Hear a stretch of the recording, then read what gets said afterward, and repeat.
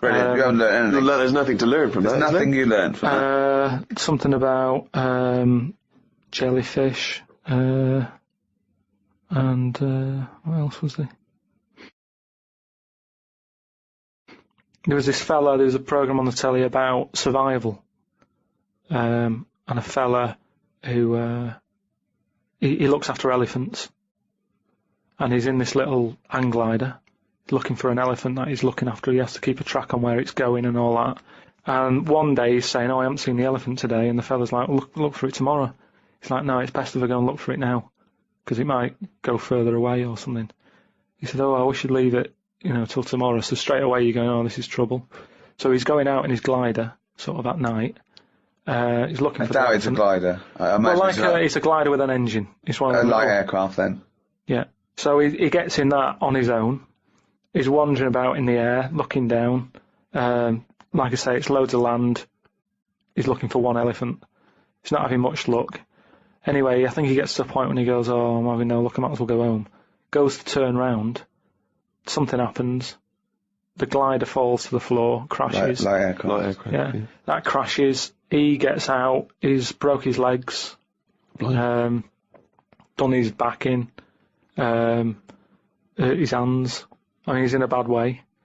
And he looks at the plane, and that's a wreck. Petrol's coming out of it. He's thinking that's not going to fly again. And he has to lie there, doesn't he, for like 48 hours or something. And in that time, everything's being chucked at him. He has a lion wandering around him. A scorpion walked over his leg. Some sort of dangerous snake went in his shoe. Yeah. What else is there out there? Some sort of bad ants. Just everything that's there that could cause a problem. He had it all in his life. I haven't seen this, but I suspect there's a lot of conjecture in this telling of it. Bad ants. Bad ants. No, just anything that you could think of that's out there to cause you a bit of a problem. Camels. He got hot. He got so hot his lips fell off. No, because you have to have a lot of juice to keep your lips sort of how they are. Right. So that's the sort of state he was in. Yeah. 48 hours. And yet he survived in the end. Someone came and found him. And you thought you were bored doing nothing? Yeah, no, well, he didn't even have the internet. Yeah, but he had a lot of insects. What would you do then if you landed, right? Supposing we all land, right? We're shipwrecked, okay? There's no food around. But there's a chance we might be saved, like, in a few days. We just got to stay alive just for a few days, okay? Steve offers up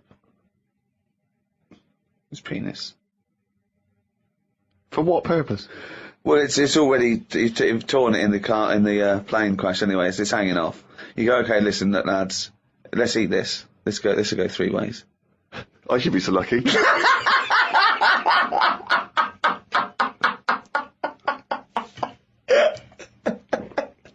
Okay, fine, yeah. I'll look for something else. Because we're surrounded by water. Why are we eating knob? There's loads of fish and everything. There's more fish in the sea than there is stuff on land. That was something else that I've read about how there's more sea life happening. There's loads more. What do you mean? Than what? Than stuff happening on land. Well, yeah, it's a bigger place, isn't it? Yeah, and there's more. They're all coming further in because it's getting so crowded. Everything's being pushed outwards. So we're going to get to a point where people won't go walking in the sea because there'll be something deadly just floating about on near the shore. Again, that's no information at all. I don't know. There's no information in that statement at all. Yeah, I said how the sea is so overcrowded that everything's being pushed to the edge. It's not overcrowded. It is. You mean things that are in the sea are being pushed to the edge of the sea? Yeah, because there's new stuff happening all the time. There's new creatures being made, they're changing quickly. They were saying how, like, I don't know, 50 years ago, jellyfish didn't even have a sting. That's rubbish. Try 50 million and you'll get closer to the truth. But what I mean is, in terms of, like, land, we all look the same, don't we? We've had 2 legs and 2 arms for ages. Whereas in the sea, things are changing at a really fast rate. So, like, jellyfish we're knocking about. The sea is a much more stable environment than the land anyway. What are you on about? Well, I'd have thought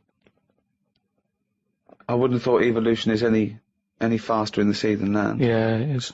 Well, no. What's the evidence for this? The Well, I'm internet. telling you now. Telling you how jellyfish have changed. And look at them. And how have they changed then? So they didn't. 50 years ago, they didn't have a sting. Yeah. Now they have. Trilbies. They wore trilbies 50 years ago as well. And they just spoke with a much more, refined accent. Just that is quite a lot, though, isn't it? Because jellyfish are nothing. But like no, I you've said to made you that before. up. That's not a fact. There's no facts come out of this discussion. Not oh, that's interesting. That you haven't said anything. Jellyfish haven't changed in 50 years. No, they have. They've changed a lot in terms of... Well, they haven't changed in hundreds of millions of years, so I don't know what the 60s had to do with anything. I just don't know what influence the Beatles and Mary Quant suddenly had on jellyfish, where they hadn't Because changed for hundreds of millions of years. With all this sort of loose, free sex, free love, they were just going berserk. I know, yeah. There were no inhibitions amongst the jellyfish anymore. Things are changing a lot. To think that jellyfish, when they first came out, they were nothing. Jellyfish are nothing, aren't they? They're just a blob. So When they first came out, I when know. they were first released. New by Ron Kell. Yeah. but what I'm saying is, even though they were nothing, they've grown to have a bit of something, just to get by in a busy place. I Which don't is the know sea. what you're talking about. It's all guesswork and It's conjecture. not guesswork. I've been It's out all for a week. I've been nonsense. reading all this and watching stuff. Carl, you haven't learned anything. Well, that's not entirely true because he's obviously learnt enough to have written a poem about some of these subjects. Oh, I love his poems. Are you getting into poetry now, properly? I really like it. Yeah. Is Carl going to read this for me, Steve? If you want him to. I think so. I did one about my kidneys. What was it called? Didn't have a name. It doesn't need it. Ode to a Nephron. Right, I did two about jellyfish. Excellent. I don't like jellyfish. They're not a fish. They're just a blob. They don't have eyes, fins, or scales like a cod. They float about blind, stinging people in the seas, and no one eats jellyfish with chips and mushy peas. Get rid of them. And then there's just a shorter one about a jellyfish. It would be spiteful to put jellyfish in a trifle.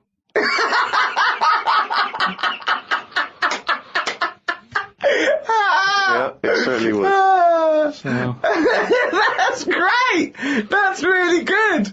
Because it's jelly. He's done us this. Steve. Yeah. That's a really good poem. It would be spiteful to put jellyfish in a trifle. yeah. A little half rhyme. Yeah. Do you want the one about my kidneys? Yeah. For God's sake, me belly ache. The doctor said it's me kidney. He said he's got to stick a tube up me knob. I said, you got to be kidding me. For God's sake, knob ache.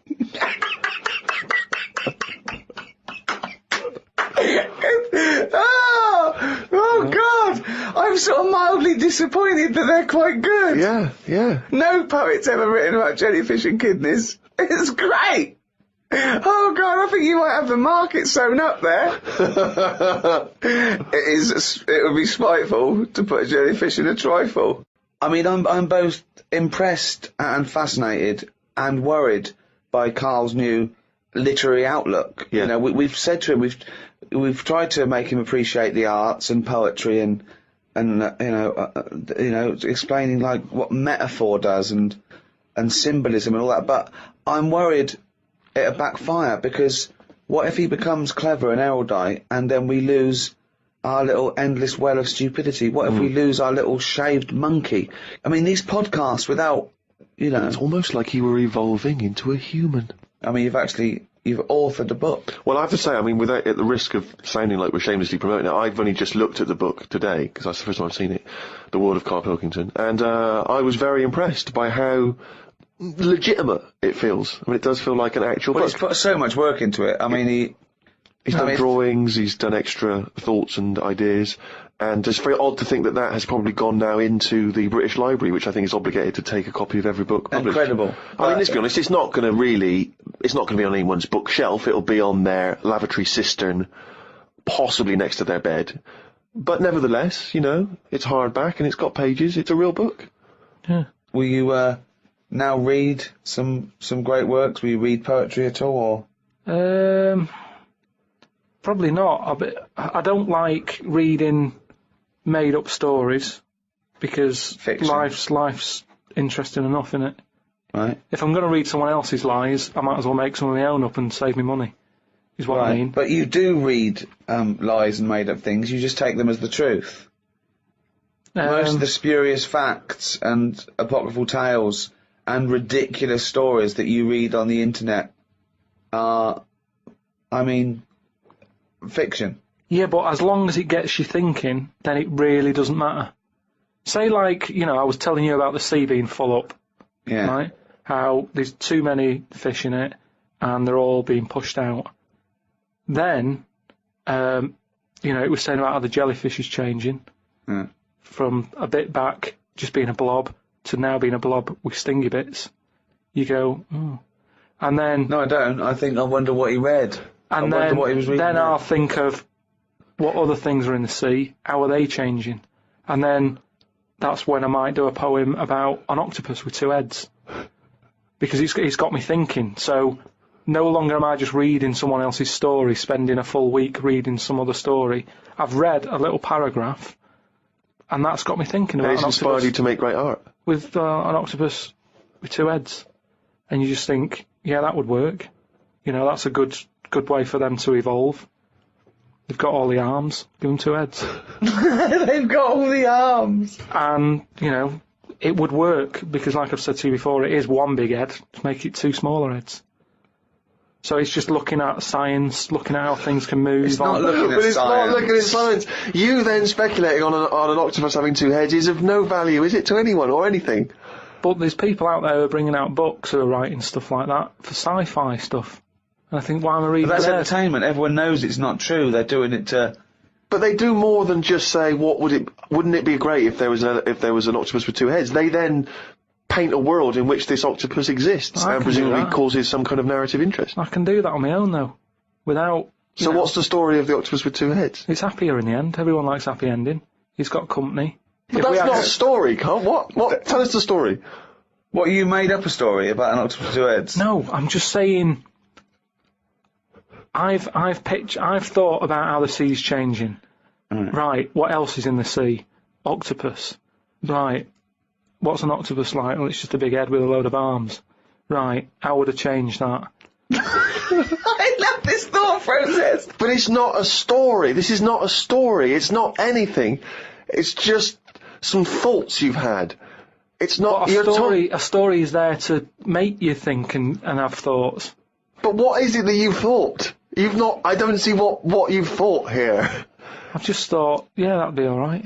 I know, but... Well, like King Kong then. That's only someone who's gone, oh, monkeys are getting better at stuff. Yes, but it has a story, doesn't it? They go in search... No, it isn't. It isn't saying monkeys are getting better at stuff.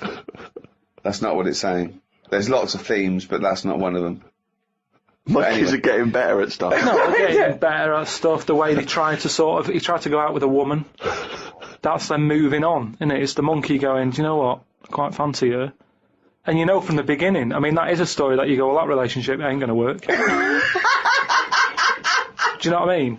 I've not gone out with women who I've quite fancied, but then they smoke, and you go, oh, that's enough to put me off.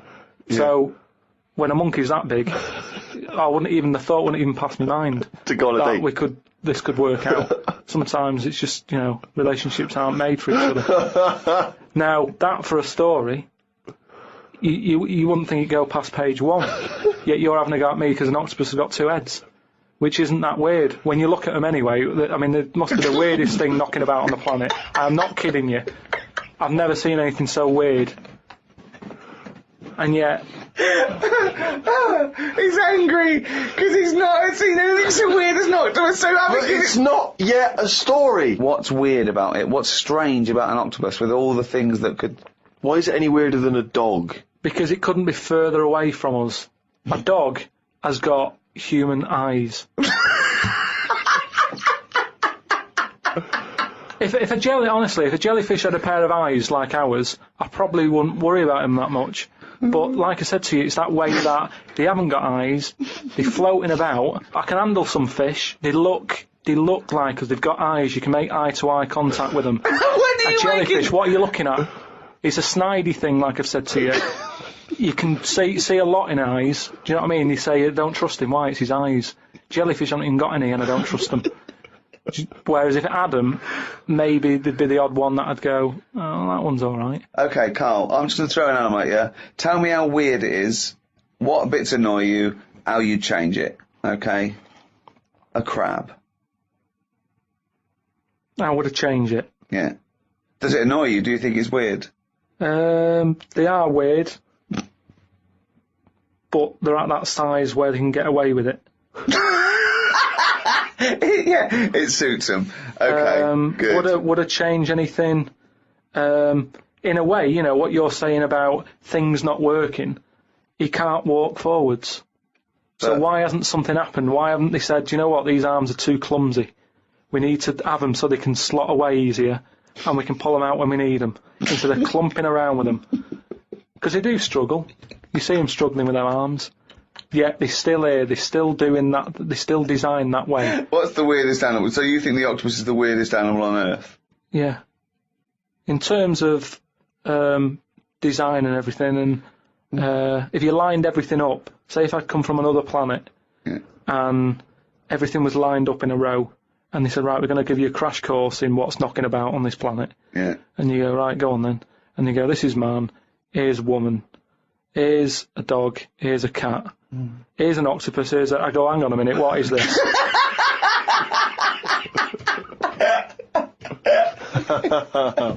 Oh, it's only going really down. That jingle, of course, signifies another reading from Karl Pilkington's diary. There was an animal in the paper today that I've never before seen. It's called an alpaca. They are gormless looking. The fellow who breeds them said they are easy to look after because they're used to harsh conditions because they normally live in the mountains. The problem with this is they will turn useless eventually, and then if we try to bung it back on the Andes, they won't like it. It's like how people win these live like a star for a week competitions. They're not good for anyone. Okay. Do you know what I mean? If something's living somewhere... But he's not But going to why are we send them gonna back bung to it the back? Andes. He's presumably breeding them for something else. Yeah, but say if eventually, you know, the world's getting busy, there's hardly any room, and we go, right, what can we shift here? What's getting in our way that we can shift? Well, those funny-looking things came from the Andes, bung them back. All right, then let's put them back. And they go, oh, they don't like it. They're not surviving, they're dying out. Why did we bring them here? Oh, it was closer. Yeah, but look, we've died out now of the... Sorry, this is not with yourself. This isn't happening. Don't get angry about it like it just happened and you're sick of it. None of this has happened No, yet. I'm just looking at how it will happen. Leave them where they were. But It's you're like- getting angry about things that you're speculating on now. It's absurd, Carl. Not once have That I was read an here about argument your with anger yourself. about terrorism or international, you know, political injustice. Not once have you written about that. Only about the fact we may send animals back to the Andes. I know, but just because it just annoyed me, that's all. They brought them here. Some fella's getting a load of praise because they brought this weird animal into the country. And yet, it's like, well, they were on the Andes for a reason. Leave them there. It was happier there. I mean, I feel guilty when I open a bag and a fly flies out of it and I think, where's that come from? What bag are you opening with flies? What bag? No, just when, like, you know, the bag I took the computer home in, a fly flew out of it and I thought, when did that get in that bag? Wherever brought that from? And it's the same thing. It doesn't want to be somewhere else. It was where it was. And that's the same with this Polaco, or whatever. Great news. Get $25 cash back on the purchase you just made. Sign up It's now. amazing. It really is the ramblings of a madman, isn't it? Some new sea thing has been found. That's the headlines on the news. It wasn't found by sea experts. It was found on eBay. Someone was selling it for £5. I don't see the point in buying something that you don't know what it is. What do you mean? What do you mean? It was Someone's found some sort of shell with a thing living in it. right. They thought, oh, I've never seen one of these before, I can flog it on eBay. Someone bought it and then wanted to look after it, went to some sea expert and they said, oh, I don't know what that is. That's the story. It's just Great weird news. how Now you can get stuff's up to being found on $25 cash No, it wasn't back found on on any eBay, though, buy.com was it? purchase. Yeah, but that's where the specialist people sort of picked up on it. It's just weird that... I mean, all I was saying is I wouldn't want one. If you don't know how to... If it's a new creature, you don't know what makes it happy. When you get a kitten, you go, stroke its head, loves it. right? And you can do that knowing that it's liking it. If I had a little seashell and you go, does it sit in water? I don't know. Do you know what I mean? You could end up doing more damage. So that's why I wouldn't want it. It's nice to have rules in it. It's nice to know what you're doing with something. Well, as you write in the diary, it's like if an alien landed and wanted to live with you. As much fun as it might sound, it wouldn't be long before you got annoyed with it because it wouldn't eat the food you gave it. That's what I'm saying, but I couldn't have a go at it because it might not like pasta. It might not. Everyone likes pasta. Wow. That's it for another week. I hope you've enjoyed this half hour of drivel. I mean, some of the most stupid things ever said. I mean, it's like he's got a contempt now for the world. Like, he doesn't care what comes out of his head. Learning can be frustrating, can't it? You know, you maybe I'm getting you thinking, maybe on your way home today you'll be going, octopus with two heads. And if you do that for 5 seconds, I've done my job. Good to have a job in it. So, from me, Ricky Gervais, goodbye. From Steve Merchant. Goodbye. And from Karl Pilkington. Right. Hello and welcome to number 4 in the series of 6, season 3 of the Ricky Gervais Show with me, Ricky Gervais, Stephen Merchant. Hello. And Karl Pilkington. All right. Yeah, first of all, I'm sorry to do this, but me and Steve have got to bring something up that's been bugging us for a couple of weeks now, but it's reached... you are so fucking lazy, Karl, at the moment. You have time off, right? You go away every weekend, so me and Steve are so precious at the moment with so many things to do, with extras and books coming out and stuff. I've never heard anyone whinge about going in with kidney stones. I know loads of people that had kidney stones. Not like They've mine.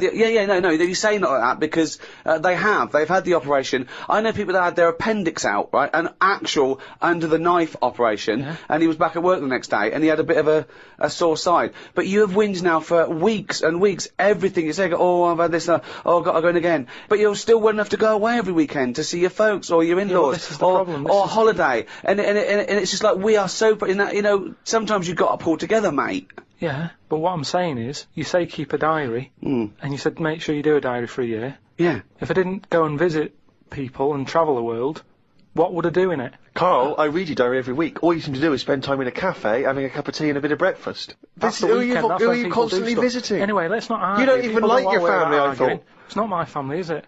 Well, you Suzanne's family. don't like but anyone. work. Why are you visiting? But you say them? I'm working that weekend. I'm working that weekend. We have to put. Let's put this in first. It's a busy time. Family's important, isn't it? Yeah. You can't keep messing people But this about. is all you have to do. What else are there's you loads of doing? doing. What other job have you got? Loads of you stuff. know. I don't want to go into what I'm doing, but I've got loads But of all stuff. I hear is you're Well, always having meetings. I You're know, always yeah. going for meetings. Yeah, I know, yeah, I don't know what that yeah, means, yeah, meetings. yeah. Right, anyway. Another meeting in a bloody cafe. Yeah. Right, So, no, seriously though. So, you've been on your travels, you've got lots to talk about, so... Yeah, I've got to go in hospital again as well, haven't I? So, What's your current state with your old... I don't want to go on about it. Well, no, I mean, you've brought it up. You're fine, you're well enough to go away, you're well enough to go on holiday, you're well enough to visit people, you went on a train, you went to Manchester, you must be well enough, so you're well enough to do this. I went back to Bristol at the weekend. I had a bit of time off, as you know, because Karl can do the work. So I know. That's what I mean. Yeah. So we all had a nice No, time. well, No, I didn't. I went to Bristol when I was working. That's all right. But Well, if exactly. he's still visiting a place, is what I'm saying. Well, that's a ridiculous thing to say. That's like saying a pilot doesn't work because he's visiting a place. No, because he doesn't visit it. He No, doesn't you get out sit the down plane. on your arse. Sometimes you hire a car, so you can't be reading or studying. You're driving for 6 hours. Yeah. I went there working. We went to America. We were working. I went to Bristol. I was working. Oh, shut up. Ooh. Do you know what I mean? Getting a bit uppity. The truth hurts, Stephen. The truth does hurt, and it's interesting that Yeah. he suddenly snapped at you there. I know. Because I wondered to myself, if it weren't for you, Mr. Ricky Gervais, what would this man, this little round-headed man, be doing right now? Fuck all, Stephen. Fuck all. Yeah, I went back to Bristol at the weekend. As we know, we all had a bit of time off. And, actually, I was quite annoyed because I passed the pub near where my parents live, and they had a band on. You know, pubs sometimes have a band on. And the name of the band, I'm disappointed that I missed them. The name of the band, Rick, was Loose Change. But what I like about Loose Change is it's the least evocative name for a band, isn't it? It's not amazing. sexy, it's nothing. It's got no kind of mood or feel to it at all. Loose change. It's Welcome. Rough outline. yeah. It's just nothing. The checkbook stubs. Pocket fluff. yeah. But, But while I was at my parents' house, they often, they keep clippings of things, if we've been mentioned in the papers, they like to keep a record of them and stuff, because, I like to show it to my grandparents, and keep fully abreast of things.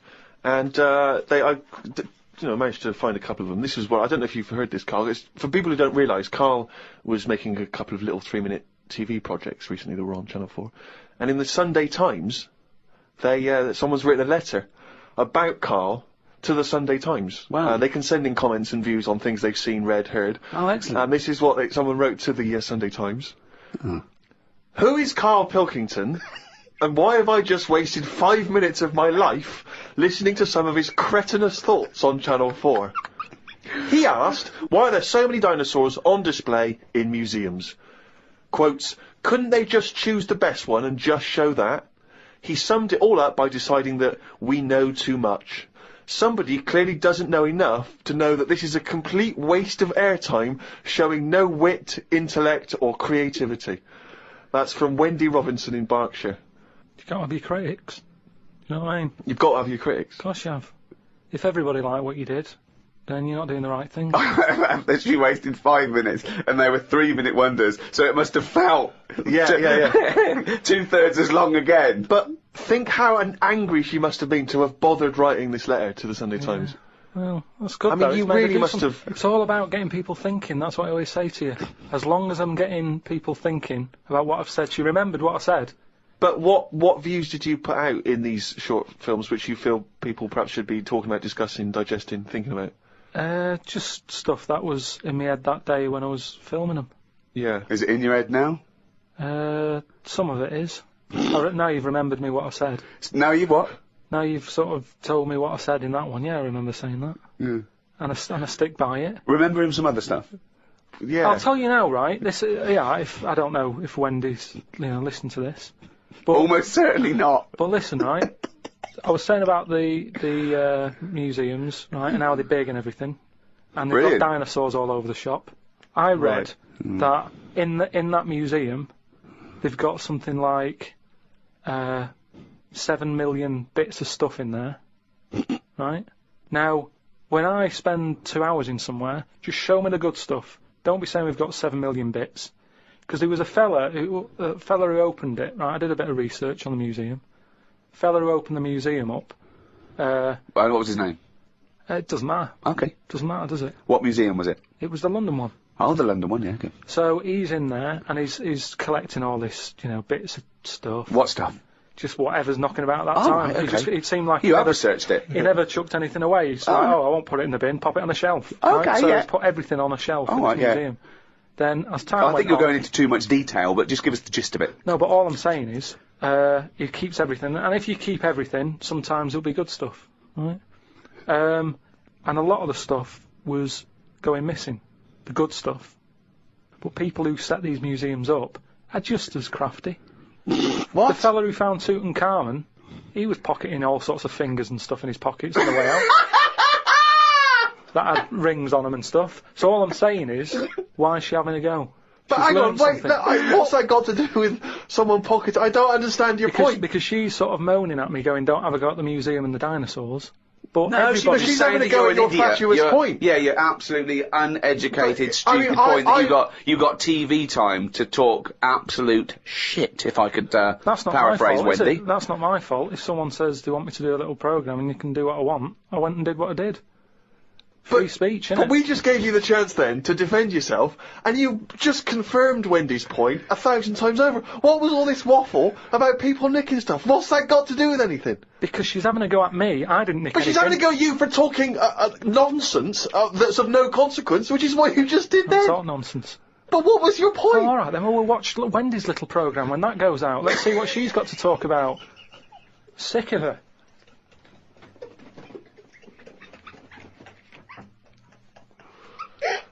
But I've got, speaking of like weird stuff and that, I've got a new. Well, we weren't, but go on. No, got a new book. Do you know I had that Freaks book, the top 50 Freaks? Got a new one sent to me. Really? Yeah, and do you know like everything normally has a name. So like if it's the two-headed fella, they're all nicknames like that, aren't they? They've got two nicknames, I imagine. But this new book I've got right? On the cover of this one, it's got like a woman with 3 breasts, right? And she's called the three-breasted woman, as you'd expect. And there's what else was in there? There's a fella, the one face Why is she posing nude though? That's what I want to know. showing off. It's not the worst disability, is it? Well, just 'cause you got 3 doesn't mean you have to get them out for the lads, does it? Tart. I know. Well, she looked happy. And there was a fella with like one face but 2 bodies. In one face but 2 bodies. One face, 2 bodies. What do you mean It's one weird. face, 2 bodies? Surely know. you one head, 2 bodies. Ed as well, but it was mainly the face that was weird because he looked fed up. He sort of, What are you talking about? How What can are you you have talking a face about? without a head? How can you have? What do you mean? How did it join to the neck? no, it did have a head, but the fact is, it was weird that it had one face to me. What do you mean? Well, if you've of course got one he had- head, you'll yeah. have one face. Yeah, I know, but it was the fact that he had one face and 2 bodies that I didn't think. But one why do head- you keep saying one face and 2 bodies as Why opposed not to one one head? head and 2 bodies? We're all the man with one face. Yeah, but now I've got one body. Yeah, well, surely he's the man with 2 bodies then. Again, the description. Roll up, see the man with one face. Yeah, I know, yeah. He's just got like a face and then one neck, and then it splits off into 2 bodies. It's really weird. It Honestly, it's doesn't. weird. But It was ages ago. Well, no. No, it doesn't happen. So it's full of stuff like that, right? And what I'm saying is, that fella, you know, the one-faced man, the 3-breasted woman. He wouldn't be known as the one-faced man, is what I'm saying. Well, they've all- that they all- isn't the peculiar thing about him. No, well, they all had names like that. But Right. there was one thing in it that didn't even have a nickname. It was so weird. What do you mean? It just said unidentified. What does it look like? Sort of testicles for eyes. That's. It just reminded me when What you do were you talking mean about strange. testicles fries? And what is it? Did he have a normal body? I didn't even look at that. Oh, No, so that's what I'm saying though. You're attracted to the oddness of the thing, and that's what I was saying about Warren when he walks in. Warwick. You know, it'll be odd for a minute, and then I'm sure For him. He'll For get him it over will be, He'll get used to you. you know. I mean, like I've said, I'm surprised that things like that don't happen more, because especially after being in hospital and seeing how the body works and that. You How have no does idea it- how the body works. No, honestly, I've got me Right, head you round it a have bit. no idea. You've learnt nothing. I've got me. You've learnt nothing since the age of 7. I've got my head round it a bit more, and the way that there's loads of people in the world, and yet you don't see people with like dangly eyes more often. It amazes me. I love the fact that he's amazed by not seeing freaks. Yeah. It's incredible. He's walking down the street going, oh, everyone's got one head. That's Yeah. weird. Suzanne, see any dangly eyes today? No, me neither. It's weird, isn't it? What's going on in the world? Oh. Warwick's not been the only correspondent. We've had a number of people. Remember years ago we used to encourage people to send in questions, and those questions have been drifting in ever since, really. Just things that people want to throw at you, see how your mind works, Carl. Do you mind answering a few? I suppose you might loosely term these philosophical questions, or at least questions that might help you think, ponder on some of the bigger ideas. This is your forte, Carl. Philosophy, isn't it? Question 1. Carl, are all men born equal? Well, we've talked about Warren. Warwick? Say if like the pillow man, right, the fellow with no arms and legs, if everyone was like that, he wouldn't be. That wouldn't be a disability. He'd be equal to everyone else, wouldn't he? When someone fights for equality, it doesn't mean they want to be treated literally the same. For example, it's usually about a prejudice, isn't it? Or a lack of opportunity. Yeah. If you were... just to think of equal opportunities in terms of a job. Yeah. If you needed someone for a lookout on a lighthouse and a blind person went along, they couldn't do the job. Whereas if it was listening for stuff and you didn't give it to the blind person because you were worried about, don't know, blind people, that would be imposing a prejudice because he could hear as well as you. So if he was the best for that job, he should get it, despite his other disability. But I'm pretty sure, yeah, your ears are important. in a lighthouse. I'm pretty sure he's come down on the wrong side of the argument, Steve. Keep going. Go on. No, I just want to hear it, you know. I mean, if they want to go for any job, go for it, but then don't moan if you don't get it. That's all I think. Is that your equal opportunity statement? That's your statement. Well, I don't take anyone on, so I don't have all these worries, but I'm just saying, if I was in charge of that lighthouse and the deaf fella turned up, was he deaf or blind? Well, it depends. I gave you There two was one of each. scenarios. There was a deaf guy and a blind guy. And no one else. I'll put another advert in.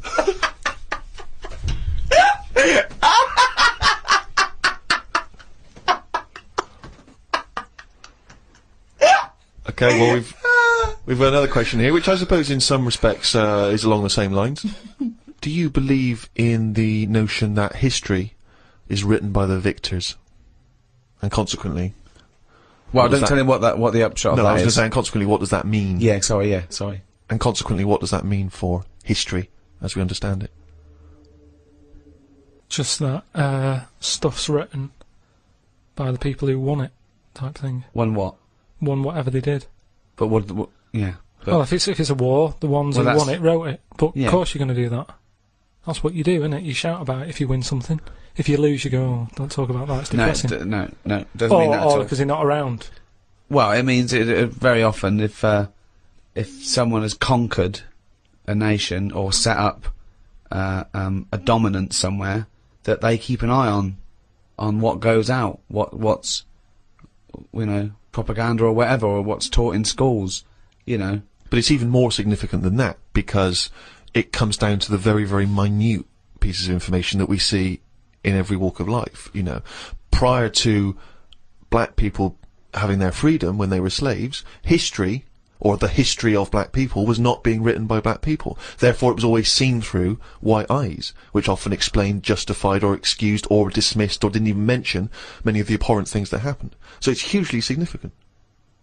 I suppose you can bring out 2 books.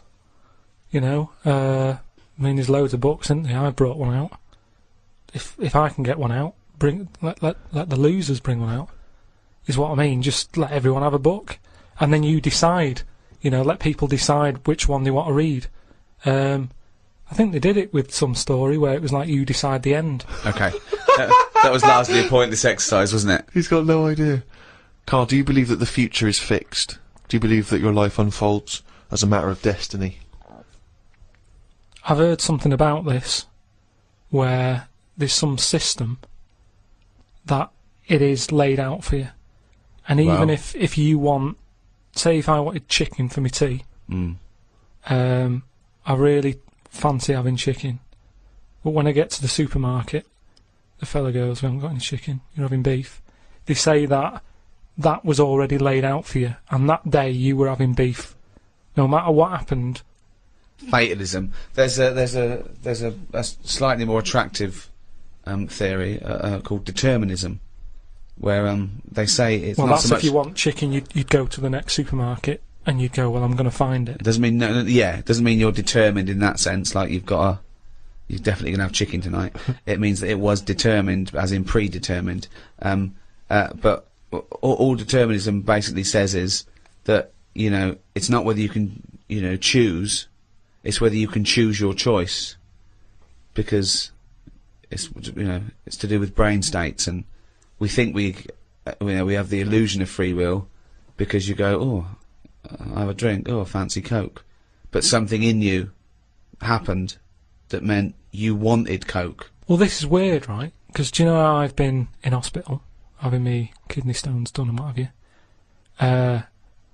Well, as they do in hospitals, and this is why I don't like going in them. Did I just try and explain determinism to KARL Pilkington? Yeah, What I the didn't fuck want am to I stop thinking? you, but I mean, what am I thinking? it just made you look more of an idiot than I him. know exactly. Yeah, I feel stupid. But Yeah. I'm in hospital, right? And like I've said to you, the annoying thing is when you're in hospital, they didn't just have a play about with the kidney. Whilst they're there, they're fiddling about with other bits, right? And they're like, oh, let's have a That's feel on that. libelous. No, but that's what they do. Whilst you're in, let's have a, prod about. They took some blood, right? And they said to us, now the weird thing is, these kidney stones you had, it was probably caused by too much calcium, right? That's what they are. They're a calcium build-up where you're not flushing it out, and so it's... Yeah.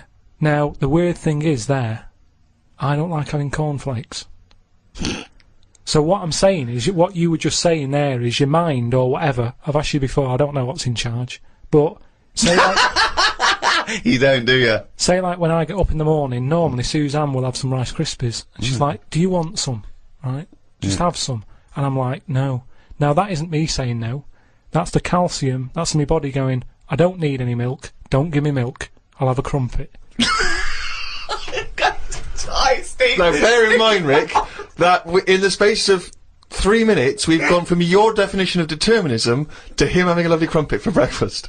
There's no one else in the world you can have a conversation with where you can make that distance that quickly. But it is interesting how my body... Have you ever had it, right? Sometimes I can go ages. No, your body lied to you, because your body said you don't need water, you don't need water, you don't need water. No. Oh, yeah. Like today before I left, Suzanne said, what do you want? Straight away I said, I need some leeks.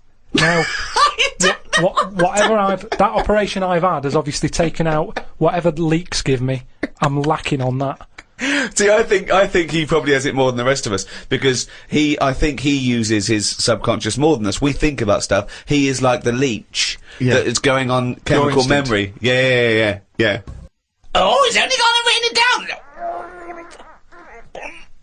down. That jingle there signifying, of course, once again, another reading from the Diary of KARL Pilkington.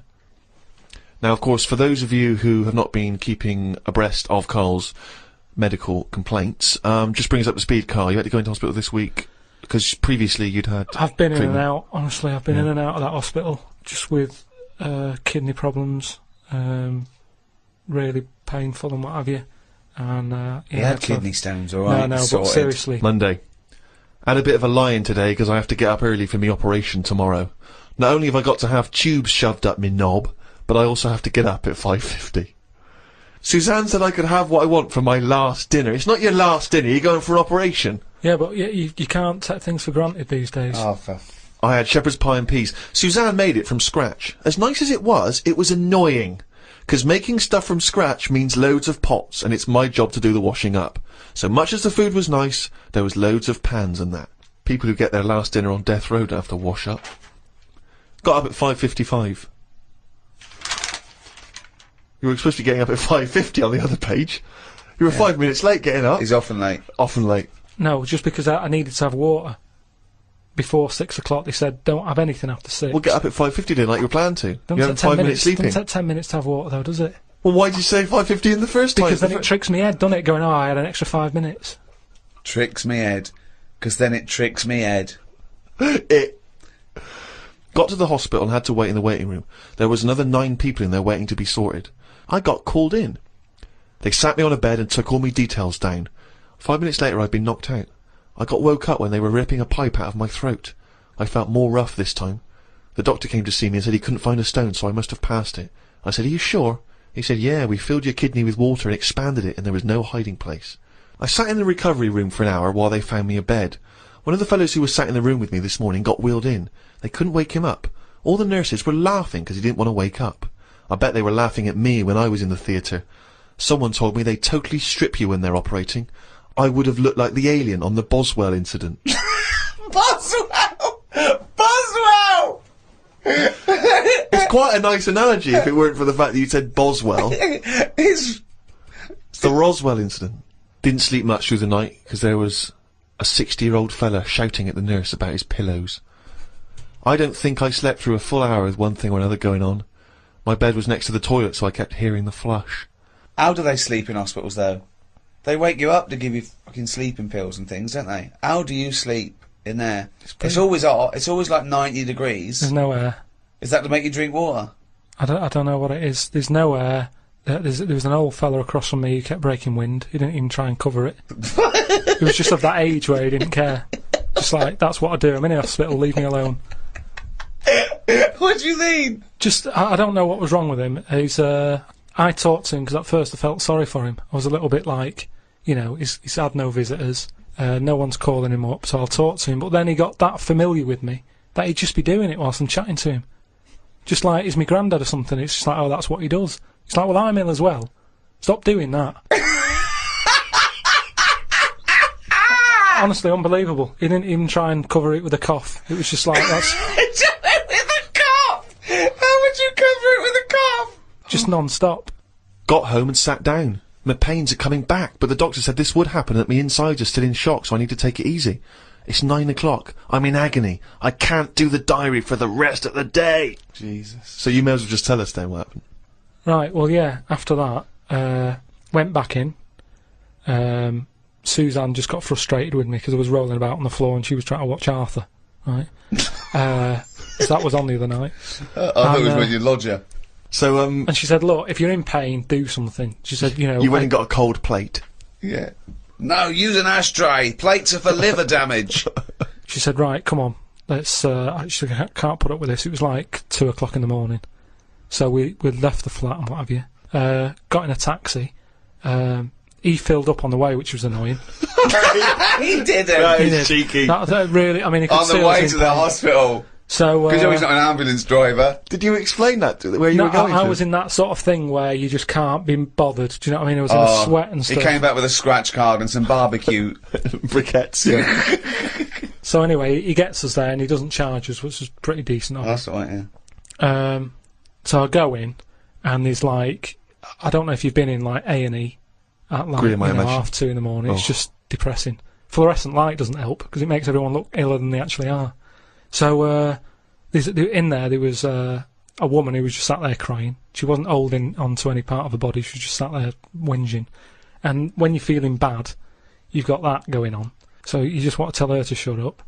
There was a fella who was like moped over in a wheelchair that someone had just chucked in. Moped over.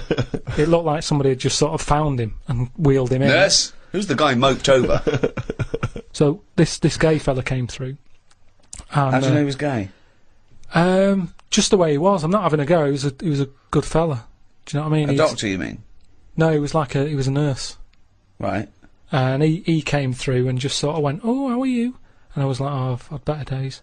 So he got As me you on mentioned in the diary, I remember the first time when I came here, they said the nurse might put a tablet up my arse. I thought the chances of that happening had just increased. Oh, Carl! Yeah, but I would have let him do it. Honestly, I was that sort of out of it. That Of course you'd let him do it. He's a qualified nurse. No, but the way I am now, say if it was just a tablet for sorting out my blood pressure, and I walked in there and he went, "Oh, hello," and he said, "Yeah, let's pop that." I'd go, "Hang on a minute." But what I mean is that night I would have just let him put 3 up. Honestly,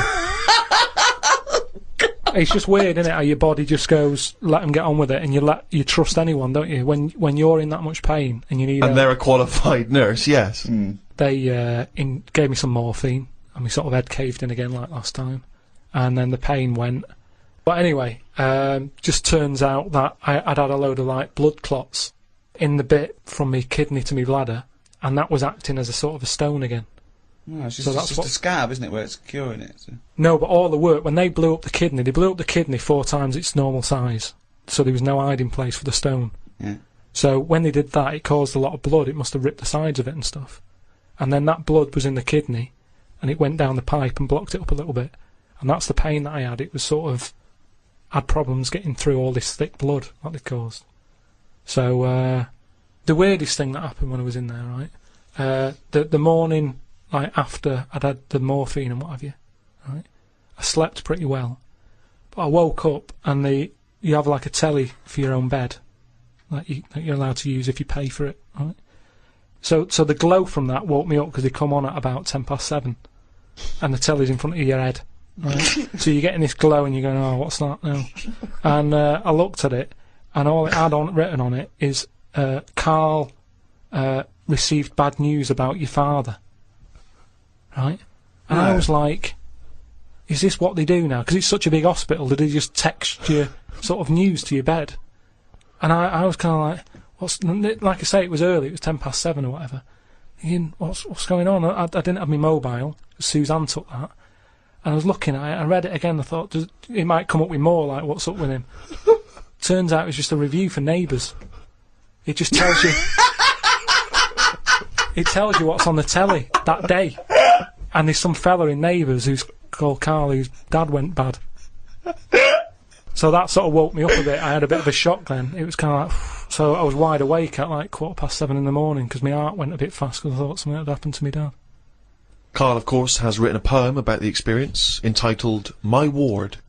All I've done here, I've been through I don't know what the word is, a bad experience. Trauma. A trauma, yeah, I've been through a load of trauma.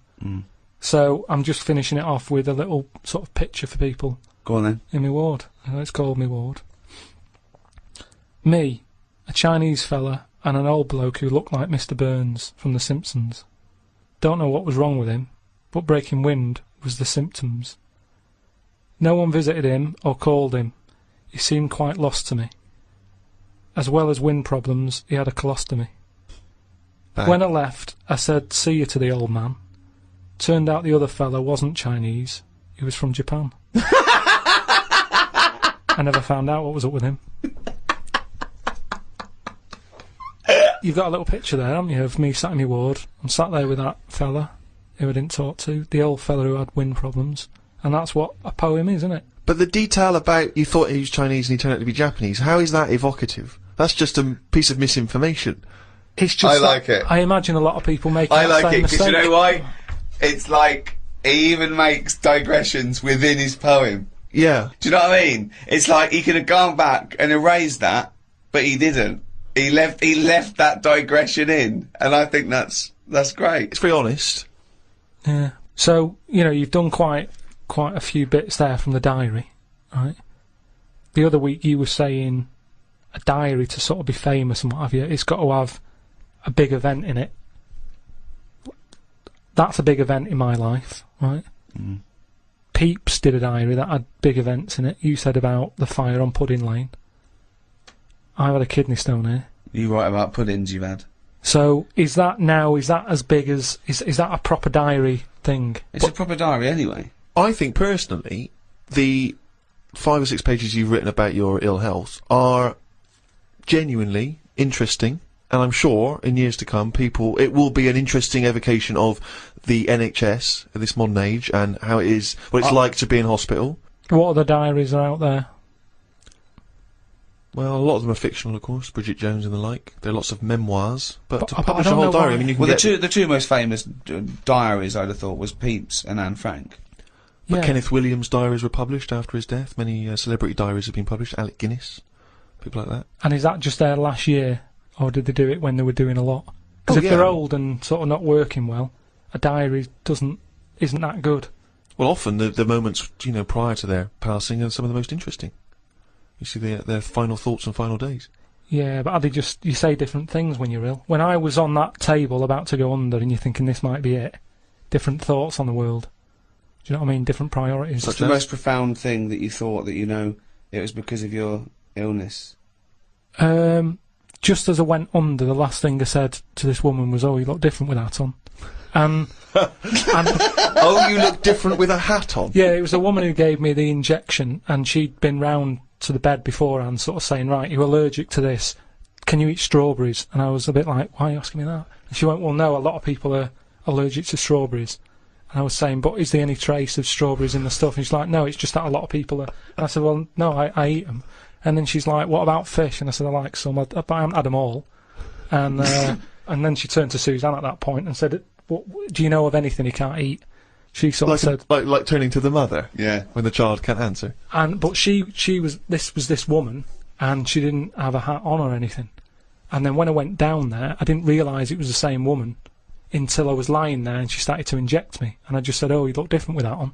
And then I went out, and when I woke up, the woman sort of came round and just sort of said, "Oh, it's weird that was the last thing, like you said."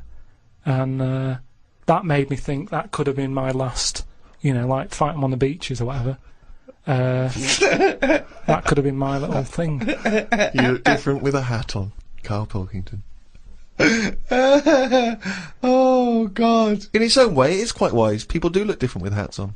I think his last words would be something like, "Can this kill you?" Yeah. Suzanne, can you drink bleach?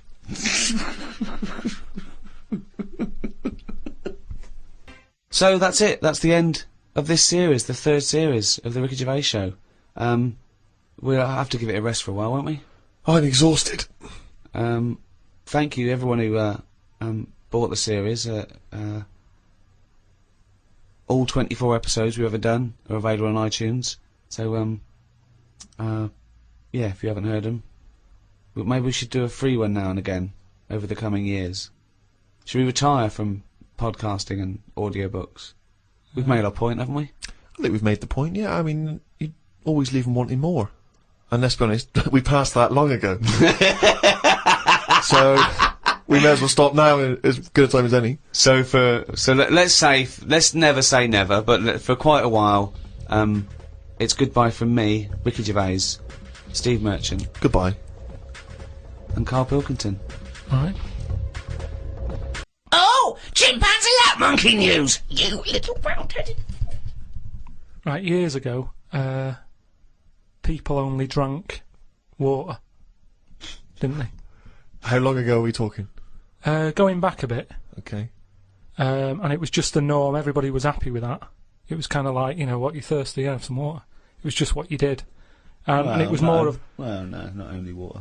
No, it was. It was kind of like... Well, they drank milk at birth, didn't they? Yeah, as a baby. But then you don't have that when you're older. What I mean is, there's more now, as we've discussed, there's more of everything. So I thought there was fruit juices in. yeah, but what stuff. I mean, when people were thirsty, it was like, well, have water. They didn't go, what do you want? Do you want this? Do you want that? I'm just saying they had Yeah. it for a purpose as opposed to something for the taste buds. Right? Yeah. So anyway, so this town, right? It was in the middle of nowhere somewhere.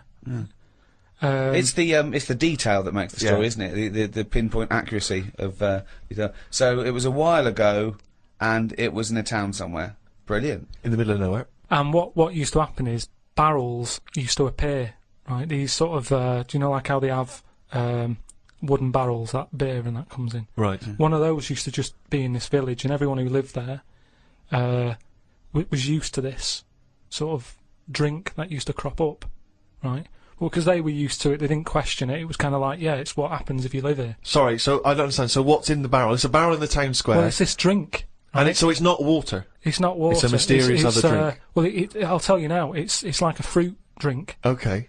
And back then, I mean, I speak to my mum, and she didn't have a banana till she met me dad, and they were made up of fruit. Sorry, is this sort of a euphemism? I don't know what that means. No, but what I mean is he came a calling with a banana? No, with a bunch of bananas and some flowers. no, but what I'm saying is, it was like a fruit drink, and for years and years, people didn't drink fruit. It was an eating thing. Do you know what I mean? It was an eating thing. It was an eaten. Yeah, What, in winter? it was. You're thirsty, have some water. What, you're hungry? Have a banana, have an orange. Sure, whatever. but the idea of combining the two, crazy. They never used them in that way. So anyway, So a mysterious fruit-based drink is turning up mysteriously in this town for years. No one questions it. No one thinks. They yeah, just just think, because it's in that area, I'm sure. Like in Here the same, come the little man. no, Lilt. but in the same way that in Scotland they'll have fried Mars bars and that. Yeah. They don't bat an eyelid at that. Yet when we go there, Well, they no. go, Well, they didn't appear mysteriously, did They they? didn't just They appear go- one day. I assume they go to the newsagents, then take it home and pop it in some batter. yeah, but what I'm saying is they don't think anything's odd about that. But as time goes on, people have started travelling more, haven't they? Ooh. And you have. visitors sort of came in to the town, and they were saying, "Oh, I'm a bit thirsty. Have you got any water?" And they were like, "I don't have water. Have some of that in that barrel." And they were like, "What's that?" And they go, "Oh, it's a drink." So they had it, and it was really like refreshing. And they were like, "What is this?" And they said, "Don't really know. It just crops up. It's, Of course they did. No. it's what No. it's what you get if you live here. It's part of living here." Right. So they were like, "Brilliant. Do you sell this?" And no, they don't just sell it. We don't even know where it comes from. Just have some whilst you're here. Don't even know where it comes from. No. So the thing Bollocks. is, this helped the town out. That's because, before the monkey appears. This 'cause- shit. Yeah. So all these people are enjoying the drink. Word gets out, and Yeah. it went on for a couple of years. But they say it travels fast, doesn't it? If it's Yeah. good, if it's good news, it travels. If it's good news or bad news, it travels fast. Yeah. So But, news travels fast. Yeah, just news. Yeah, news does. So anyway, so some Fucking business, monkey news doesn't. This has taken half an hour. so some big business fella who was on holiday Oh. in. Any specifics? he was from Chicago, Right. Oh, and interesting. he How flew tall in. was he? Hold on, though. So, this is after Chicago was founded. Right. Yeah, Chicago was knocking about. Oh, they had loads of drinks then. Yeah, they had alcoholic. coffee, tea, yeah. tea, Alcohol. yeah, they had every drink under the sun. Yeah, but not like Every drink under the sun. Not like- Apple juice, grape No, juice, they didn't. ciders, wines. Yeah. So he came Oh, in. Chicago was founded. He came yeah, in. probably 19th century. Oh, there's loads of shit about. And he was saying, this drink you've got here, he said, it's good stuff, you know. He said, whose is it? And they said, well, it just appears and what have you. And he said, well, that's a bit odd. So anyway, he got a bit annoyed with it because he wanted to take it back with him to Chicago. He knew there was an audience for this. Well, yeah, because they got bored of tea, coffee, all the other drinks that were available. Drinks and that, yeah. So he waited Mead. at night. Been around for years.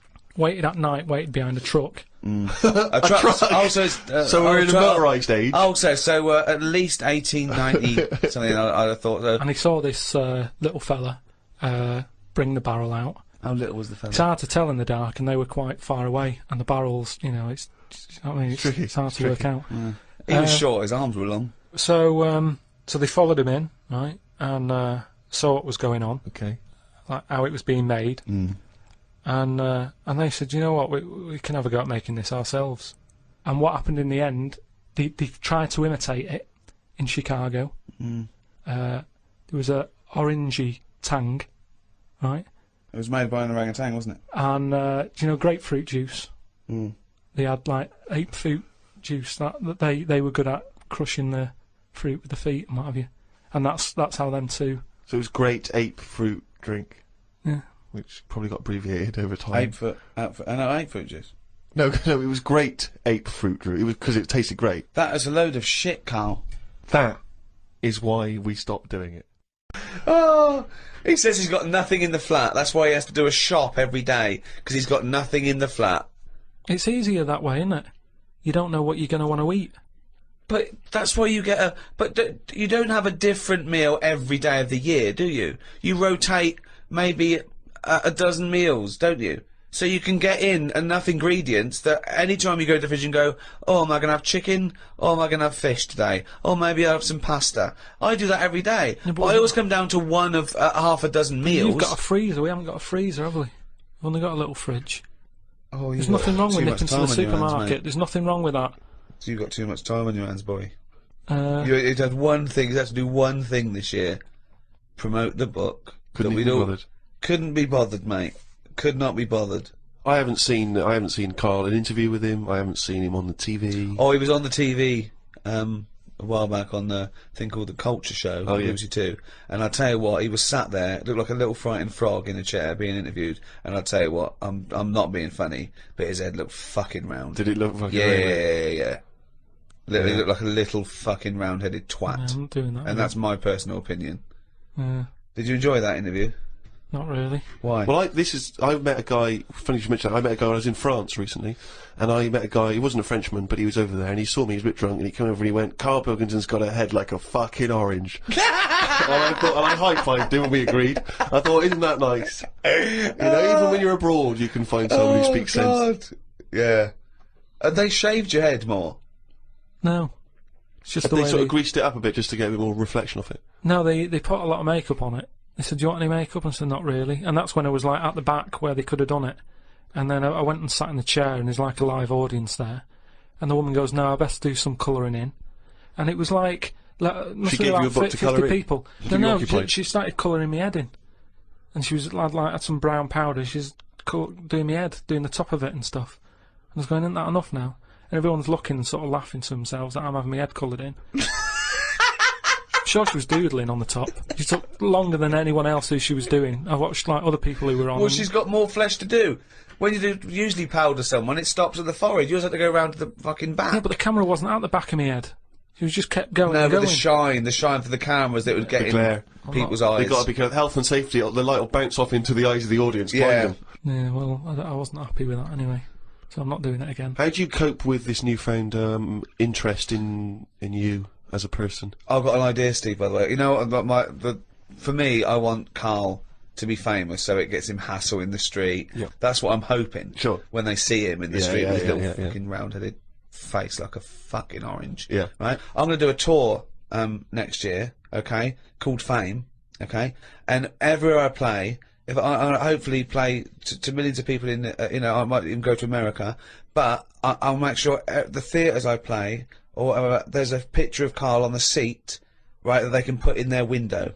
So next year, I want a picture of KARL Or in what they're every arse window. with. Or, or whatever. But if you can make this yourself, put KARL everywhere. So have you seen this bald-headed twat? Please make up the posters. Just send emails to friends. Absolutely. I want to see pictures. If you own a shop, but a big picture of him. If you just, even if you your own home, your own flat, get it everywhere. Have you seen this bald-headed twat? This is Karl Pilkington. He's got a head like a fucking orange. Get it everywhere. I want to see the world papered with Karl's round head. Happy New Year. Oh, he's only gonna write it down for a whole fucking year. That, of course, signifies another reading from Karl's diary.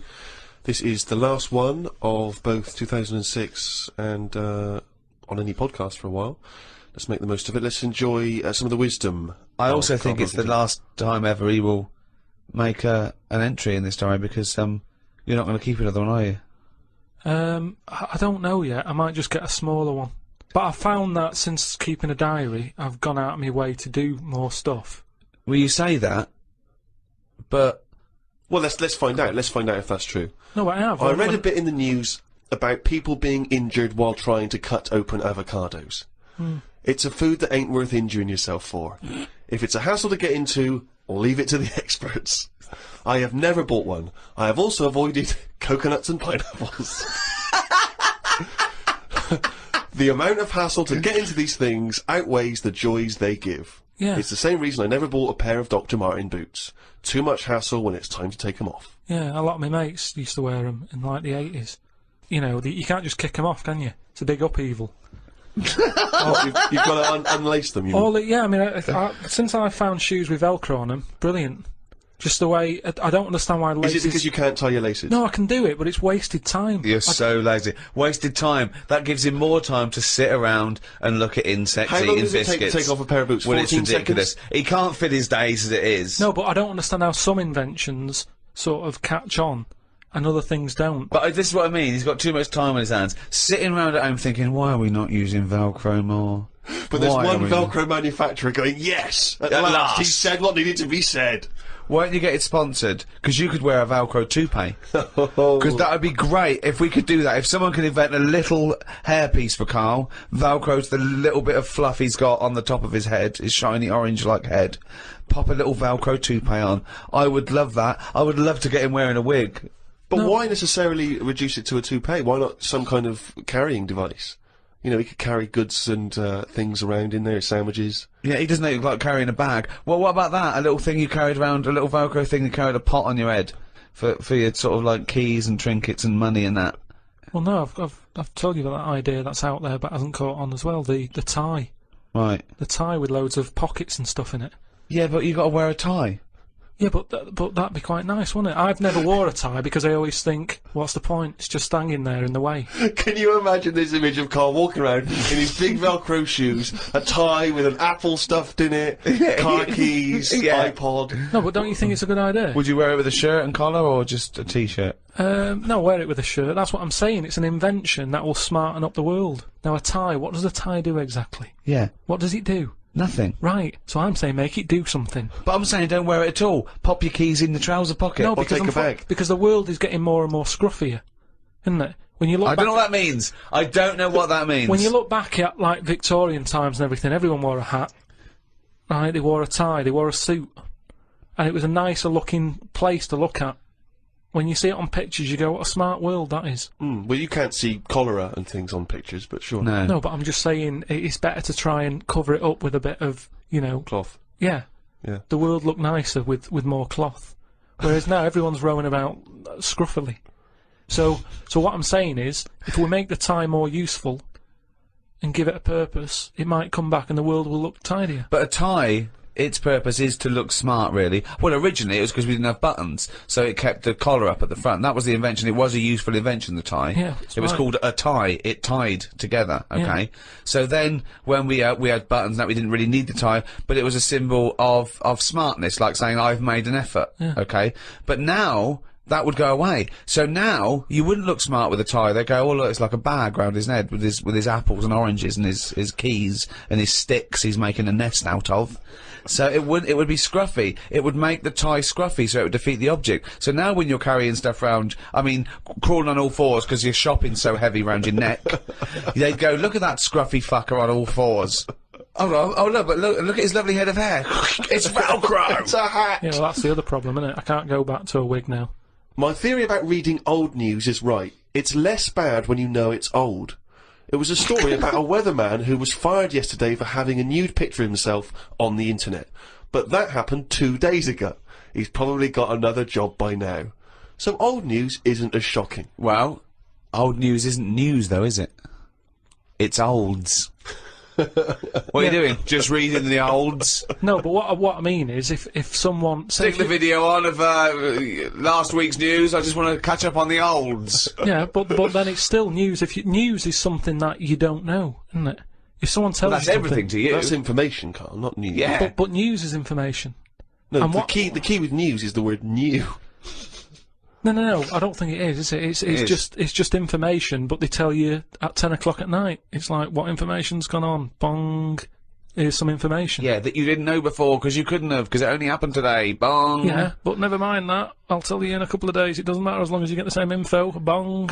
Yeah, we can't call it news though because it's misleading. We'd get done. It's called olds. Bong. Yeah, but listen to me theory. What I'm saying is that if someone in your family, you know, it's Christmas and that, I don't want to bring the tone down, but someone dies in your family. Now, say if you're away on holiday, and they don't call you because they don't want to ruin your holiday, and you come home, and they go, Uncle Frank's dead, and you go, oh, when did that happen?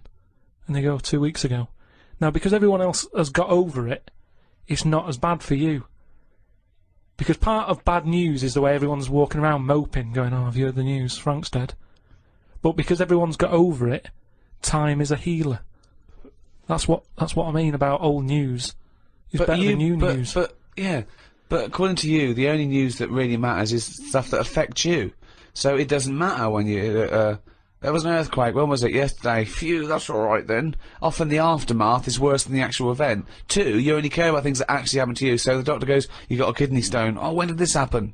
2 weeks ago. Oh, that's all right then. Doesn't make sense.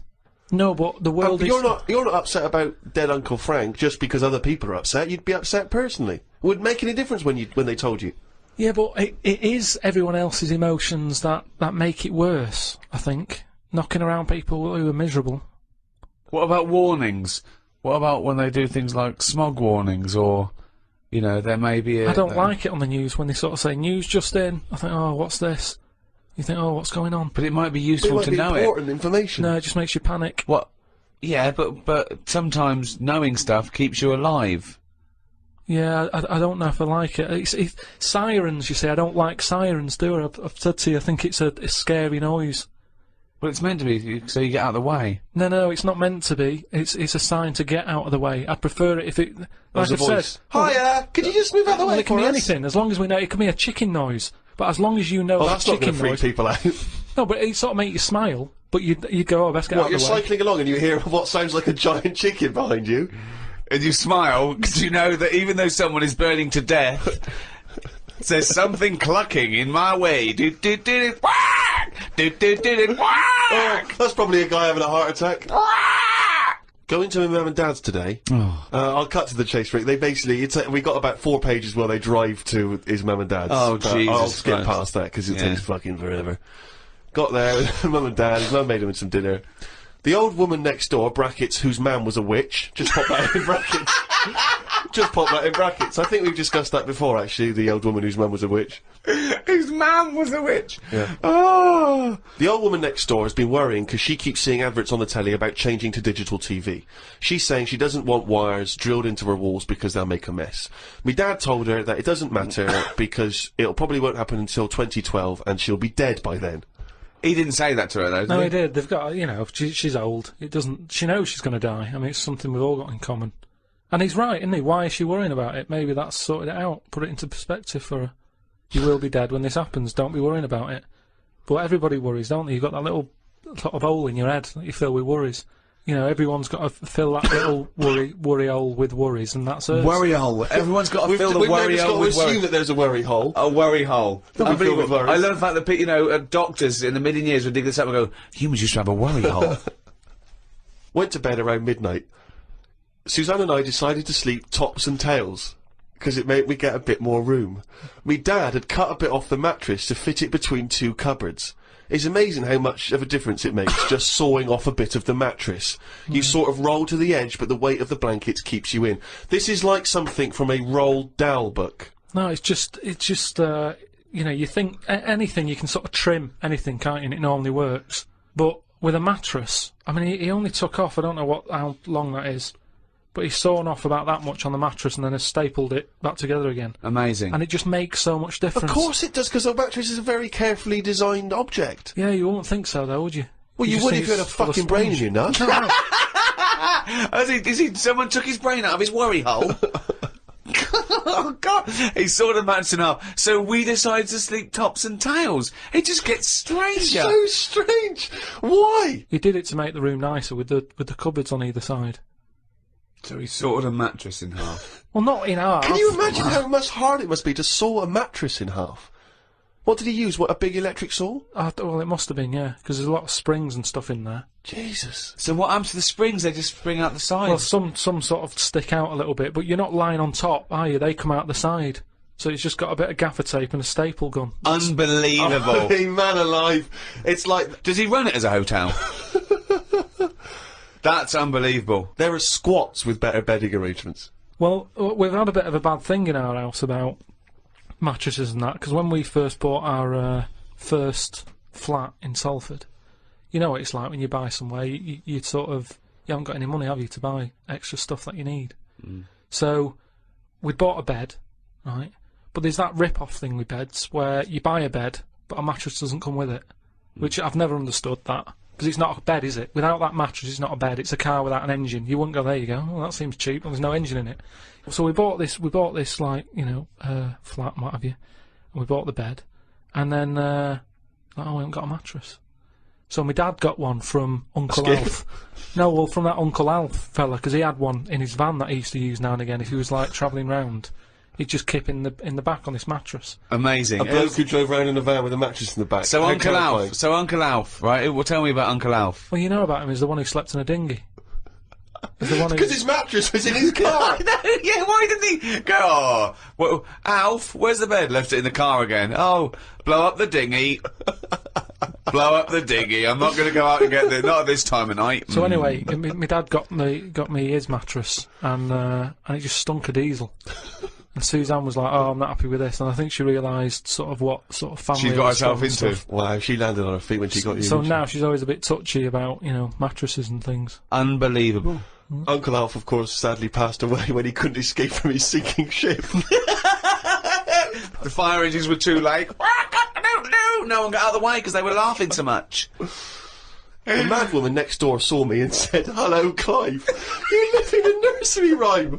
The old man down the road, the old woman next door whose mum's a witch, Uncle Alf who lives in a dinghy." This is like not a real place. It's like fucking Narnia. It's a children's TV programme. Unbelievable. Oh, God. Oh, just all of them there on this broken mattress trying to find the golden ticket. Oh, God. Oh, God. The old fella down the road talked to my dad a bit. He kept bees in the back garden. Oh, for fuck's sake. Here comes the bee man.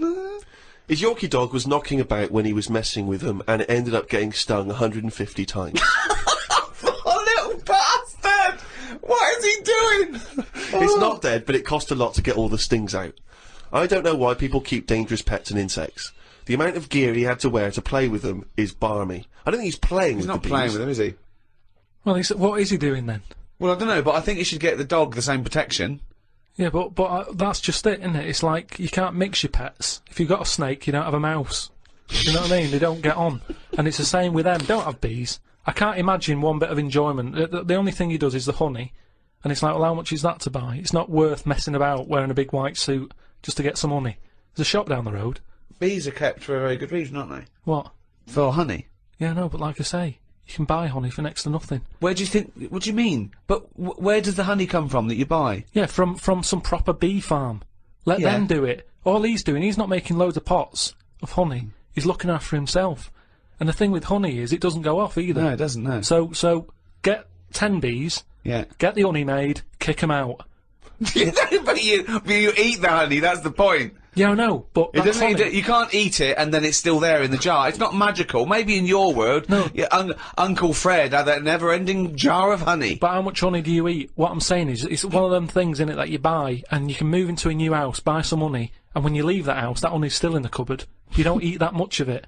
So get 10 bees, get your honey's worth. 10 bees! Imagine keeping 10 bees! Well, just get them to do the graft. If you've got loads of bees, they're not all pulling the weight, are they? Because they'll go, well, I'm not doing any, because I'll leave it to the others. Whereas if you've got 10 bees, you know that none of them are pulling the weight if there's no honey.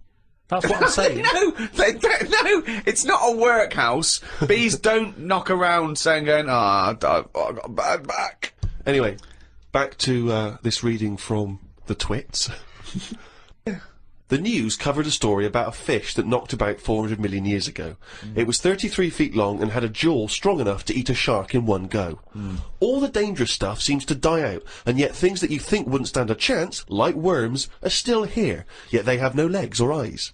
I saw a future human in the news article the other month about the future woman. She had 3 breasts. They looked alright.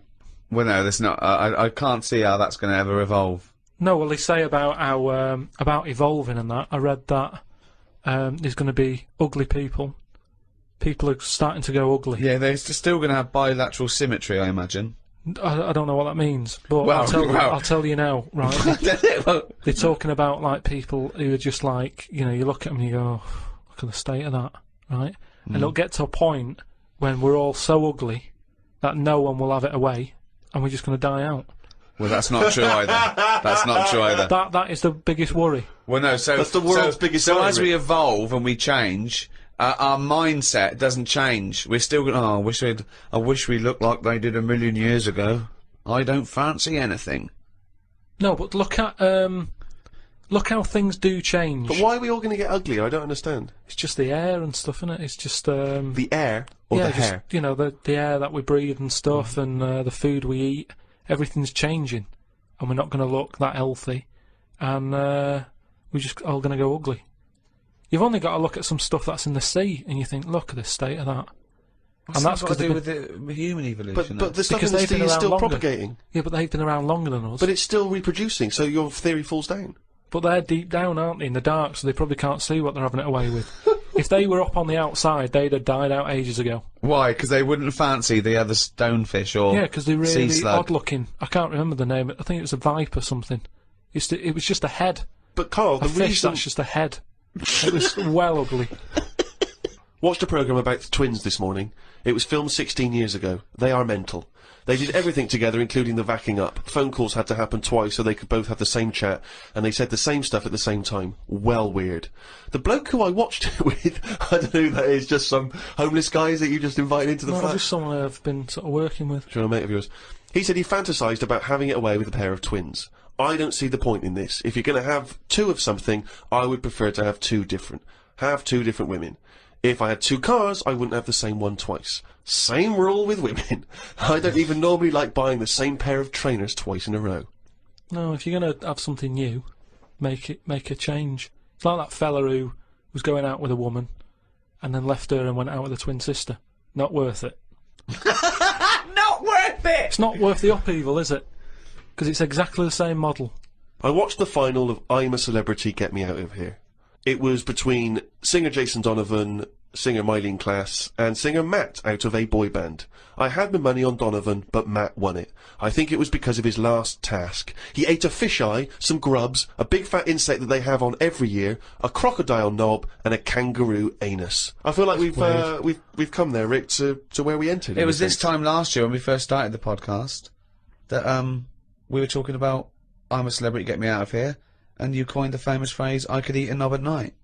Yeah. So it's full circle. It's just that the last series finished recently, and it was astounding that he ate a crocodile knob, he ate a crocodile eye, he chewed up and swallowed a kangaroo's anus, which I to be honest, I didn't know was a food stuff. Could you eat any of that? If I had to eat any of them, it would have to be the anus. What, really? Yeah, more than the other stuff. I couldn't eat anything that's still alive. No. I agree. I couldn't eat any of that.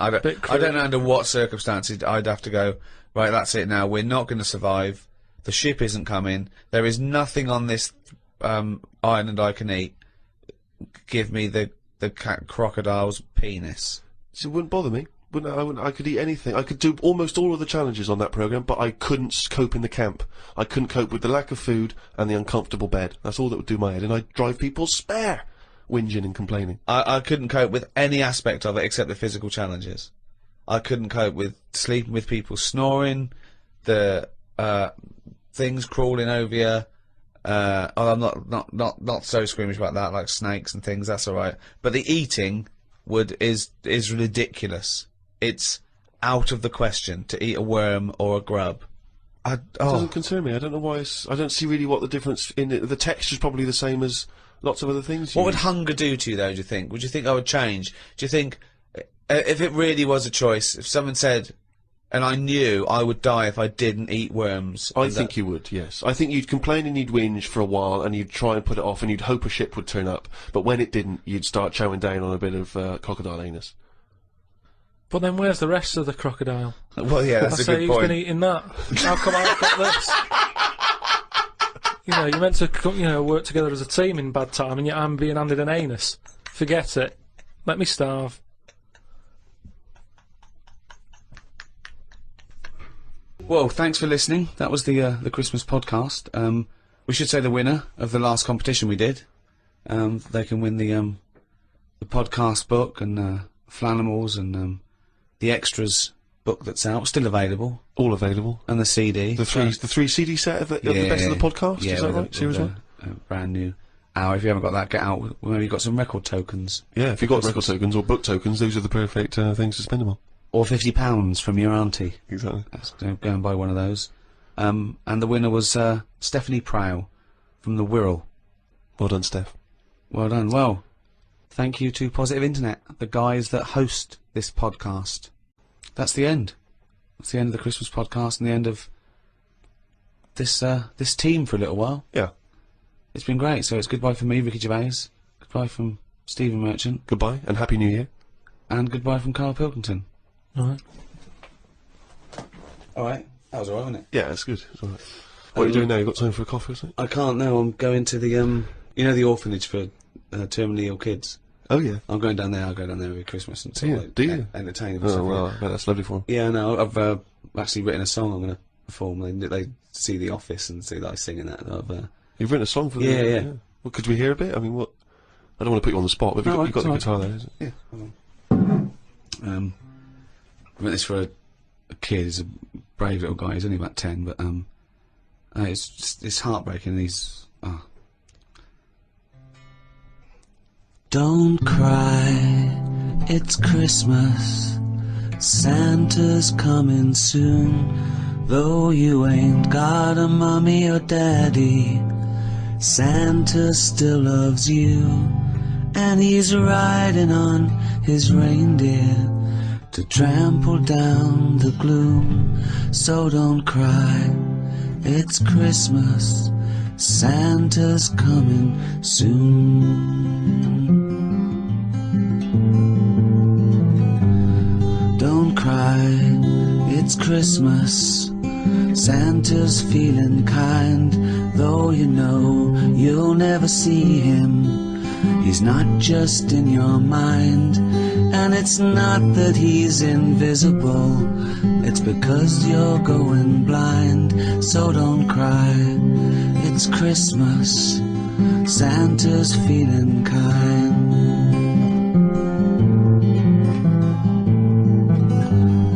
Don't cry, it's Christmas, Santa's on his way. Though he's got a billion children, and he's only got one day. You've got slightly less than that. If I were you, I'd pray. But don't cry, it's Christmas, and it sounds a little gay. Oh, isn't that be quite moving for everyone? Yeah, I would ask you now to not play that song. Oh no, too late now, they expect me. But I'm not sure it's going to be as well received as you perhaps hope. I think that's better than any gift, and I don't really want to give gifts because they're expensive. Sure. Hello, welcome to episode 2 of the Ricky Gervais Show with me, Ricky Gervais, Stephen Merchant. Hello there. And KARL Pilkington. Oh, yeah, I just feel bad about Graham. I feel sorry for Graham. Don't feel sorry for Well, Graham. he was a nice guy, and he She absolutely was so badly treated. took you into his home. He was going to give you everything, and you just didn't appreciate, and was saving your family's life. And you just... Yeah, but I went for the other option. There's no point. All I'd be doing is letting Graham down. And as much as I didn't like him, I don't want to ruin his I life. don't know why you didn't like him. He was just not my type. He was a lovely you know, guy. He wasn't a lovely guy. You didn't give Why him wasn't he a enough lovely time. guy? Just his ways, you know. I mean, you bond with some people, you don't with others. It had nothing to do with him. You barely even had a Being conversation with him. Yeah, but you click straight away with people, don't you? You know when you meet someone, you go, yeah, they're all right. It wasn't going to work. If I was to go out with a gay man, Graham wouldn't be the one. Who would be? Who would be? Just someone who wasn't as in your face as him. Well, which Just celebrity? someone, What do you mean in your face? What? just sort of, you know, just the way he was straight away. I wouldn't go to a club to meet someone like that. I wouldn't. Because I don't like doing that as a straight man. So just because I'm gay, I don't suddenly get into house Well, music. if you were going to be gay, what gay man would you want to marry? Probably someone who you don't know is gay. I don't know what that means. Someone who's just quiet about it, just get on with it. So if you were gay, you'd like a sort of straight man. No, because that's not going to work either, is it? That was my situation with Graham. But how do you know if how would you, if you were gay, why would you approach someone who didn't know was gay? Well, so if you're gay, the only gay life you can do is by going to a club where it's a racket at 4 in the morning and meeting No, someone. no. Right then, so that's what But I'm I'm saying. saying, who would be your ideal partner if you were gay? Who would you like? There'll be someone who I don't know who's gay, innit? I don't know what that means. What do you mean it was someone who you don't know? Because is I gay? wouldn't go out with someone who's really like, oh, hello, and all that, with the shirt open. The Why tan. not? Because that's the equivalent of going out with a woman who's got knickers up her arse, and you know, it's the equivalent. It's the in-your-face woman and the in-your-face man. I don't want any of you. Well, who do you want? Well, what's your someone sort of normal. guy? Okay, well, just say what your sort of guy is then. Do you want him to be sort of like a man's man, sort of goes, you know, slap, he sort of, when you go to do something, you go, you dopey idiot, and he just sort of gives you, No, I don't want that. no, you want someone to go, oh, what's the matter with you? Do you want yourself you better? see, it's that. Well, what do you want? What do you mean? I'm asking you what you want. Petal. I don't Yeah, want what do you any of want that. in a man? I'm asking you what The you ones want. who are just normal, who just could talk, they'll go, all right, Carl, how's it going? Yeah, I'm all right, mate. Yeah, I'm good. Right? What are we doing tonight? Watching Die Hard, if you want. Go straight to bed after that? Yeah. Oh no, it's straight in bed. I love the fact he went from like not being sure to No. just like getting a man. But not great. It wouldn't be 4 in the morning. I'd No. be living my life as I am now, Right? but I'd be a gay man. Yeah. Okay. So I'm Because just I'm trying me, aren't I? So that's Yeah. not going to change. No. Why would it? No. So I'm just trying to. Carl, all we're trying to establish what sort of guy you go for. Okay, we've settled that. If sorry about that. If any people feel sorry for Graham, sorry about that. But that's settled.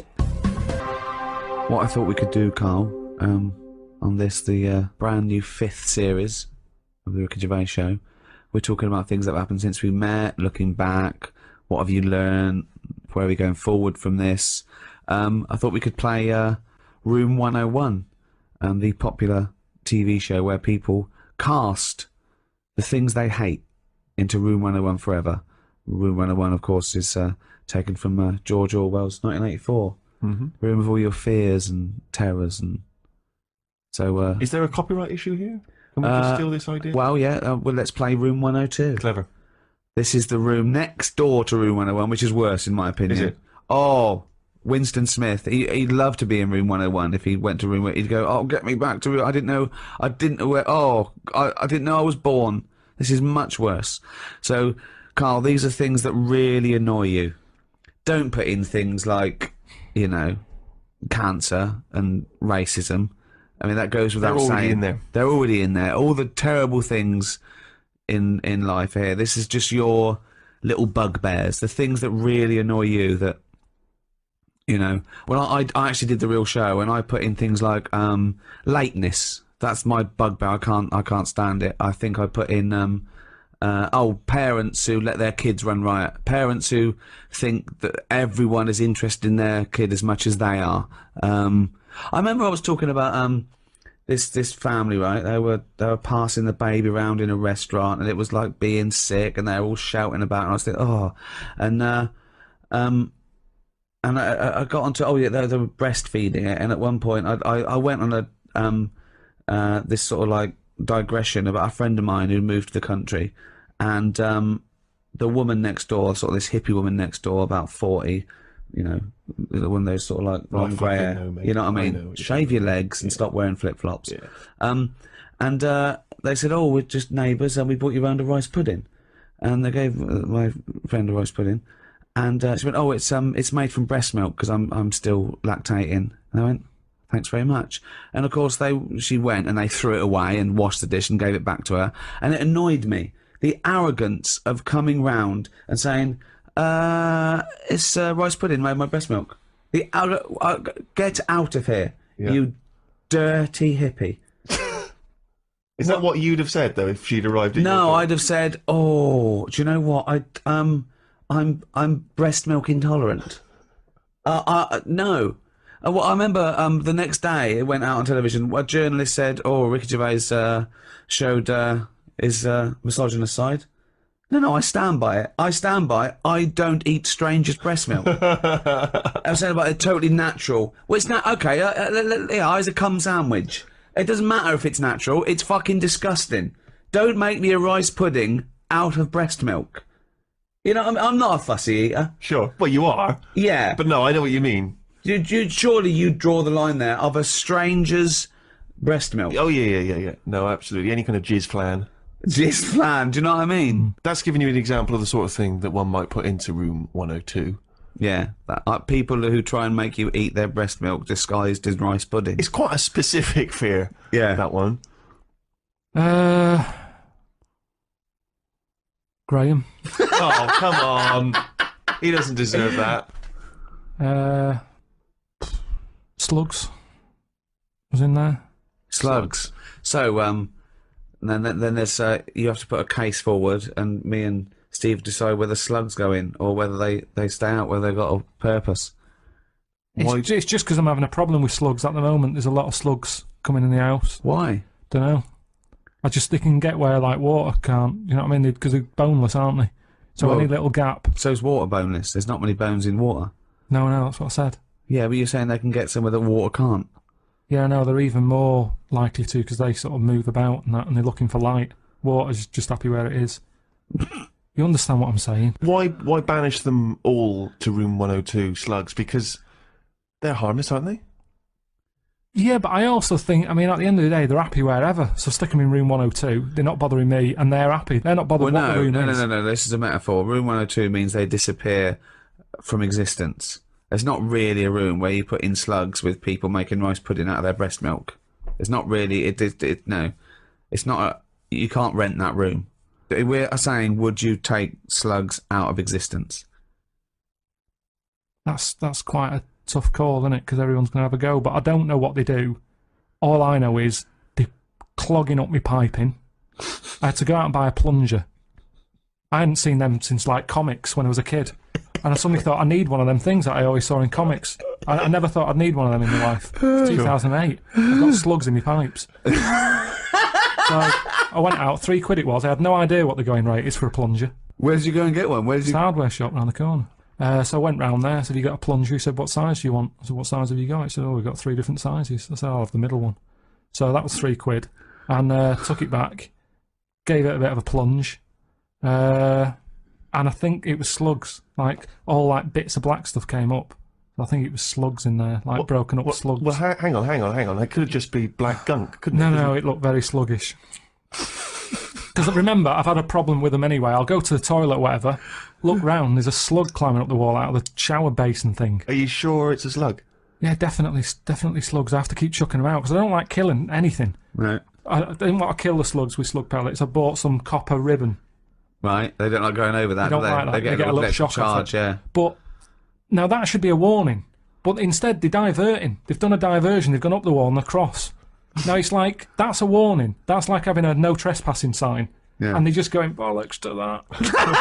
And they're getting in. And it's annoying me. And now you get to a point when you do say, well, if they carry on like this, I'll have to kill them because they're not...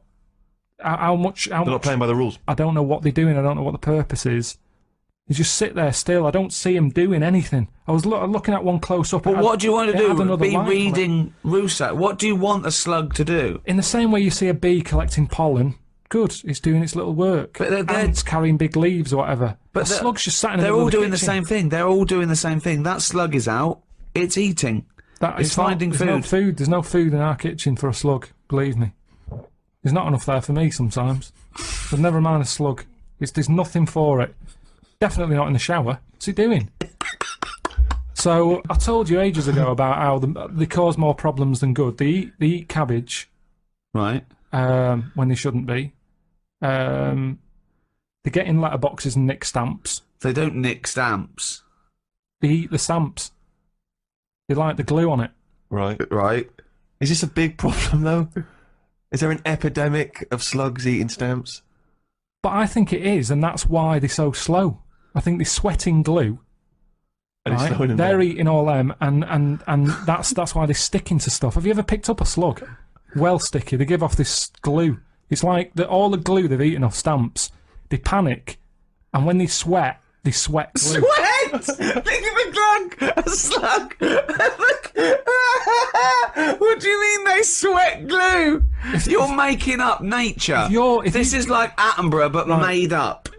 When you see a slug, Yeah. you prod it, it gets nervous, it wants to run off.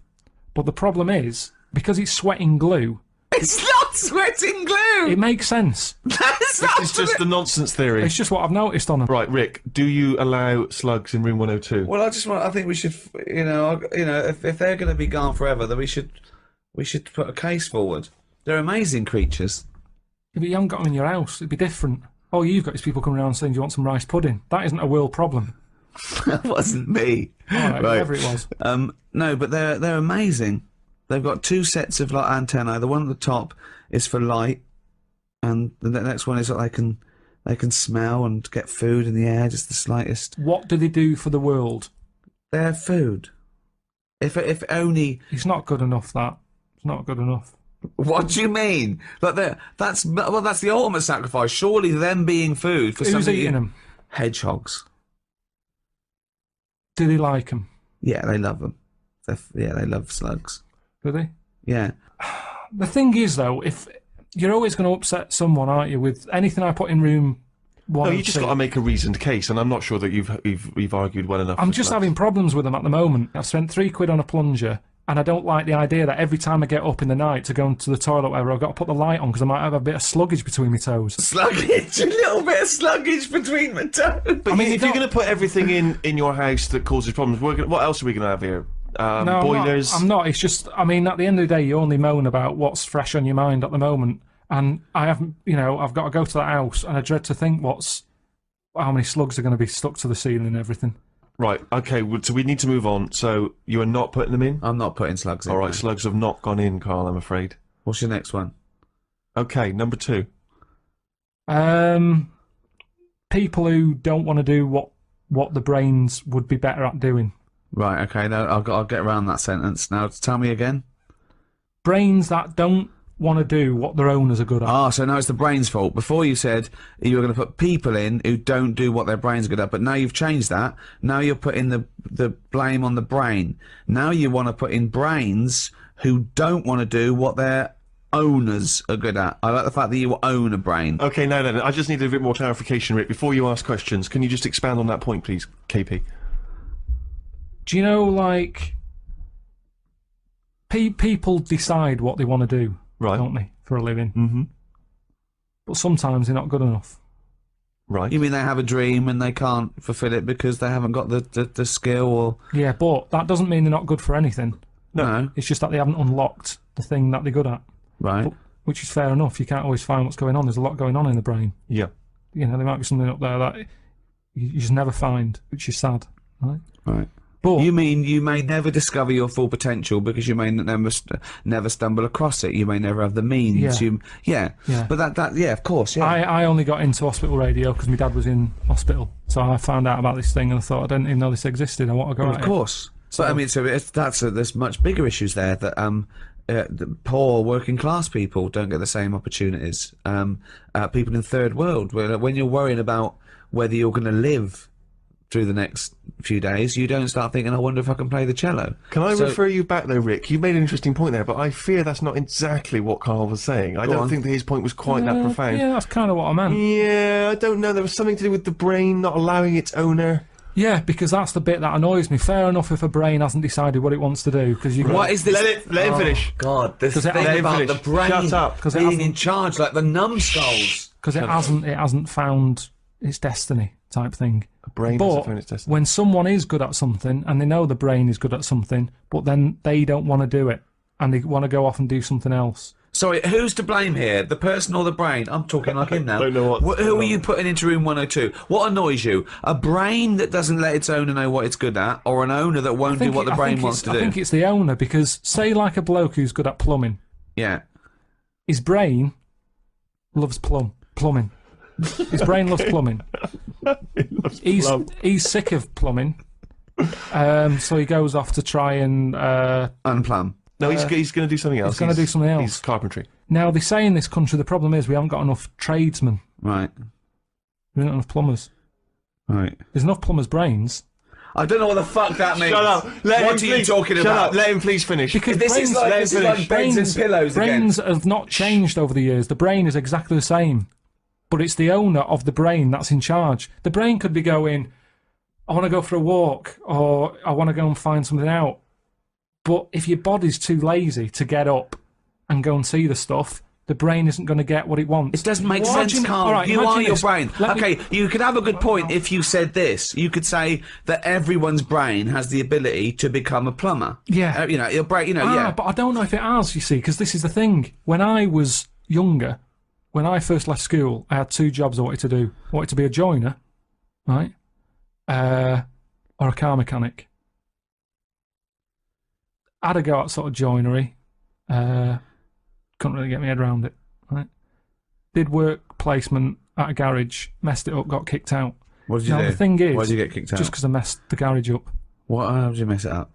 The fella was he's a bit moody, this fella, and he just decorated his garage. And You are like the slug in this scenario, aren't you? He just, do you know, like the paint the floor and everything, make it with lines in it and everything like that. Right, what did you do? And he painted it white. You shouldn't have white in a garage. Stupid with all the oil about and that. It's not the right colour, is it?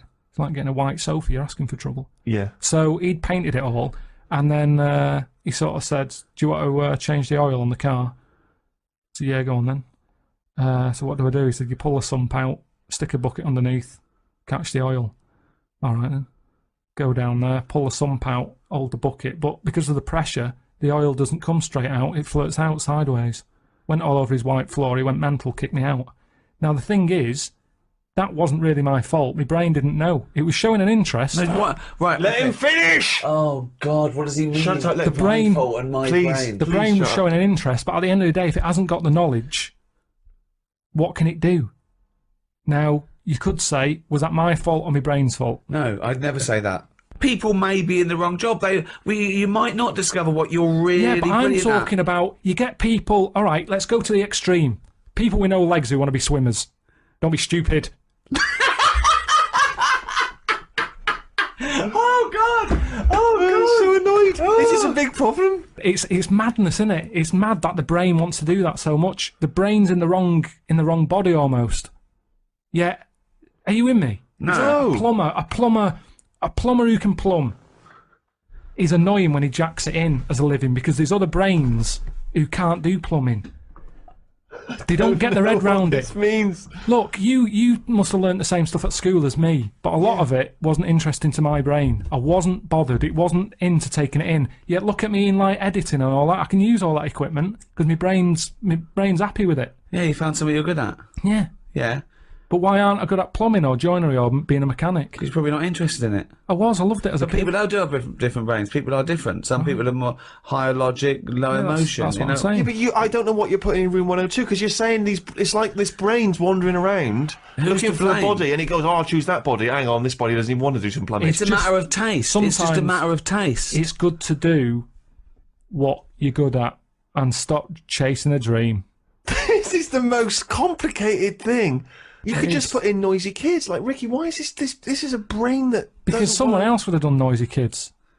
There's no point everyone putting in the same thing. But in this I don't room. even know what your point is here. For example, what I put in were parents who ignore their kids running riot in a restaurant or on a train. The arrogance of them thinking that, oh, isn't it fun? That there was someone to blame. I was basically putting in bad parenting, or there was someone. I wasn't going a brain who wanted to be a plumber, but the plumber didn't. I'm not putting a brain in. It's just people. If I had a really good skill, I'd hope that I'd use it. You don't know what you're good at until you try it. You might be the best drummer in the world. I know, but they're the people I'm having a go at. They're the people who I'm having a go at. The people who know they can do something, but they don't do it. So people who don't fulfil their own potential. That's a good one. Is that a better point? Yeah, that's what I meant. But there's nothing to do with this duality, this brain versus person. I don't know what that is. It's a weird thing you've got, a really weird little kink you've got, that you think this brain is another entity that lives in your head, that you own it, and you've got to become the master of it. Like some sort of weird dog. Who am I talking to now, Carl or his brain? We're both listening. Well, I will put in people who don't fulfill their full potential. Slugs are safe, but people who don't fulfill their full potential, you have got into room 102. Got a couple more things for room 102, Carl? My problem with me restless leg syndrome. Oh, yeah. If I could put that in. Right, okay. What is this problem? The problem I've got with my legs, how they sort of come alive at night.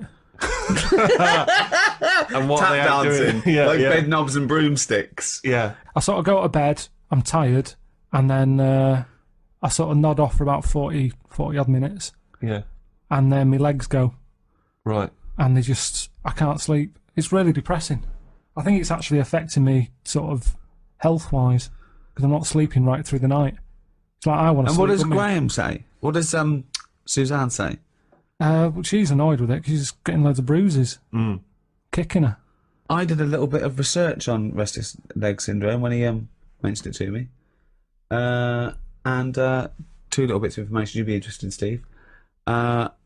It is exacerbated and made worse by a sedentary lifestyle, Right. lack of activity, lack of exercise, and it can be alleviated with the opposite of that: exercise, leading a more active lifestyle.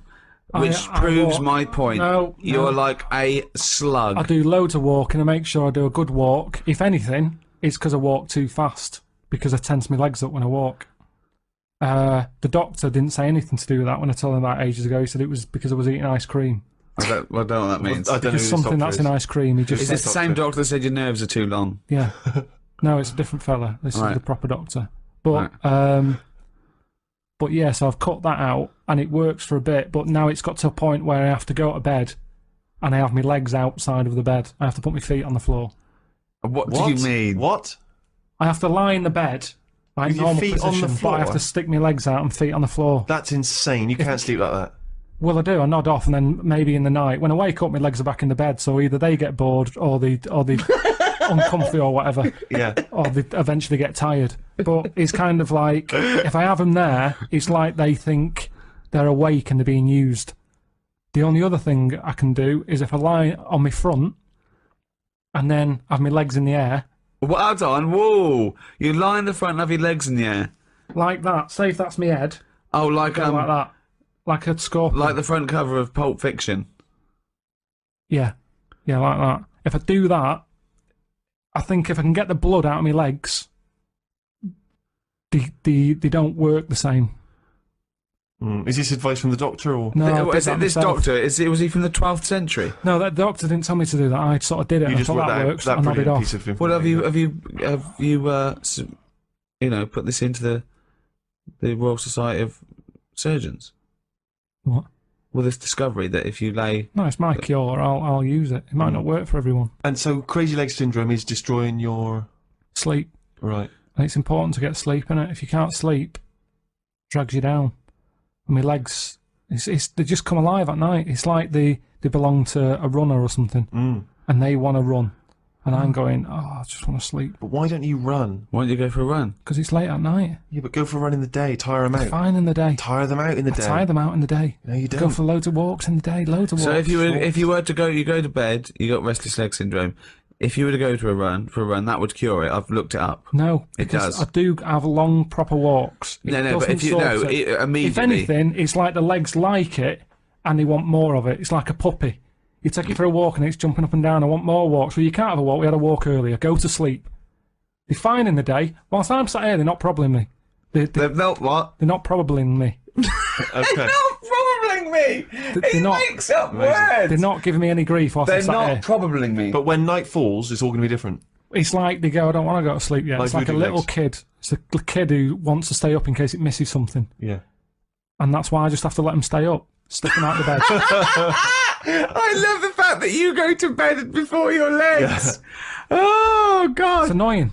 I mean, it's really... Well, I don't know if I can put in Your restless leg syndrome because, as I say, it can be easily cured. You could get up, you could do a bit of exercise, you could walk around. yeah, but I've tried all that, Doctor, and it doesn't work. Do you suggest anything else? Right. There's your problem. He's not a doctor. No, exactly. That's what I mean. No, well, I'll put it in. I will put it in if you try that.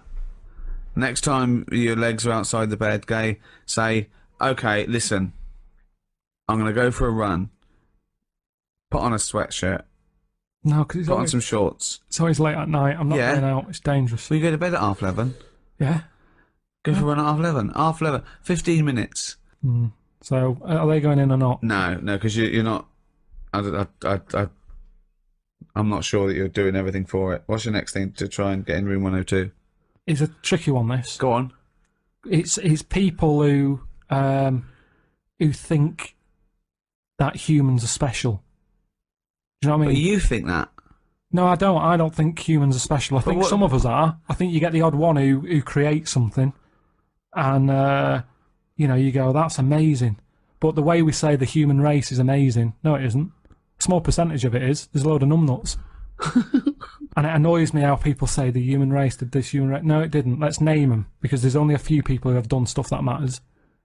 Is that what you think? Yeah, definitely. We just thought, we think we're good and we're not. But well, who matters? Just before we get on to your point, so you're putting in the rest of the human race. No, just people who say that they're good. People who have said that statement that isn't the human race an amazing thing. I So go, anyone who's ever said "Isn't the human race amazing?" yeah, goes in room 102. Yeah, I'd say don't be stupid. So most of the human race is going in. Well, have you ever said it? Well, I think all species are amazing. But when people say the human race, they sort of mean They think what you mean that you can go great people. the great art, minds. inventors, the things that were, that we've. And how is the human race not amazing? Because we're not needed to keep this planet going. We're an added thing that We're was at the added top on of the later. food chain. Yeah, that's right. Yeah, We were added last. yeah. It's like there's some room left. What we do, stick some humans on. But don't forget, this thing of we being added doesn't make sense because it was a process. There was no Yeah. point when someone go, "We don't need this. Let's stop now." We kept mutating and being selected. Yeah, I know, but sometimes you can keep. It's going back to what we were talking about last time about. You've got a house, you fill it with stuff. At some point, Yeah. you've got everything you need. You've got Right. your kettle, you've got your fridge, you've Yeah, got but your telly. it could have stopped at slugs. Then It'd be you've fine. gone, I'm buying this. But no, ornament. nothing. But nothing needed anything. Yeah, it did. The world needed. I mean, okay, I tried to put slugs in, you didn't allow them in. Yeah, Fair play to the slugs. They must do something somewhere, yeah. just not in my house. But it could have stopped at slugs. They got it right. What's this thing that you need? Anything else? The slug evolved. No, but we don't add anything, do we? All we've done since we've been around is mess up the world. That's true. Yeah. So I'm saying we're not needed. I don't know what the last thing was that was needed. No, we're not needed. We're not needed. Yeah. So what was the last thing before? Doesn't make any sense. What was the last thing that was invented by nature? It's arbitrary. Carl, It's a stupid what question. do you mean? It's not a stupid question. Everything is just happening. It's evolving now. Right, look at it like this. You see, we think we're important because we just do. Well, I don't, but some do. And they're the ones I want to get rid of. Another argument with himself. Now, we think we're special. There might be something else going on that's more important. We're in this universe, aren't we? Yeah. They're trying to make a new universe. What do you mean? There's a machine somewhere. What? A Big Bang. They're making a Big Bang again. Right, well you've got that completely wrong, but sure. They're not trying to create a new world. They're trying to recreate the conditions that happened at the beginning of the Big Bang. They're not trying to recreate a new world. All right, but the It's world completely came. different. But the world came from the Big Bang. Yeah, they're trying to recreate the conditions so they can test and they can experiment to see Dangerous. the conditions before. Yes, it is dangerous. Apparently there is a threat. Admittedly, there is a danger, very small danger, that they could create a black hole that would destroy the world. So why are they doing that? Who's allowed that? This is what annoys me. It's because humans think they're special. Oh, who made the Big Bang? Oh, I'd like my name on that. I want to claim it. Why do people always want to better someone else? It's happened. Let them have it. Well, what you said about progress, you're trying to change time.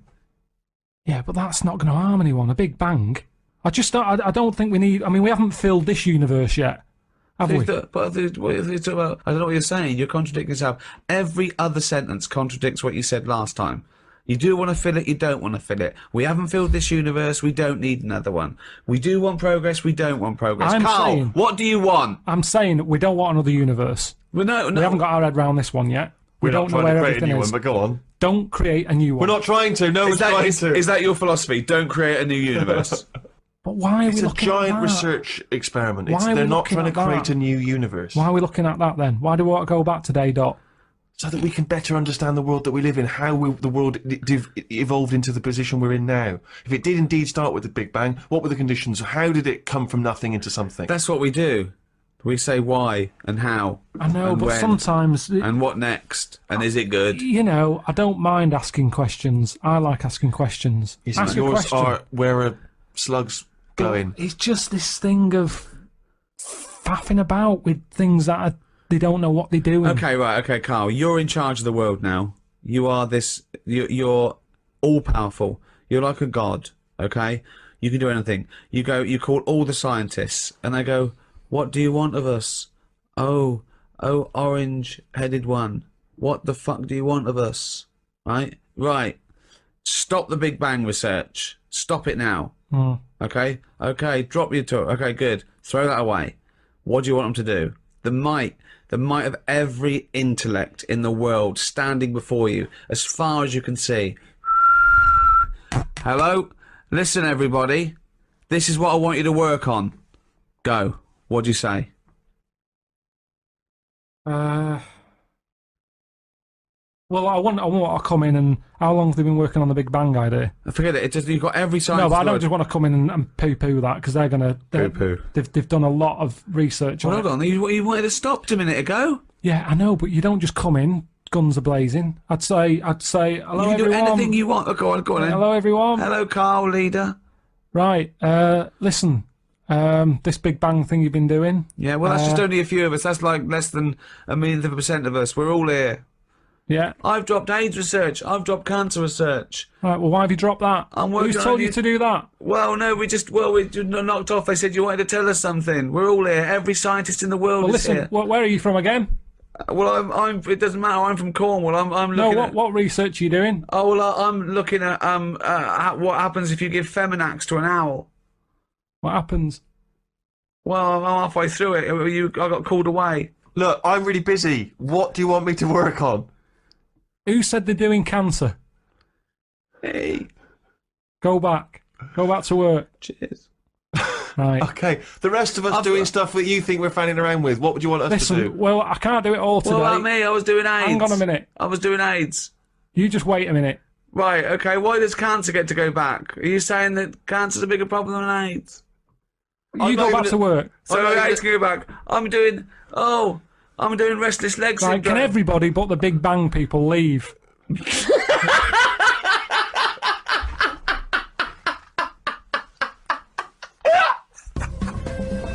Well, we've come to an end of episode 2 of series 5 of the Ricky Gervais Show. With me, Ricky Gervais, Stephen Merchant, Thank you. and Carl Pilkington. All right. I was working on cold sores. Fuck off. I'm doing bunions. So, welcome to episode 3 of this final Ricky Gervais Show series. With me, Ricky Gervais, Stephen Merchant, Hello. and Carl Pilkington. All right. Have you heard this thing they're doing? The schools have got together. They're tired of obesity being a problem in England. It's a big problem in England. Basically, everyone's overweight, particularly kids. There's kids that are like, 10 stone, going to infant school and stuff and junior school. It's getting ridiculous. And so now the teachers are allowed to weigh the kids. They're going to weigh the kids, okay? Yeah, get them in there and go, right, get on the scale. And then they're going to send a letter to the parents saying, please be aware, your child is obese. Now, I don't know what good that's going to do, because a teacher will send a letter to a parent, go, dear Mr. and Mrs. Barnes, we weighed little Johnny today at school, and he's overweight, he's a big fat pig. And they're going to go, yeah, we know, we have to push him out the door to get him to school, he makes a popping sound. We know he's fat, he eats too much. We know he's fat because we have to buy him pairs of trousers every 2 weeks. Yeah, well, we know he's fat because we're a couple of fat bastards Always. ourselves. I love that when they say about a child obese, they show you a picture of a kid and his face is nearly closed up. Yeah. It's just closed, right? There's no eyes anymore. He's just got little slits for eyes where his cheeks and his forehead are meeting. Yeah. Right? And you just go, do you know what I mean? Yeah. And then you see the parents, they go, well, yeah, we can't do anything. And you go, no, look at you. Yeah. No, I saw a couple the other day. I saw a dad, giant arse, Yeah. and then I was walking behind them, and 2 kids, exactly the same giant arses. Yeah. Now that I can't believe that that's Well, true. they eat the same things. You can't... Like a couple of bison it was. Yeah, if the parents are just eating, they can't say to the kids, you've had enough. They go, Right. what, fuck, look at you. I saw them in Tesco supermarket. You know, they've got like cafes in there now. Have they? Big fat family in there. The fact that they're buying food and they're having a break from buying food to eat food To eat food. Yeah. just sums it up. It made Loads them a of bit donuts. peckish, didn't it? I mean, don't forget, that is the only exercise they get, pushing a trolley round. They get home and then they wedge themselves in that 3-piece suite and they're watching ITV1 for the rest of the night Yeah. and eating cakes and things, microwavable stuff. Well, they're watching X Factor, but they're only watching X Factor waiting for the adverts for Pringles, Exactly, Domino's yeah. Pizza. Exactly. That's what they're looking forward But to. they could do that. They could make it a bit harder to shop, couldn't they? If you walk through the door, it goes ding, ding, ding, and you go. And for fat people, the shopping moves around a bit. Yeah, You know what it's I mean? constantly out moving away. Yeah, exactly. You're putting it on a string. Or Yeah. something to go, you want the pie, and they have to at least get up a bit of a sweat. Well, they're to get on the pie. conveyor belts like in a sushi restaurant. It's- And they just got to Exactly, chase yeah. after the oven fried chips. Unbelievable. Or is there some kind of cattle grid device that only fat? Is there anything that we could put? Oh, you can only get to You can this only get to the food if you if can you- get through this. Right, yeah. That's a good point, yeah. So the really fattening stuff is through a thin door. Or just or one of those kind of those sort of tubes that soldiers you see have to crawl through when they're doing their training. and that's to pies, to Right, calorific, to exactly, the the calorific, calorific stuff. section. Yeah, the shop is full of salads. You Yeah. can go around. You can even eat as you go around. Yeah, the it's salads. like a You can forest graze. of salads, yeah. Exactly. You can graze and you can buy. But if you want to get to the pies and cakes and all that, Yeah. you've got to get through a little Got to tube. crawl through a little tube. Yeah, it would just be forever going, dude, fat bloke stuck in aisle 3. They'd have to keep getting him out. Well, I was stuck behind one on the tube. It got out of the tube on the escalators. And you know, like on escalators, you're meant to stand to the right so people can get past. Yeah. It was a waste of time him standing on the right. Yeah, yeah. Taking up the full thing. He had a tracksuit on, like they always do. You know, never seen a track in its life, that tracksuit. And so I stayed behind him because he had no option. He saw everyone behind me sort of going, what's the hold up here? Like a convoy of people going, what's at the front? What's happening here? And it's him sort of blocking it. He gets to the bit, you know, where you have to put your ticket in or your Oyster card and swipe it. He had to go through the bit for trolleys. Oh, too big. luggage. Yeah. How embarrassing is that? Unbelievable. But that's you know when you what? know, innit? That's when you go, you know what? Exactly. But I don't think there's enough stigma. I think, because, you know, political correctness now and you know, and the fact that food is so refined, there's no stigma anymore. I laugh about being fat. I should be ashamed. I should walk down the street and people go, fatty! That's what I want to get me out of there. I get up in the morning, I look in the mirror, I go, oh, you fucking fat bastard. Yeah.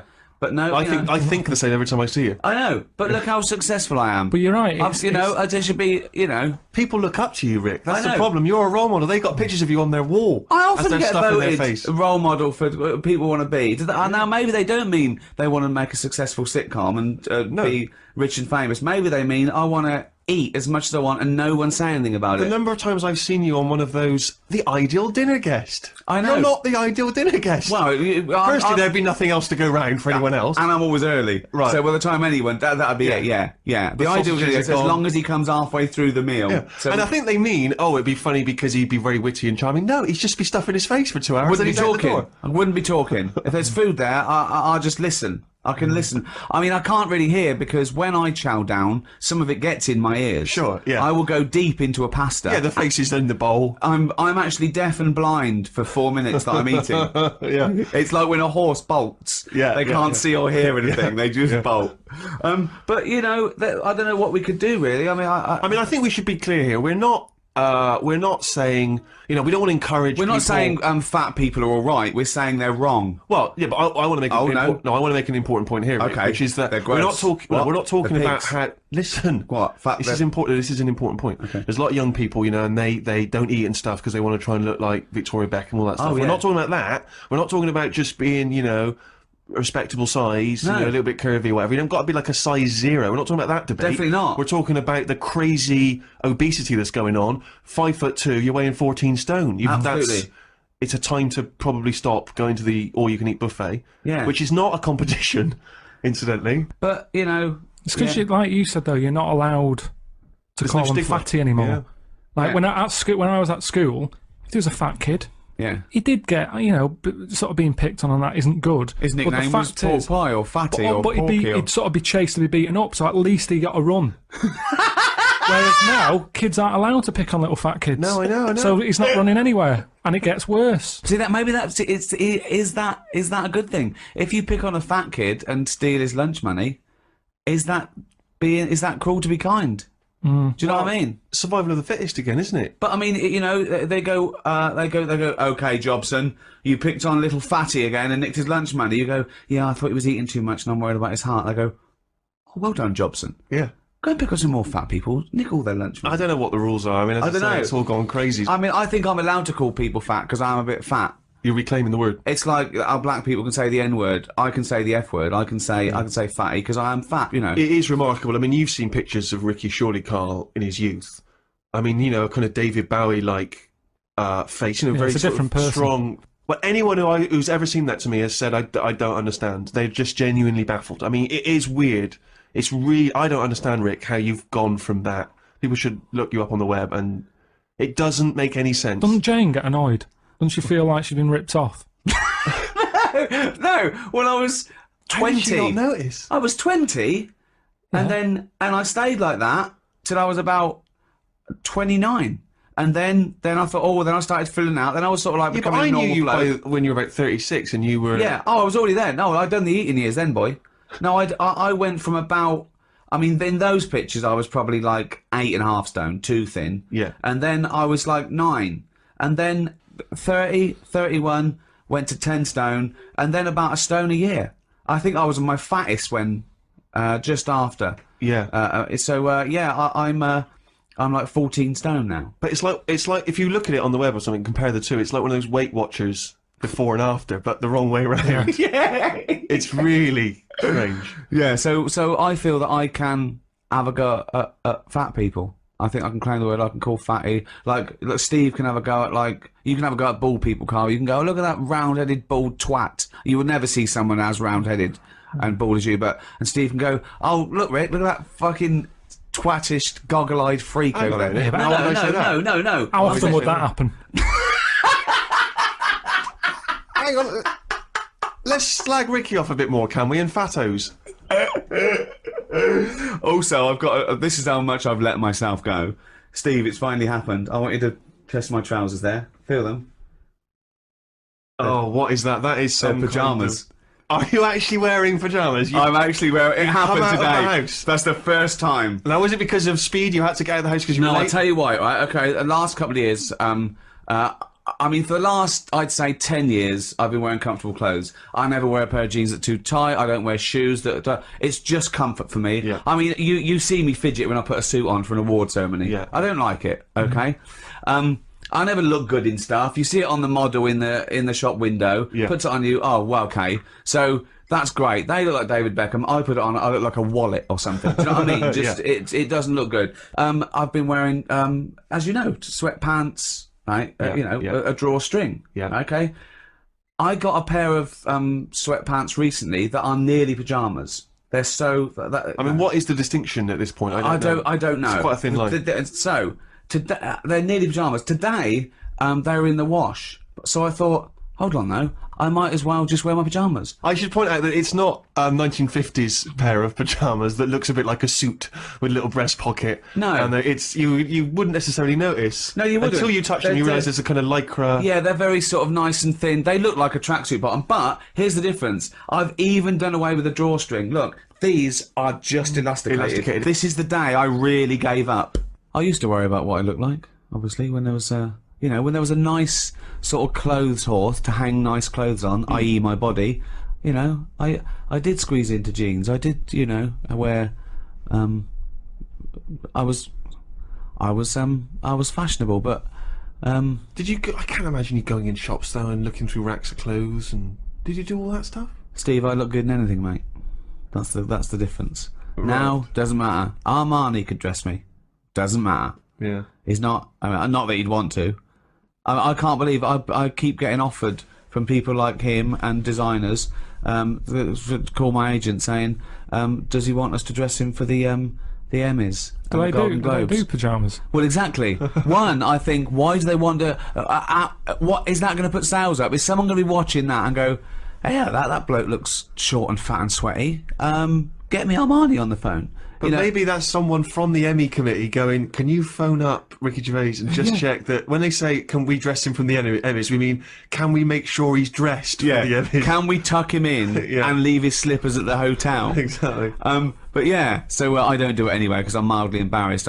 We went around those sort of luxury lounges where they give you things. They give you these like suits, like Armani, Hugo Boss. They're just giving you suits. I haven't heard about this. Oh yeah. When's this going on? Yeah, before like the Emmys, every. What the fuck? I was out there, but no one notified me. Maybe you didn't get an invite. What do you mean I didn't get an invite? Yeah. The first one I went to, I was mildly embarrassed. Went around. Then I saw like Helen Mirren, The Sopranos. Bloody Helen Mirren's going round there, and I'm not. Yeah. But she's got more money than me. She don't need to go and get free stuff. She's the queen. She's the richest woman in the world. Fucking hell. Yeah, you've missed out, Steve. And they measure you and everything. I've taken. Piss off. This is insane. I've taken one suit. And I think a jacket. But usually what I do is I say I'll have a pair of sunglasses. I'm like Elton John at home. I've got a drawer full of the best sunglasses in the world, one-off editions of these beautiful sunglasses, where I'm embarrassed not to take something. They're incredible. They just give you all these things, I feel like the kid in the Pied Piper. Remember when the Pied Piper, as revenge, he takes all the kids to a sort of magical land inside a rock where there's just sweets and fun, but the little lame boy, he can't get in there. He's left behind in the formerly rat-infested town. But he had the last laugh, didn't he? Because he couldn't go and get locked in the cave. Yeah, but he didn't. They weren't locked. It was a magical land inside the cave. He wanted to be in there. Was it? Yes, famously. Or was he a paedophile? Yeah, but that's got to be. It's got to be better than being stuck in a town with rats and old people. At least you get sweets. And a puppy. I worried then for a minute. I thought, oh, that's libelous. What, the Pied Piper was a paedophile. Like, so, excuse me, it's the Pied Piper here. We are. We represent the Pied Piper. Yeah. We represent the Pied Fiddler, the Pied Piper, the Pied Piper. Yeah. Well, I mean, I used to care about fashion. But I also had little mistakes. If you're being creative with clothing, not everything's a winner. Yeah. Do you know what I mean? You can't always look good, even when I thought I looked good in everything. So what was just quickly? What sort of era are we talking? Well, obviously student. That's when I sort of did the. And what was your default look? New romantic. Right. I mean, the first thing I did when I got to college, dyed my hair. Blousy shirts. But I dyed it black. Sometimes military. The military was very big then, so you'd have dyed black hair and a bit of eyeliner, but. Maybe look a bit, gorilla. Then, I got signed, when I was in a pop band, a failed pop band, very quickly. But, I bought designer clothes. But then it all went, okay? So, the poor years, from when I was about, I don't know, 22 to 29 before I got a The job. 4 years, starting in 22, you had the high life. You went out by then. Yeah, and so we lived in that awful little place where I talk about it live, where there was no toilet, so often I'd wee in the sink. Sure. And so Great days. So I thought, well, I didn't have any money at all, and I used to wear a tracksuit all the time then because I used to run around London.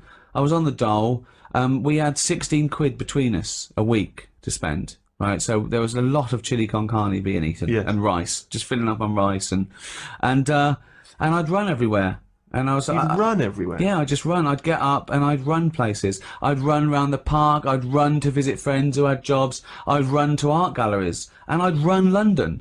That was like my job. Why were you running it? It sounds like it's the life of a smackhead. Why were you running everywhere? I was super fit in my 20s. I'm not only sort of like thin, but fit as well. I'd run at least 5 to 10 miles a day and work out. I did karate twice a week. Honestly, Anything but a job. anything but a job. Yeah, because I was trying to be a pop star, and I Right. told myself, no, I'm an artist. I Yeah, can't yeah. possibly get a job. It's bohemian. I just eat rice. Yeah. Well, and I was fine. It was absolutely fine.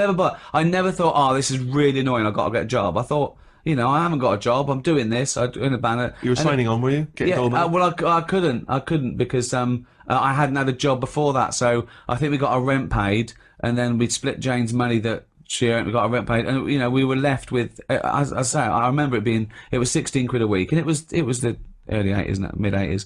So I didn't get new clothes. So I had some, old ones, and to go to Jumble Sales. It's fine, Yeah. okay. But I remember once we were getting new curtains, and the old ones that were in this flat were like sort of a chintzy, sort of goldish sort of lime with a thread in them, with sort of leafy pattern, very sort of thick. What kind of late 70s style? Yeah, exactly. And Jane was took the old ones down. I went, don't throw them away. I'll make a suit out of those. Yeah, of course. So you would. sort of Jane just sort of nodded and went, okay. And she went to work. So I thought, wow, okay, let's have a go. I'll show her. I've never made a suit before, but how hard can it be? Yeah. Do you know what I mean? I used to, That would be my first thought. I used to make everything. I used to make, I remember I made shelves once. I found 3 bits of wood in a skip, okay? And I sort of put 2 vertically and put 1 across the top, right? So it was like, a goal post, right? I thought it was shelf. I put a nail in each side. It sort of wobbled. I put it against the wall and it wouldn't stand up. It sort of like leaned, like I made a parallelogram. So what I did, I put another nail in it and I tied a bit of string to it and pulled the string tight. I pulled it across the room and put another nail in the windowsill. And so now there's this shelf that wants to fall over but can't because it's tied to another wall. So that was... So you spent most of the 80s running around London and collecting debris and making your home outfit. You sound like a womble. yeah, but I wasn't shaped like one until I was 32. And this is kind of you were making everything except a living. Yeah, exactly, right. So I thought, right, how do I make a suit? I thought, well, I used to go to the library and learn. I don't know. I can make a suit. I don't want to do it like other people. I do it differently. So my method for making this made-to-measure suit was I got one of the sets of curtains and laid them on the floor. Right. I laid down on the curtain and drew round my legs. Right. Okay. Hang on. So you were making the trousers first. Yeah. So I thought, hold on, that's just one side of the trouser. So I laid down another curtain and drew around my legs again. And I thought, right, I cut those out. So now I've cut out 2 leg-shaped curtain pieces, right? I put them together, sewed them up. Of course, it was nowhere big enough. Of course because not. I'd left no room, right? Yeah. So I tried to squeeze into them. I mean, they look like jodhpurs. They look like tights, okay? So I thought, this is really hard, right? I pulled them off again, right? I thought, how am I going to make the jacket? I didn't. I just used one of the curtains as a cape. So I thought, I look like a gay Hamlet. It's ridiculous, right? So what I did was... Did you squeeze into the trousers? You wore the trousers? I sort of squeezed it. I couldn't wear them, though. Yeah. I swear. So what I did was, I rolled it up and shoved it under the chair. You rolled up what? Sorry. To the suit I made. Jane came in about a few days later. She went, "What's that?" I said, "That's where I had to go at the suit." And she pulled it out and died laughing. The idea that this man sat down and drew round his legs to make some trousers. Well, firstly, why did you not just throw it away? Why did you stash it under the... I don't know, because I thought... And you were watching TV on the sofa and she was a foot higher than you. And she thought, what's going on here? And there was a suit stuffed. I mean, why not just throw it away? I don't understand. I don't know. That's what you do, isn't it? You think, oh... Maybe again, we were talking before about the fact that you used to be very thin and now you're very fat, and there seems like two different people. Well, not very fat. Oh. Well, most people would say you are. But wearing black. It seems as though you were also an idiot when you were younger. I mean, like because you're a smart man now. I don't. Well, I know. Why would it not occur to you that you couldn't make your own suit? Because I've always thought I can do anything. I've always thought I can make a suit. Of course, I can make a suit. I'll be brilliant at that. I'll make a suit. And it took me getting fat to realise the world doesn't lay down to you. Yeah. I thought, well, I'll never be fat. I will never be fat. Look at me. Look at me, you know. So I suppose... And even as you were getting fatter, that must be the mirror. No. Jane, problem with the mirror. No, at least I can put eyes on myself. As soon as I started getting fat, I started saying I was fat before I was fat. Yeah. Because when you've been really thin, you know, I mean, I couldn't get anywhere near those curtains now. No, I couldn't. They wouldn't go past my ankle now. You kept them? Yeah, they're under the chair. Yeah, yeah.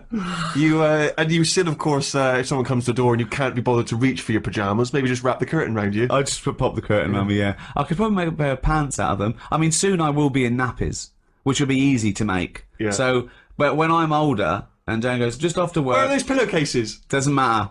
Doesn't matter. I need changing. Food's too nice, though, isn't it? That's where the problem is. Well, yeah, some food. Well, no, a lot of food. More food's nice now. I find that I eat because I go, that's nice, rather than I'm hungry. Oh, That yeah. seems to be the problem. I stopped eating when I was hungry, when I was about 29. Yeah. I used to, got to eat now, I've got other stuff to do. We got to eat, yeah, shove it in, right? And then at that, I've never only ate because I was hungry for many, many years. But it's not just that either, is it? Like, we've got mates who've, like, had a kid now, and that's eating stuff. That's, seriously, I'm not joking, that is having stuff that I've never had, and it hasn't even got teeth yet. I mean... What sort of things are you talking about? Mango. I only had that. I had mango about a year and a half ago, and it's alright. I mean, it's not one of my favourite... Is it fruit? Yeah. But there's so much other fruit that's better, Go on. I think. What's better than the mango? The banana springs to mind, the strawberry. Just, I like the ones that you can just go, I'm nipping out, what can I take with me? I'll have an apple. Well, the banana's the best, because it's got its own little carry case. Yeah. Yeah, that's alright, but they're saying that, you see, this is why we've got more fat people. In supermarkets now, you can buy cut up apple in a bag. Really? That's lazy, isn't it? That is lazy. Well, again, I've got to confess that I have my portions of fruit first thing in the morning, liquidised. Yeah. I have a smoothie, I put all the fruit in there, I drink it. I'm not chewing. You want me to eat fruit, I'm not chewing it. At the end of the day, food's nice. Yeah. There's loads of it. Well, No, there is. in the Western world there is, Yeah, that's what I'm saying. But It's in the many places Western there's world not. that's fat. Yeah, but this is the whole point, isn't it, about the gluttonous West, is that we are indulging ourselves. Yeah. If we Yeah. were scrabbling around starving in like a third world country, we wouldn't be in that situation. Well, there's But all we're the... drinking the fizzy lemonades Exactly, and the there's Cokes loads and of everything. it. And now, every time I buy something, it's a 2 for 1. So you end up buying more than you need. And then Suzanne's always saying, eat this ham, will you? It's going off. I don't even want it. Why is she buying so much ham? Because it's 2 for 1 offer. We don't need 2 lots, but the person at the till goes, you know, this is 2 for 1. You go, nip back and get one. And I know you what get you mean, it, and though. you I eat mean, it. Yeah, they Christmas- never do half price. They do two for for one. one. Exactly. They did that with a meal once. We were in LA and we had a meal and they said, you know, it's happy hour. It's 2 for 1. So I went, well, can we just have one each? I mean, we've got to give it to you. And they brought 2 meals for everyone. Yeah. It was ridiculous. That's mad. I am. Of course you do. I'll tell you another problem that I've worked out. It might make a slight difference on fat people. Don't put a light in a fridge. Because that's just that night when they get peckish. They can see everything that's in there. Don't put the light there. You don't need a light in a fridge. There's no lights in other cupboards. Yet where there's food, it's like fatties getting up at 4 in the morning. What can it have? What's that at the back? Get rid of the light, they'd eat less. There reckon? might be some logic in that. That's interesting. Well, what's it there for? Tell me what that light is there for. They say turn off your standby light, yet you've got a light in your fridge Well, no, it is showing turned you off. where tomatoes You is know, or but it's turned off chocolate. when you shut the light's not on when the door's not open. Yes, but a fat person who's always got the fridge door open. I don't care because it's the last day on Earth. What would you do? I've I've always wanted to kick a duck up the arse.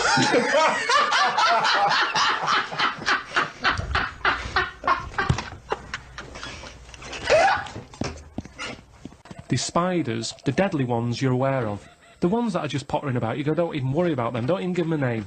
They're not doing anything. But what if there's another poisonous spider they haven't identified yet, lurking in the undergrowth? I'd be very surprised. So you'd be very surprised. I'd be surprised if there was It something... sounds like laziness on your part. But they're No, discovering it's new not. species all the time. We know about all the dangerous stuff now, because we have to. We live in a we world don't. now. We do. We know about a lot of the dangerous stuff. Whenever they find something new now, it's like a new look- butterfly or... Well, no, look at AIDS. When I was a kid, no one had ever heard of AIDS. Yeah, but that's not a natural thing, is it? That's not like a spider or What do you mean it's like not a natural ladybird. thing? It's not a natural thing. It's not something that's... AIDS hasn't been, like, living under the soil for millions of years, going, I'll wait till the 1980s and I'll come out and kill a load of people. No, but it is a natural It's a new thing. It's Yeah, new. Yeah, but loads of animals are new, aren't they? Evolutionary terms. There's new animals in evolution. I'm sure there's new stuff deep down that's just like, almost like bacteria, sat under the soil, it'll never come to the top, right?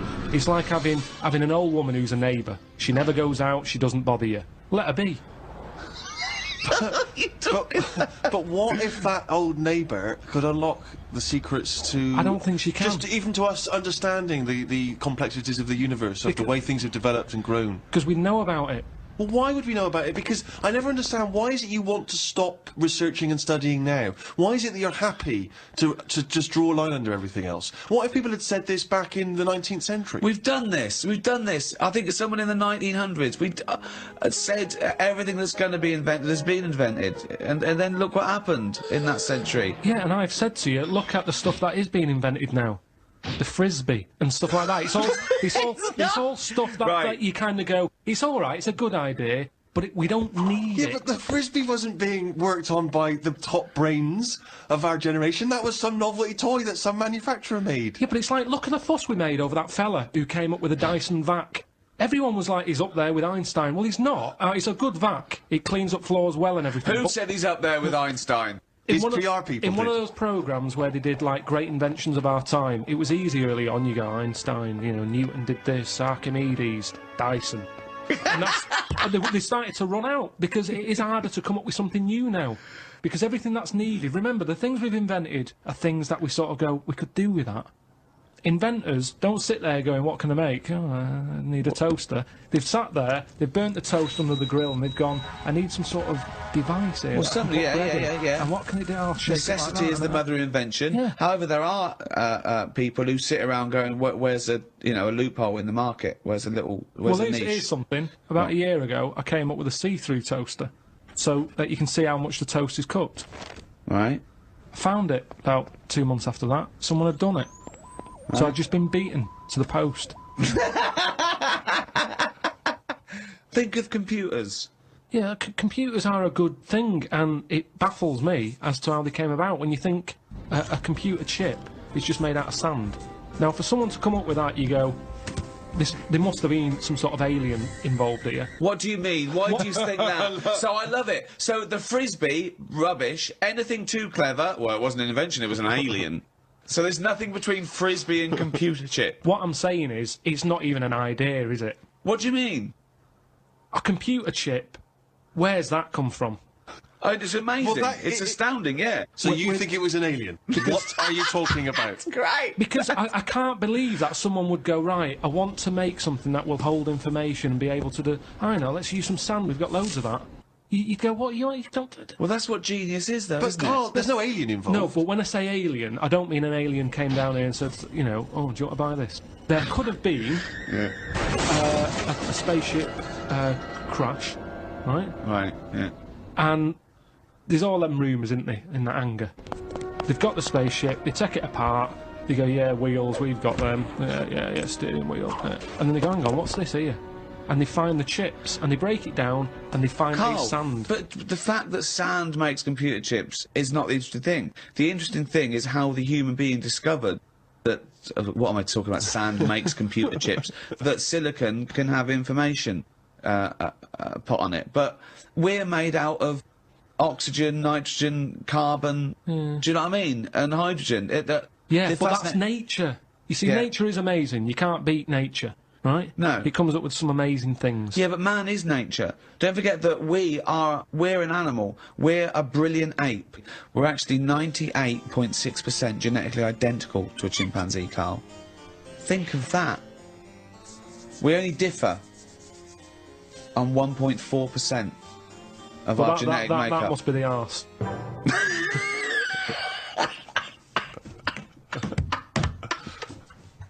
Because that's a lot different.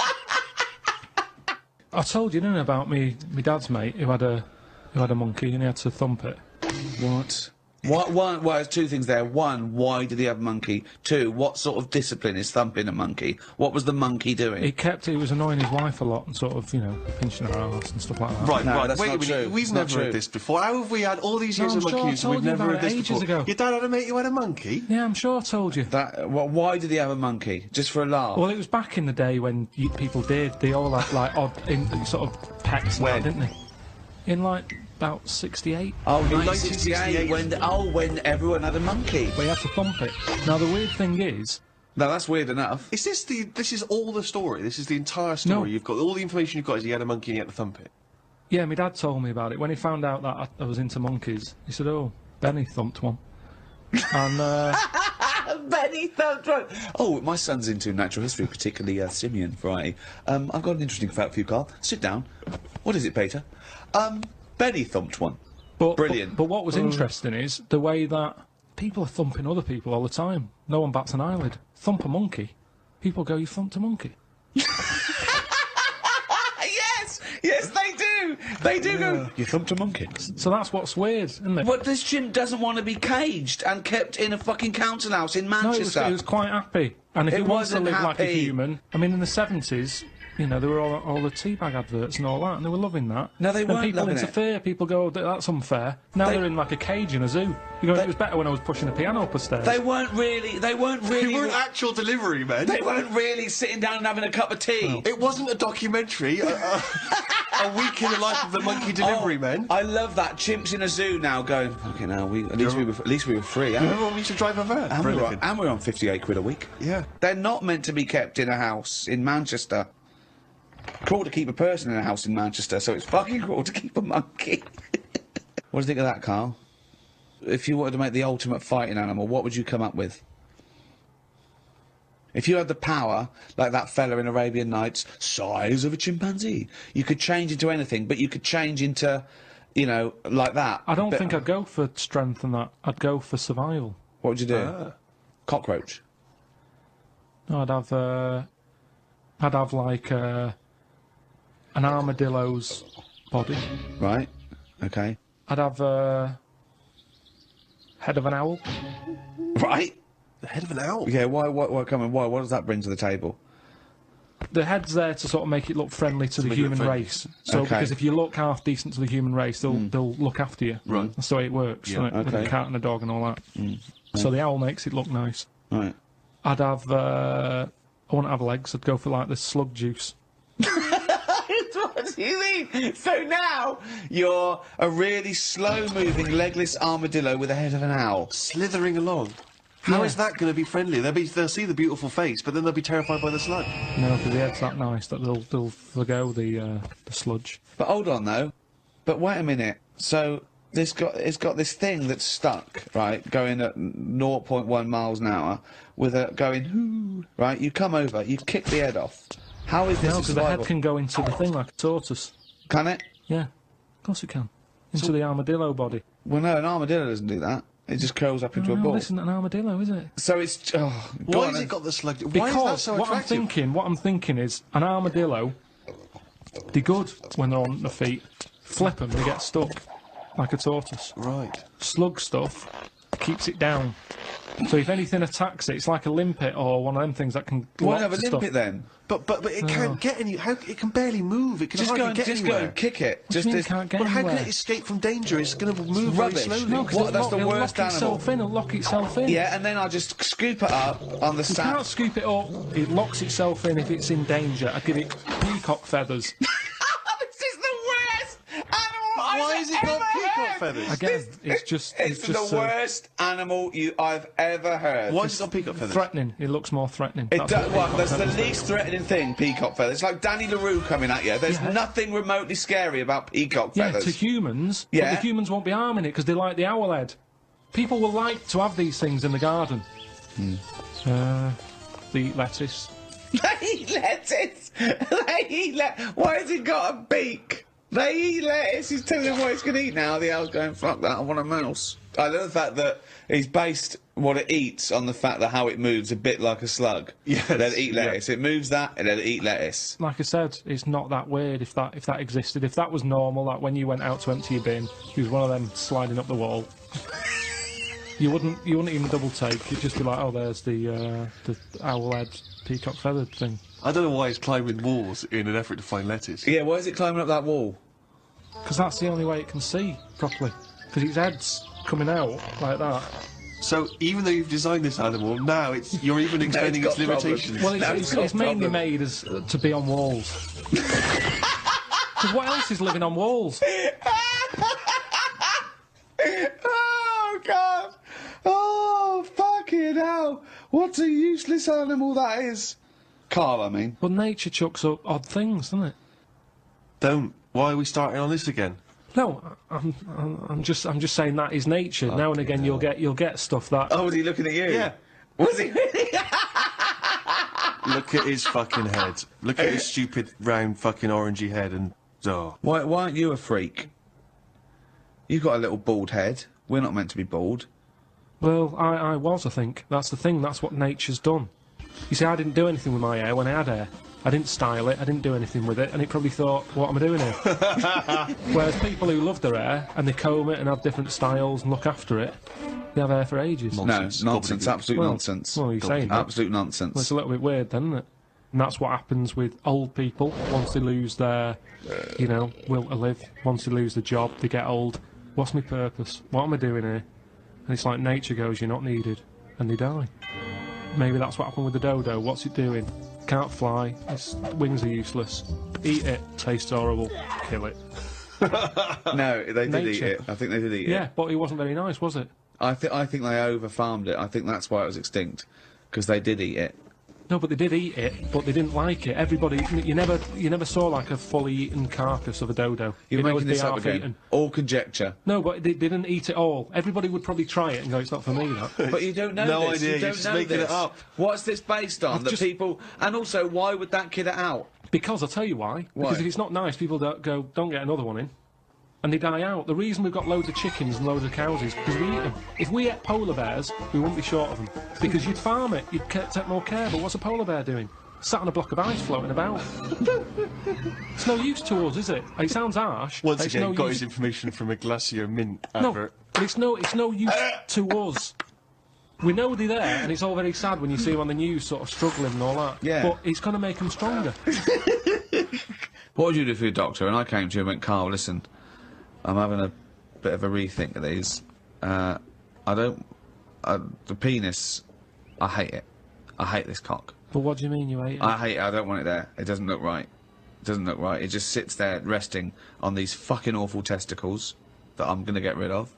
I want this thrown away. Yeah, well, it's, they're not a great look. I know that. Everyone knows that. It's just the way they are. I mean, if we're all being honest, they're an odd design. I don't think anyone likes their own, do they? That's why we cover them. They're not a great thing, are they? What's this not why we cover them though, is It's it? part of it, I think. I think deep down, I mean, even if, like, I know you ate the Adam and Eve thing, but even if back then he was like, good God, cover them up. Even he had a leaf on. No, but listen. Right. So, are you thinking fundamentally then that aesthetically the testicles and the penis isn't as good as it could be? What would you have there instead? Well, it's designed that way because that's the way it's got to be designed. It's more about function than Yeah. and that's the thing, isn't it? With modern technology, You need, the thing is the testicles have to be outside because they have to be a few degrees below body temperature. yeah. Otherwise, the Sertoli cells die, which sort of feed to semen and all that. So, to be functioning and sort of like fertile, they have to be outside, which is annoying because I'd put a little rib cage around them. like that. I'd pop a rib cage round those, protect them, wear a cricket box, have that built in, so you cannot get a swift kick in the bollocks that makes you feel sick. But it'd be better if they could sort of reverse up in a way that they were hidden away. Right. So Yeah. that they were just, then you dropped them, it's like, right, we need to cool them down, be at it in about half an hour. Yeah. Drop them down. Yeah, like the gear on an aeroplane, landing gear. Yeah, and landing gear down, and the bollocks and the cooling down. Or you could just pop them in the fridge for 10 minutes. It's Well, like they could detach and you could pop them in the fridge. Cool Yeah. them down. Can you make me some breasts? easy. Okay. Go on, you say easy, what are you going to do? What's your plan? Just, how do you do that? It's tablets, isn't it? No, but... Testosterone, isn't it? Testosterone? Toblerone. I want some Toblerone. Just that sort of pointy tits, like Madonna.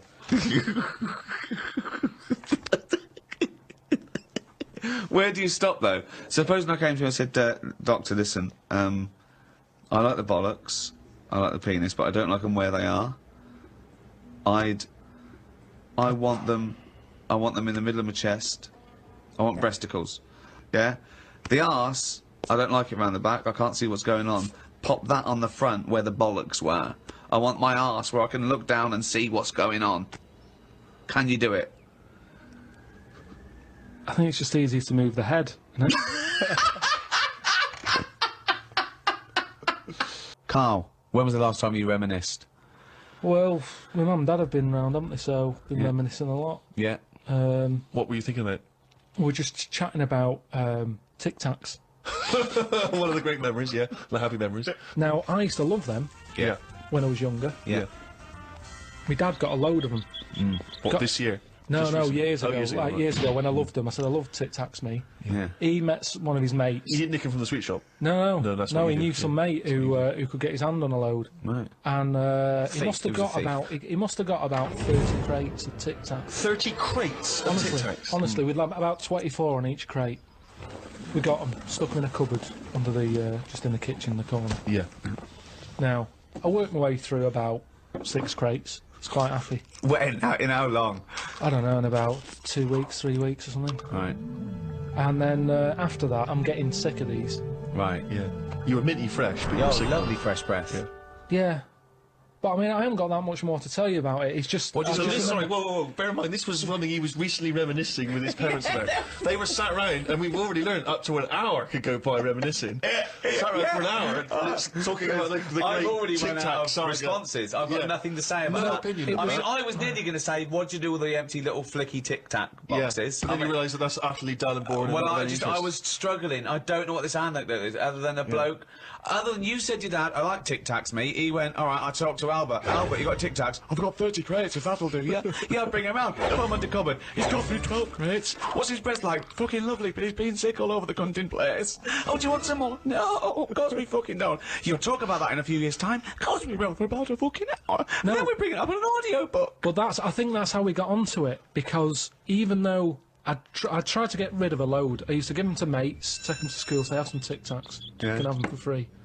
We used a load in the cat litter tray. No. No, we you did. didn't. We did. It No, was you just didn't. ways of getting rid of them. Jesus Christ. Sort of freshy smell, isn't it? It's the That's same sort amazing. of condensity in that, isn't it? Condensity, it is the same condensity. Yeah, so I got rid of them like that. And then the weird thing was, even though I'd got shut of them all, you'd be backing up and you'd always hear one ting its way up the tube. It's tinging its way up the tube. It's tinging its way up the tube. It's tinging its way up the tube. Ding tong, ping pong. It's tinging its way up the tube. That sounds like something from Willy Wonka. Oh No, God. it's just I'm just demonstrating that because that's how many of them there were around the house. You'd drop them, they'd go in every corner and that, like Pac-Man or something. They'd be everywhere. You'd be backing amazing. up, tinging it up. Sheila's getting married. Hannah gets confetti. Don't buy any confetti. Go to cupboard under stairs. So yeah, that's a little memory there, isn't it? It is a Just little popped up. memory. Now It's a really little memory. The strange Tic Tac house in Salford, where everything is made of Tic Tacs. Wow, that must have been a hell That's of incredible. a time you had with your parents there. The old Tic Tac No, but it's reminiscence. better. You see, you're saying, oh, what a boring story that is. But when I your see mum you've and dad, re-gravelled the drive. Yeah, smell it. Suck the drive if you want.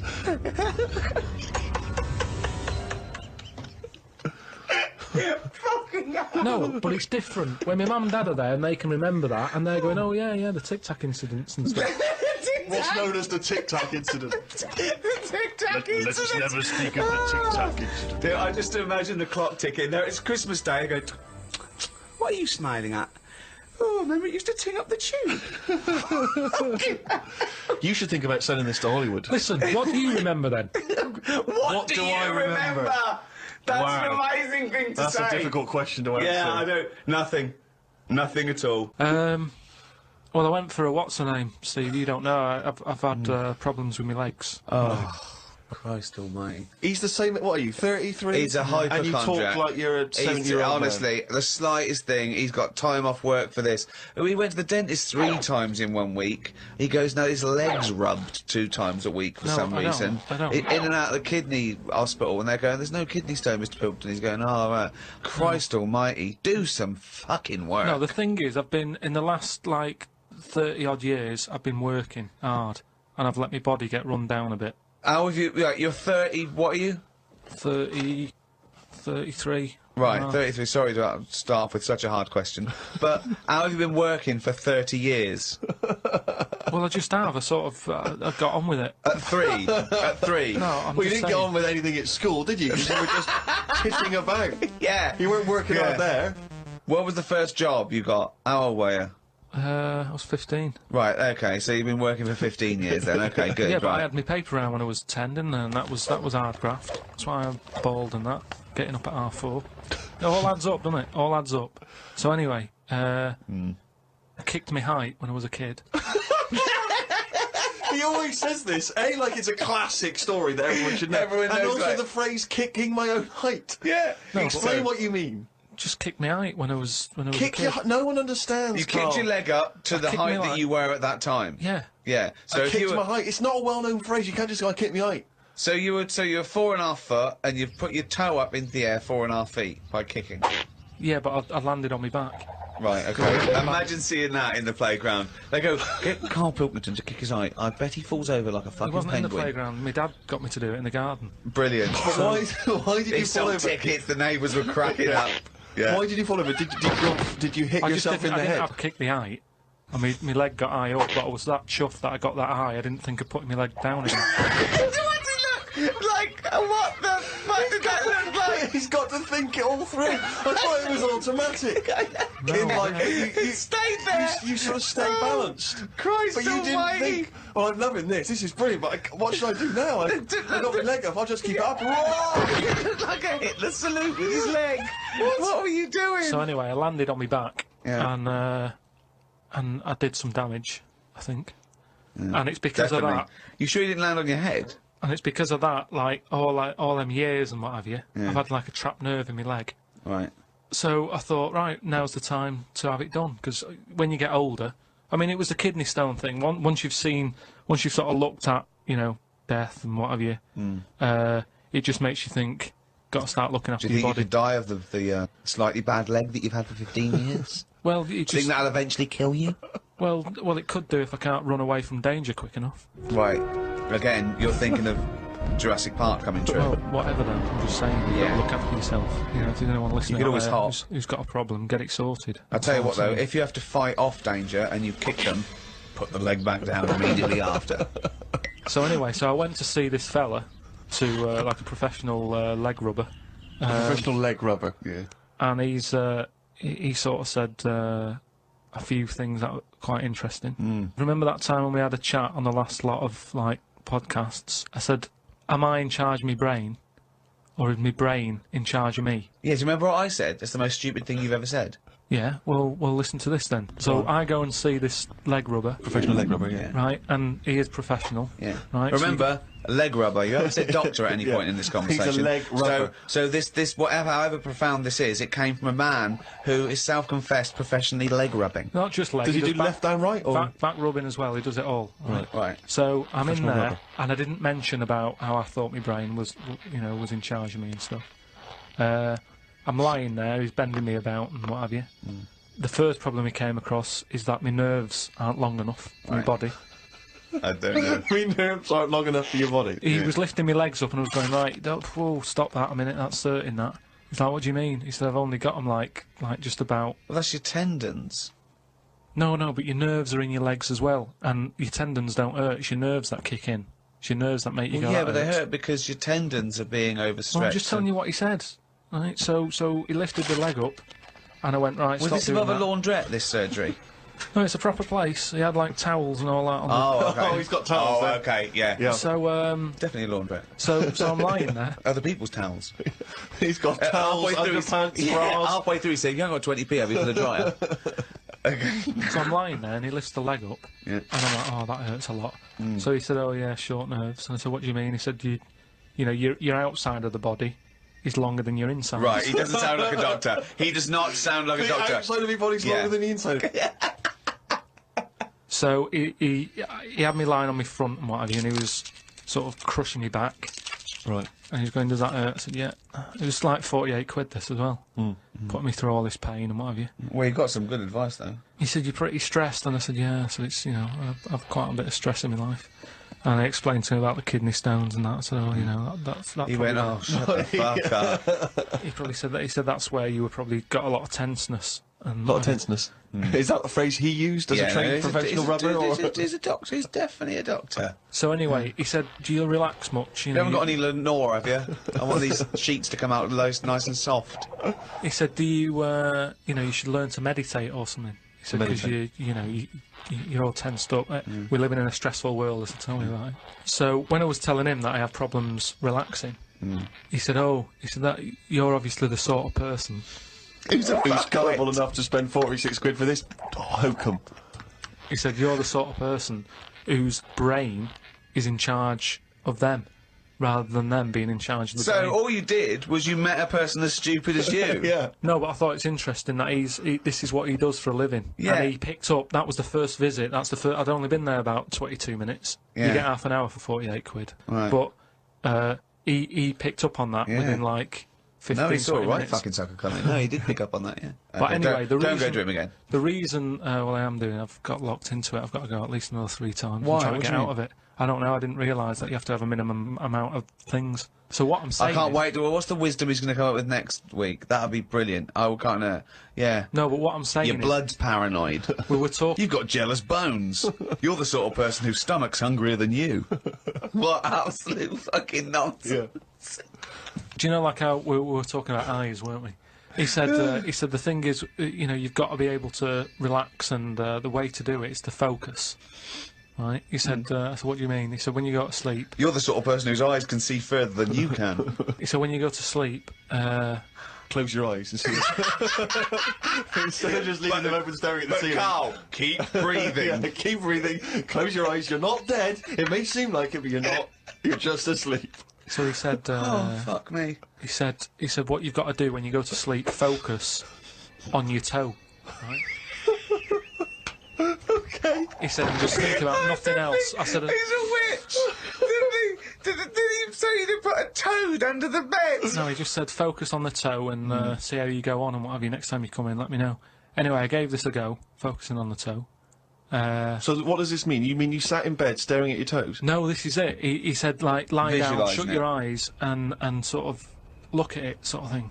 So I was lying there, and it just wasn't working because Oh, Carl, this isn't medicine. I was, You even were though my thinking of a eyes... finger. Well, no, He found out he was thinking of someone else's toe. Next day, someone called up and said, Carl, my toe's better. no, the problem was I was still using my eyes even though I had them shut.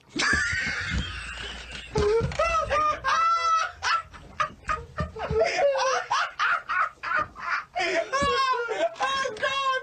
Oh, God! Just when I think he could never come up with something stupid, he pulls that one out of the bag! Right. So what does that mean? Oh, God! You were still What does that mean? I was straining them. I had them shut, but I was sort of looking down at my foot. You were trying to see through your eyelids at your toe. Well, I was looking down, so I'm thinking that's where the foot is. Because of that, I was straining them and they were stinging, so I had to pack it in. I'm gonna die! I am going to die! Again, we were talking about me being younger, and the youngest I could remember back to was 1978. How old were you then? When were you born? 72. And it What, was you summer holidays. couldn't remember earlier than 6? You Um, can remember back to about 2 or 3, most people. What, you... no way. No way. My mum and dad don't even remember me then. Because you're not doing anything. This is what I'm saying. Mum and Dad don't even remember me then! That's amazing! Because they pinpoint They remember things. all the Tic Tacs they've ever eaten. Yeah. Do you remember when Carl was 6? Of course I do. 5? Yeah. 4? Yeah. 3? No. 2? No! Because you're not doing anything, are you? My mum and Dad don't even remember So, me then! and it's weird. I remember must have been about 2 sitting on a potty surrounded by Lego. I remember that. Very strong image I have of that. No, I don't remember that. No, you No, don't remember that, were no, Would you No, weren't there, weren't were there. you? What do you mean? What, you don't remember Steve sitting on a potty surrounded by Lego? No, I mean, I can't remember having a potty. I remember having one of I'm them. not suggesting you have the You same used to go memory. on a fucking litter tray. Now I know why, to eat a Tic Tac while you're having a shit. But okay, so what is your very first memory? The one that cropped up the other day was having my eyes sort of glued together by. Gangsters. Where's the fucking Tic Tacs? No, I was, lost our old truck for you, yeah. when I was on holiday and I slept near the window and the window was open and I used to wake up in the morning with my eyes shut. My mum and dad thought I was having a lovely lie in. I just couldn't open my eyes. But why? I don't understand. Why were they? I'm the best! What do you mean? Why were they glued? Why were they? What do you mean they were glued? Wait, but why didn't you say, Mum, Dad, I'm not asleep. My eyes are glued together. It's just that you get a build-up on Yeah. the eyelashes. Yeah. And it all. But when they came in and you could sense them looking I didn't know at they you. were there. So, Remember that time when you called me and I said I don't know where I am and I couldn't concentrate? think of that. Think of that. I called him. Oh my God, what are you doing? I don't know where I am. What do you mean you didn't know where you were? What you? I got lost. I went in London wandering. you got yeah, lost? Yeah. I went wandering and then, you know. I It's was when like, he first moved into his new place. He was walking back from his old place to his new place, and he didn't know where he was. He How tried can to you take a ever short. really get lost in London? though? I'm just. It's a cabbie. Well, yeah, I don't want to do that because you feel bad pulling one over and then saying, where am I? Yeah, they don't appreciate that, do they? But I found my way back, didn't I? Yeah. But you told me 20 one minutes. time that you much prefer getting lost. You love wandering around and getting lost. You Yeah, said go- that's much better. go around It the was a cold cul-de-sac. day. It was a cold day. I just wanted to be at home. I had things to do. There's a time and place to be lost. Go on. Well, a place What's you the don't place? know. What's and the place to be lost? Somewhere you don't know. Right, good. Okay, And the specific. time? The Time when you're not in a rush. Oh, Chipaz, that has only gone and written it down. The jingle there to announce yet another reading from KARL Pilkington's diary. My mum called me to ask me to look in some of the magazine shops in London for a magazine that she can't find. It's called UFO Data. I said, I ain't heard of it. She said she's seen an advert for it in one of her ghost magazines. I love the fact that she can't even find the magazine about unidentified flying objects. Yeah. So we get a clue She there. thinks, I think I saw something, but I don't know whether it was a magazine or not. So we get a clue there as to why you give any credence to this crap. Yeah, well, it's, you know, I mean, Mama Pilkington's into the same shit. there's a lot of space out there, isn't there? She said that this magazine has got a news story about how Aldrin (brackets astronaut) has got some evidence that aliens exist. Yeah. I told her that I found out today that the days are about 36 minutes longer on Mars. We chatted about how this is how they are more advanced than us. Do you mean the Martians? Yeah, if they've got a longer day, that's more time that they're awake working on stuff. Right, yeah, we know that makes no difference at all. No, it does. Think about it. Think Yeah. about it. Look, think about it. 6 o'clock here. Yeah. People are going, see you tomorrow. I'm going home. They'll be going, oh, another half hour. They've got a longer day. Productive. And that's why they're able to fly. That's why they're whizzing around. It adds up, doesn't it, over the years? Christ almighty, what drivel! Suzanne got in from work at 11:30. I told her about the UFOs in Mars. She said she's too tired to chat. I said, does it mean aliens will be more tired than us, or do they get more sleep? I got no answer. I love it when It Suzanne scares goes in. her. She never indulges No, in it this. scares her. Anything with ghosts and UFOs, she sort of... It doesn't ignores scare her, does it bores scare her. No, it freaks her out. Scares her. Okay.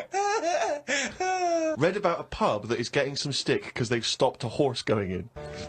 It's been the horse's regular for ages, but there's been some new owners who've taken over the pub, and they said they're serving fresh fruit and don't want a horse in there anymore.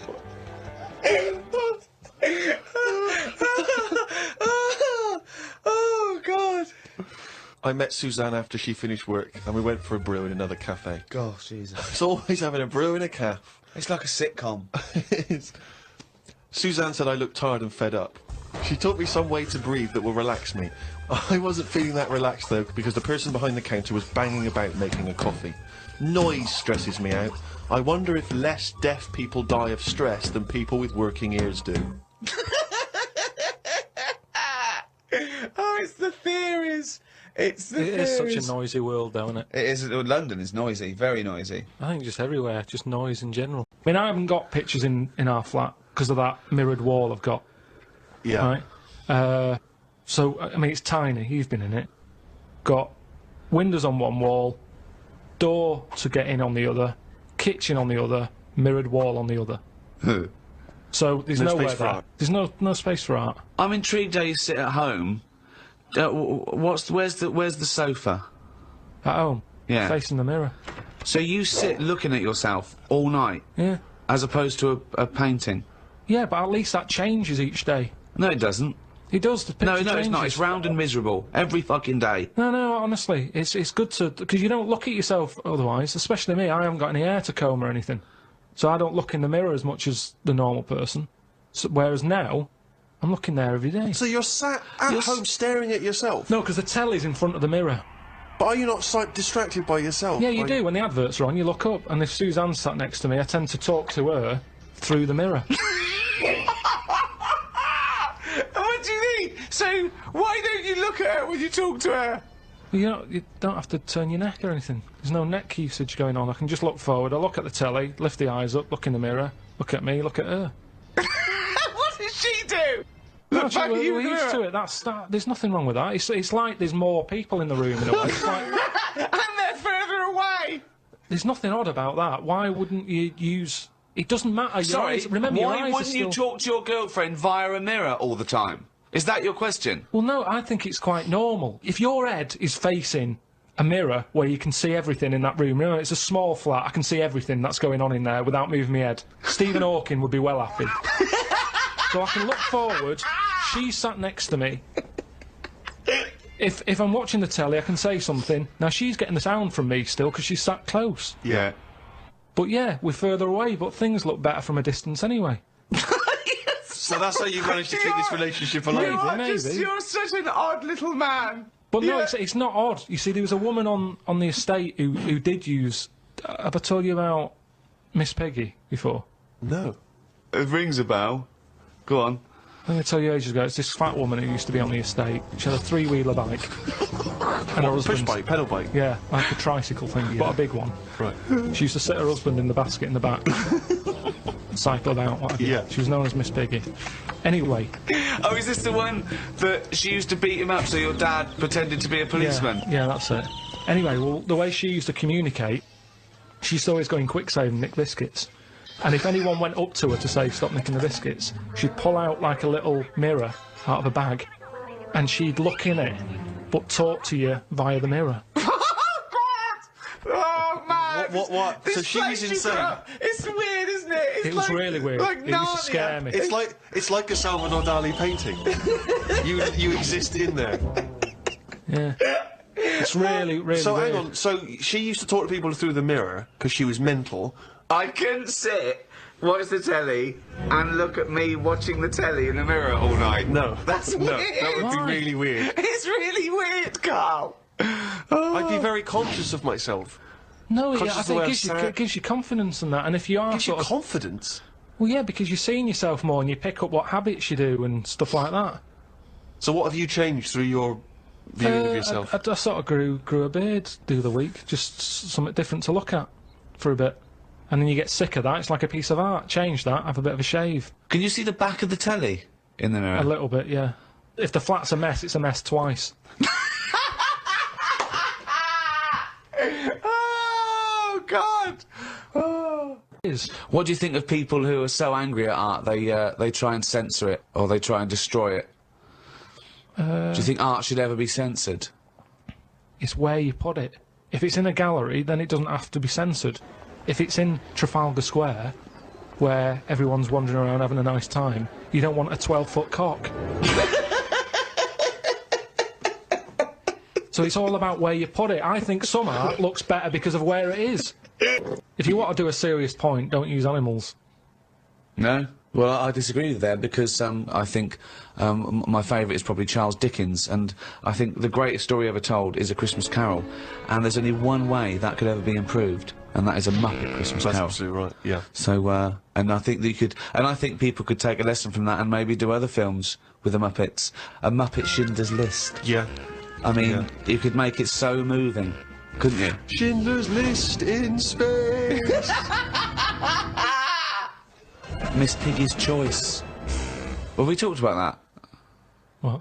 About things like that in art as well. Do you think that bringing something so serious to the masses, like films do, things like the Holocaust and like Sophie's Choice, where she has to choose which child lives and dies? Why does she have to pick? Well, because the Nazis were horrible, nasty, evil people. And which one did she pick? I don't think that's the point. I don't think that's the point. I love the idea that this is not a betting game. No, but I imagine this is like Deal No Deal. It's kind of you down to the last two. Which one are you going to go for? God. But why did you ask which one did she choose? Because even if he'd said the names, Robert and Alison, what difference would it make? You don't know the story. Why is No, it because that then I'd ask more then. If you said Alison, I'd go, what was it with Alison? What did she have over Robert? That's what films are meant to do. You question it. Whenever I watch a film with Suzanne, I always say at the end, what was going on there? Oh, That's because you're an idiot. That's because you've just watched Muppet Christmas Carol and you can't understand why a frog's able to talk. I'm all for films with a good storyline. Yeah. Brilliant. That's a perfect point. One extraordinary point. He's gonna follow this up, mate. He's gonna follow He's got this up. something there. He's got Come something on, here. Carl. Go on then. What's your No. take on films? Films are really good. You can get lost in them. Right. And You like one with a good story? I mean, whenever anyone asks, it's always the same. It's Elephant Man. It's Kes.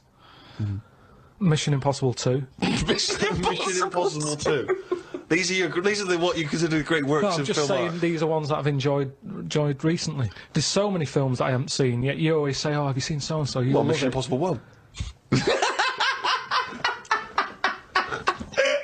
There's good news for you. 3's out. That's true. Which is another important value of art, of course. People's self-expression, people being able to give a little piece of themselves through their work. Do you not see any value in that? How do you express yourself? Whistle. You whistle. Yeah, I found over Christmas I whistled a lot more than I usually do. And I think that was just freedom. What do you mean freedom? It's like Right, freedom. expand on this point, if you would. Well, that's what art is, isn't it? It's you being free of all the world's heaviness on your shoulders. See, that's a great quote, that. That's great, that. For art is freedom. I love that, because I think you've really hit on something there. Would you include the free of all the world's heaviness? Well, I element of the know quote what as you well, meant. or I know would what you meant there. Would you I include mean- that one in it? I mean, I would include the world's heaviness in my freedom. You know, some artists are attracted to the dark side, the heaviness of the world. But I just want to return to you whistling as your Yeah. artistic expression of freedom. I mean, why did you find yourself whistling more? That's what was weird. So just few take us days through a See, typical day. I- When would the whistling begin? So this was that you spent Christmas down in Kent with Suzanne and her parents. Yeah. Yeah. Could I suggest something? Your freedom was thinking, I'm in my own place now. I'm going to annoy them. Well, it was mainly it's when we were playing Scrabble, and they were taking ages to have their go, and couldn't have the radio on because the boiler affects the radio. you got boiler problems down in Kent as well? It works. It just gives something off every time it kicks in. The radio goes all staticky. Right. So I just was sort of supplying the soundtrack. And what kind of things would you be whistling? It was like I just sort of did a whistle medley. It was going from one thing to another. A Wedley. And a man was impressed. She was like, "Oh, you can whistle, can't you?" I was going, "Yeah." And then she was saying, "How loud can you go?" I was just doing all different levels. Sorry, this sounds like a scene from One Flew Over the Cuckoo's Nest. The boy that's setting off the radio. I can whistle. Oh, you're good whistling, aren't you? Oh, let's grab out. Talk about outsider art. I love the fact that Carl's life is like living in a home It when is. you're in your 80s. Yeah. But you felt that this was your way of expressing yourself. I just found it odd because I don't whistle that much. I think just because I think I'm fed up most of the time when I'm in London. And you don't whistle when you're fed up here. Whistling's a happy thing. You never get an angry man suddenly breaking into a Well, whistle. the people who aren't whistling are usually pissed off. But yeah, the bloke who's whistling, it's like, yeah, it's the least. He's the least annoyed person in the room when someone's whistling. Same as holding a drill. The only person that noise doesn't annoy is the bloke who's drilling. Everyone else wants the bunch is facing. Same with whistling. Whistling, Goes to show there's no point in whistling. No, there is. No, there's not. Don't know. I mean, our window cleaner was known as like, that's how you knew he was there. He always whistled. And in the end, he fell off his ladder, broke his front teeth. Oh. Retired. What, because he couldn't whistle? That was it. It was like, Well, yeah, he can't whistles all the time. Can't whistle, Well, yeah. can't clean windows. It's a bit tragic. Could he take along a whistle? Just pop that in his mouth. Yeah, I suppose he could have done. I didn't think of that. What about a flute? Or a recorder? Not London's burning again. Fucking clean the windows and then fuck off. He didn't really think this through, did he? He retired at the age of 28. And his whole family were bankrupt. With no teeth. Yeah. And just a Why bucket and a aren't you squeegee. working, Dad? Because I can't whistle. I can't whistle anymore. And if the day you give up whistling is the day I give up window cleaning. So you never whistle? No. I can't really whistle very well. No. I don't whistle, but I can whistle better than that. What, you did this for hours on end while playing Scrabble? About 2 hours. 2 hours? Put my word down. And then- this, sorry, can we just hear that again? Can we hear it? So you were But that whistling, you were whistling after you had your go as Oh, well? yeah. Fucking hell, Carl. But hang on, let's just hear a bit. That is Carl's self-expression. That is his artistic self-expression right there. A name. No tune, no nothing.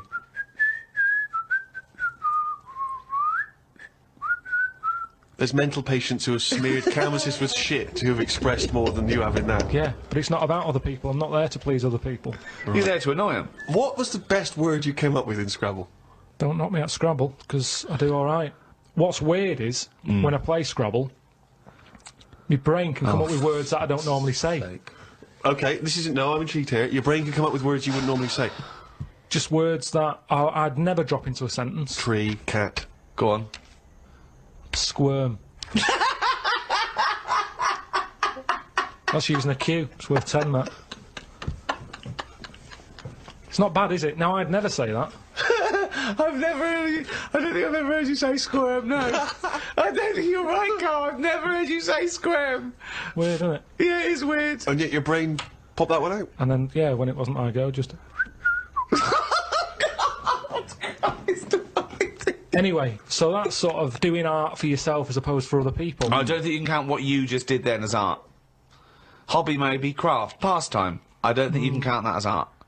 I'm not being funny. I'm being a bit snobby here. But I think there's a difference between Beethoven and... Squirm. There's a Q in that.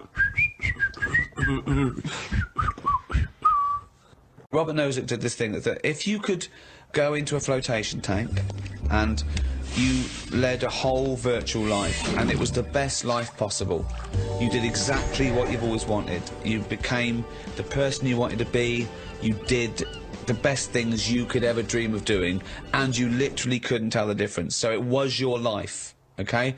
And you lived your biological life out in that tank and died at 80 and had the best life any person could ever have. You could pre-program it.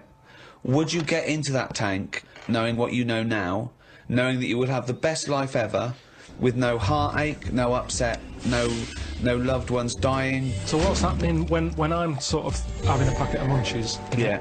Am I having them, or are they imaginary? They're imaginary, but you can't tell the difference. It's the best packet of munchies you've ever had. I love the fact that you went into the flotation tank, and your one proviso was, are munchies as good? Yeah. No, Absolutely. no, I'm just taking it back to basics. That is Right. basic. You've got yeah. to pre-program your life. That's where you'd start, is it? Munches must always taste magnificent. Well, it's just if you can still enjoy the basic things in life, then that's Yeah, when you can't do. go wrong. You do. You enjoy them. It's the life you'd ever want to live, and Yeah, you're bit living dangerous, it. That. Bit Sorry? dangerous. Bit dangerous. Why? Go on. Why? Just, I don't know, because sometimes I think things don't happen for the best, right? Right. Sometimes you can sort of think, oh, I'll enjoy that if that happens. And then it doesn't happen, and you've had time to think about Ah, but what this would is have happened. perfect. No, this is built in. Because whatever happens is for the best. So not only when you're in this flotation tank are you enjoying yourself, that things just keep getting better or staying as You good. you never have a bad day. You never have a bad day. But how long would that last for before you go and fed up with this? Well, why would you get fed up with it? Because you do something else. It's the perfect life. Bear in mind, you're not aware that you're in the flotation tank. You've made that deal, but then once you're in there, you're not aware of being in the flotation tank. You're living your life and it's perfect. You're happy. Well, we don't know how you would be happy. You just have munches every day and... Well, yeah, you'd get in it then. You'd get in it. If you don't know you've got in this tank, if I somehow go to bed at night, someone injects me in the head, and then they go, right, stick him in the tank now, and then I wake up, packet of munches there, sun's out, Suzanne goes, oh, it's a nice day, we'll go and do something nice. And I go, you're meant to be at work. She goes, no, I don't have to go in today. Right. I go, all right, let's go out then. Now, what's interesting there is that within this scenario, I gave you any life, you could do anything, and you chose the exact life you've got now, except Suzanne's got a day off. Now, I both love that. Well, I was a and bit sort of- suspicious, though, that she's just taking a day off. No way, willy-nilly. it's not happening now. It's not happening, really happening. You can do anything you like. But I like the fact now you're even questioning you're not in the tank, and why has Suzanne got a day off, right? Now, I love that, because that suggests to me that you're a nice, happy, satisfied, whatever you want to do it, contented person who's got the perfect life. However, it's almost like you haven't fully understood the possibilities. For example, you wake up, there's the munches, sunny day, Suzanne's not at work. You go, why aren't you at work? Well, She goes to you, hold on though, why are you flying? And you go, I just can. But you hadn't even thought that maybe you could fly or swim or hold your breath. You're just going to have some but munches for hang breakfast. on a minute, this is day one. Oh, okay. When you go on holiday, Yeah. like I said before, you don't turn up and go, right, it's 1 o'clock, jet ski for half an hour, bungee jumping 40 minutes after that, let's have a nice roti, Yeah. and, you know, try a little cocktail. And what do you do? What do you do when you arrive there? Well, you get there, Yeah. the fella takes your case to the room, Right. you have that panic of, am I going to give him too much money? I don't know the currency well enough yet, I don't know how much More things are. information than we asked for. No. And the most mundane scenario I've ever heard. No, but this is what happens in real life. Okay, you're just telling us what happens when you go on holiday. What's your point? Okay. Because you don't want fun all in one go. You want to build to it because that's sometimes part of it. Right. Yeah. Right. Okay. So- anticipation. Yeah. Good. Yeah. Yeah. That little bit. Yeah. It's about things taking time, innit? And looking back at the journey and going, Yeah. how did I get here? Okay, well, Right. can I ask a question? Because, sorry, what I'm fascinated to know is, if you decided to sign up to the float tank idea, okay, you can design your perfect life. But I prefer not to Well, know I'm doing it. No, you won't don't. You know. won't. But I You want to won't ask know. this question. Imagine Ricky and I are the doctors, okay? We can put you in this tank. All we need to know from you now is what your perfect life is. We're going to program it in the computer. You're going to wake up tomorrow. You won't know this conversation's happened. You'll have the perfect life. What, if you don't mind, we're going to take notes now. What is the perfect life? You're still obviously living with Suzanne. We've got but munches. what else? We've got munches and we've got sunshine. But what else would you like in your magical life your ultimate life? Yeah, I don't like this idea. Suddenly Suzanne's never at work. I just think you need a bit of the badness to have the goodness. Right. right. But the difference is when I next get British Gas round, they go, "Oh, Mr. Pilkington, yes, Oh my God! the boiler so is he's like fixed." to have a virtual life, so his boiler's fixed. No, Yeah, but no, so your no, boiler no. still goes wrong in your dream, but it gets fixed. But you don't Yes. even need a boiler. You can be the perfect But temperature this all the isn't the time. Earth anymore. I don't like the idea of too much change. I don't want that much of a change. But to you my life. won't realise, it won't feel like change. Yeah, but it's that old chestnut, isn't it? It's the thing of like, what's my problem then? You've got Right. the problem gene in your head. You've got to fill it with a problem. Yeah, you're not. He's not a geneticist. got the problem hole in your head. No, it's Got not. a problem hole in your head. Shut up, Ricky. Let him say what he needs to say. He's got a problem hole in his head. He's got a problem hole in his head. It's called his mouth. Yes. Right, that is your problem hole. So, if someone comes up and they go, I fixed your boiler. Sorry, could I just ask No, let him speak. Let me ask one question, Steve. Is the problem hole different from the problem gene, or is that a new term for... No, you put things through the problem hole and they end up in the problem gene. You feed something in the problem hole. Is that right, Carl? It goes through the problem tube into the problem gene. Okay, so it's down the problem conduit. Okay, go on. Right. So it's better to have... You've got a problem hole in your head, right? Yeah. So you stuff in a problem into the problem hole. Okay, yeah, okay. Now, all the little problems can't get in because of the big problem. Right. Is that good or bad? It's a But good that's thing to not true, is The it? problem hole is a standard size on everyone. Right. Right, no, but that's Shut up, Ricky. Let him explain. Now, Ricky, I'd say his problems are not even problems. Well, how big's his problem hole? Same size as mine. Same size as okay. yours. But his problems are all little ones. They're like, you've got like a load of Skittles, I've got a big cream egg. Right, but why... Shut what- up! Let him but- speak. He's but- just expanding on his idea. Why But do what you is keep his interrupting? problem? What is your problem that's so big Okay. compared to my little Skittles? Loads of problems. You get stressed out about things that I'm like, what's up with you? You get annoyed easily with stuff. People chewing loudly, or someone breathing loudly, or someone coughing. Whereas I'm like, that doesn't matter. Like you say, to you, the boiler is like, get it ripped out, put a new one in. It's not as easy as that. It is. And that's why the problem ball is growing. He's got a gene, a ball, and a hole. So the problem No ball- wonder there's no fucking room for a brain. Right, shut up. Let me ask. I want to clarify this. The problem ball exists in life. That gets bigger and bigger and bigger. It has to go through the problem hole, down the problem tube, into And the problem bounce gene. into the problem gene. Right, now then. So you've got the problem ball. Everyone's problem hole is the same size. Everyone's. Okay. But some people's problems are smaller, so they can slip straight into the problem hole. I've got a question, Stephen. Wait. And listen, has anyone got a pair of problem balls, or is it always just? Do ladies have a pair of problem balls? No, because Hitler had one problem ball, didn't he? But could anyone ever have a pair of problem balls? Is my question to you. And some people's problem balls are much bigger than another man's or another woman's, right? Yeah, Right. depending on the problem. So you could have you could have a pair of problem balls and one problem hole.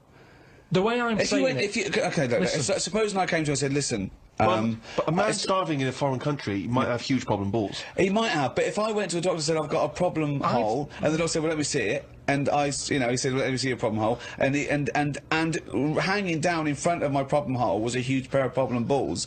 What would he treat first? Is my question. Well, would he look into the problem hole? He said, he'd say, right, take your problem genes off.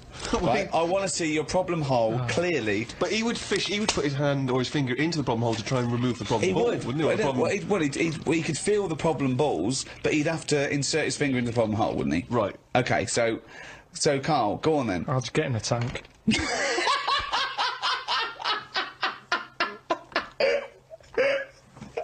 What do you do towards enjoying your life? I don't normally enjoy the thing when I'm doing it. It's after. It's like that holiday. When I What was do you on mean holiday. you don't enjoy the thing when you're doing it, it's after? What's an example of not enjoying the thing at the moment but you do after? You didn't enjoy the holiday. Say like the holiday. I've just So you been enjoy away. coming off holiday? What? I want to hear it. You enjoyed the holiday. You didn't enjoy the When I'm holiday. there, I had fleas biting me. Yeah. I had mosquitoes biting me. Yeah. There was a funny smell of damp in the bathroom. I was worrying, getting in the sea, thinking, is the stonefish in it? Right? Now, you've got all that going on. Yeah. When you get back, you forget about the damp smell. You forget about you the haven't. fleas because the bites have gone. They're not as much of a problem. Yeah. So then your brain starts going, well, hang on, what did I enjoy? And you go, I enjoyed the dorada fish I had that I've never eaten. Yeah. That's an experience. At the time, I wasn't enjoying it because I'm thinking, when I get back, I'm going to have fleas on me again. Yeah. Now, when I get a menu given to me in a restaurant, Yeah. I go, right, what am I going to do here? Yeah. Right, well, when I came here, I thought I'd have some lamb chops. They've got lamb chops, great. Wonder how much to give you, because I quite fancy this pudding they've got. Right. Now, I have the lamb chops, it comes with extra veg. I eat it, I enjoy it. The pudding I wanted, it's gone out the window, I've got no room for it now. Yeah. But you enjoyed the lamb chops. You enjoyed that chops. You can only get packed so much. If you're enjoying all your life all the time, there's no point in regretting anything. That's just greed. No, but I was looking forward to the pudding. Well, you shouldn't have eaten all the veg. Yeah, but I was enjoying it at that point. But then you take the pleasure that you had at that point. No, because I wanted a pudding. But you didn't want to put in, or you've had to put in. No, because I would have had it for the sake of having it. and then it's Yeah, but ruined. I don't know what the whinge is there. You had a lovely meal, you had some lovely lamb chops, you enjoyed the hour. Because when I read that they had like profiteroles on there, Yeah. I thought I fancy a couple of them. Yeah, And the chance has gone. I'm probably not coming back to this restaurant. yeah, now, but you because haven't missed a chance. You had the chance, you didn't want to take it because you were full up with lovely lamb. It's What's not the like you problem? didn't. I had a spicy sausage. In the program. Right. Now the problem was I was enjoying it, but I thought this is the spiciest sausage I've ever eaten. Right. Now I could only enjoy that the next day night when I knew that it's gone through my body. There hasn't been a problem. So that was a nice sausage. I'd have one of them again. Right. That was a nice sausage! But then the next time, surely you'd be enjoying it, because you wouldn't have the trauma of the next night, because you'd lived through it, and now you're just enjoying But the the lovely problem- spiciness and the sausaginess of the spicy sausage. Yeah, but the problem is once you've enjoyed something, it's very difficult to replace what you got from that spicy sausage the first time. Then why are you looking forward to having another one? Because let me tell you, Go on. Auntie Nora, I've told you she prepares all her food, right? She's got them all in bags in a freezer, Monday, Tuesday, Wednesday, Thursday, Friday. Right. Now, what she normally does, she makes a big pot of curry. Right. She goes, what I'll do, I'll pop that in the Monday bag and I'll pop it in the Thursday bag. It's the same curry. Now, she has it on the Monday. Yeah. She loves it. She thinks I got the mix just right there. The spices are good. The chicken was tasty. I'm looking forward to Thursday. I'm looking forward to Thursday. I can't wait for Thursday. Right. I'll call her up on the Thursday evening.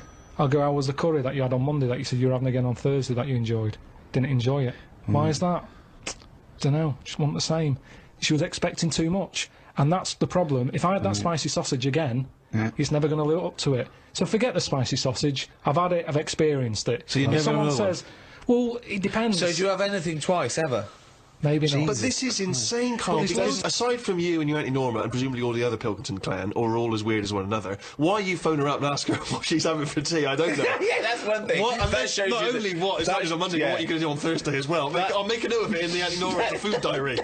That's proof that you really aren't enjoying your life now. Exactly. To go, right, oh, fucking Well, hell. what what else can do you say But to then other he's people? phoning her up again late on the Friday to find out how the Thursday curry went down. I know, exactly. Yeah. That's two calls that week. Unbelievable. Well, it's just Just good to- read her journal. Now, the question is it better to enjoy something once and not again than not at all? But you're an What do you idiot mean? because you're the That's only not person who choice. experiences this. That's not the choice.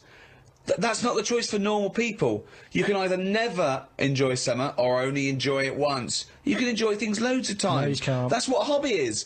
A hobby is enjoying things over and over again. I haven't got a hobby, have I? That's why. I've had loads of hobbies in the past. I did the dancing, I did the boxing, I did, what else have I done? That is it. I think that's what. But that's what I'm saying now, I soon get bored. And it's like how you enjoy, I love munchies, Yeah. but I always enjoy the last one more than, But that doesn't make sense. That goes totally counter to your argument. no, because it's from one packet. What? It's from one packet. What difference does that make? The So first you- one's surely so- your favourite. No, So hold it's on. not. So if you do have one munchie, right, I'm going to as a munchie, mate. You No. go, I'm not going to take one unless I can have all of them, particularly the last one. But what Well, is? no, I'd like to have them all, please. What? No, you can't have them all. Don't be so greedy. Have one munchie. Have the first munchie. There But you I'm go. going to have one, and I'm going to get a taste for them, and I'll probably want another. Well, no, they're my munchies, though, aren't they? I'll Do you keep them then, forget it. Well, look, so you'd rather have no munchies than one munchie? I'll go and buy a packet. I'd prefer to go, do you know what? I fancy a packet of them. But why do you enjoy the Okay, last? then Why wait. do you enjoy the last munchie more than the first? Whereas you know you that's the enjoy the last first one. curry, but not the But second you know it's curry. the last one. Because because I'm eating them all in one sitting. I'm not going, that's for Monday, that's for Tuesday, that's for Wednesday. I'm Right. talking about a packet of munchies. Right. I eat them. There's probably about 12 in a packet. Okay. I shove the first 4 in without even thinking what I'm eating. You shoved the first 4 in! Without even thinking about what I'm Right. eating. Now, then, when you're getting towards the end, you make them last more. You might bite the top of them. You look what's inside them. You go, I'm liking this. But You know hold that on, last what, one? every time? What, every time you buy a packet of munchies? Yeah. Yeah. So, hold on, though. You must enjoy a packet of munchies regularly, then? Not as often as you think. They have I an don't offer know. of them. Well, No it's not opinion. as I think. I don't know. So tell me how often you enjoy a packet of munchies. Normally after sort of maybe once a month. So, every month, you look forward to a lovely packet of munchies. And the same experience. Yeah, You but like at the the first end, I one. like the last one. The only thing you know you enjoy, look forward to enjoy, and it fulfills all those expectations is a fucking packet of munchies once a month. Fuck me. What do you think happiness is? Again, you only know the happiness because of the badness. You've got to Well- have a yin and a yang. Well, I know what you mean there. I agree with you on this because it's sort of no good to be handed it on a plate. I mean, just from my own experience, working for someone does feel better. Because you've got a pride and a satisfaction. I genuinely think it's better to start a business, struggle, go bust, come back, than win the lottery. Yeah. I genuinely believe that. But you need the mixture, don't you? So you find out what your favourite thing is. It's like a bag of Revels. Yeah, but you can't cherish guilt or shame. Did you just say life is like a bag of Revels? Isn't that dangerously close to life's like a box of chocolates? In Forrest Gump over there, yeah. No, Jesus, but it is, isn't it? There's one or two in there that I don't like. like what? The raisin. The No, raisin no. with chocolate. Yeah, no. Now what I'm saying is, metaphorically, what's the Yeah, well, I'm actually using- named what Revel he doesn't like? yeah, well, I'm telling you because it works in life. Go on then. But the Revel You don't like is raisins? there. Go on. Well, maybe if you have What? enough raisin ones, Yeah. you eventually go, do you know what? They're not that bad. What? And that's the thing in life. What would you have written to Jim will fix it to fix for you? What would have given you pleasure as a kid? Dear Jim, can you fix it for me to do what?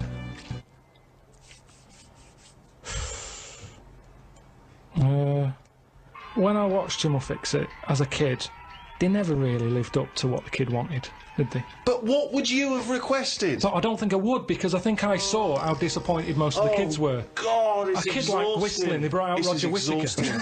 Yes, because they look at it and they go, can you fix it for me to go into space? No. Can I dance with Bananarama? No problem. That's the ones they pick. Yeah, so Do you know that's what I why I mean? wouldn't write in because whatever you ask for, you're always going to get a watered down version. But if Jim could fix it for you to do anything, what would you have chosen? There's not many things I wanted as a kid. One really. thing. Jesus Just one thing. To choose one thing, please. Like my name was Brett.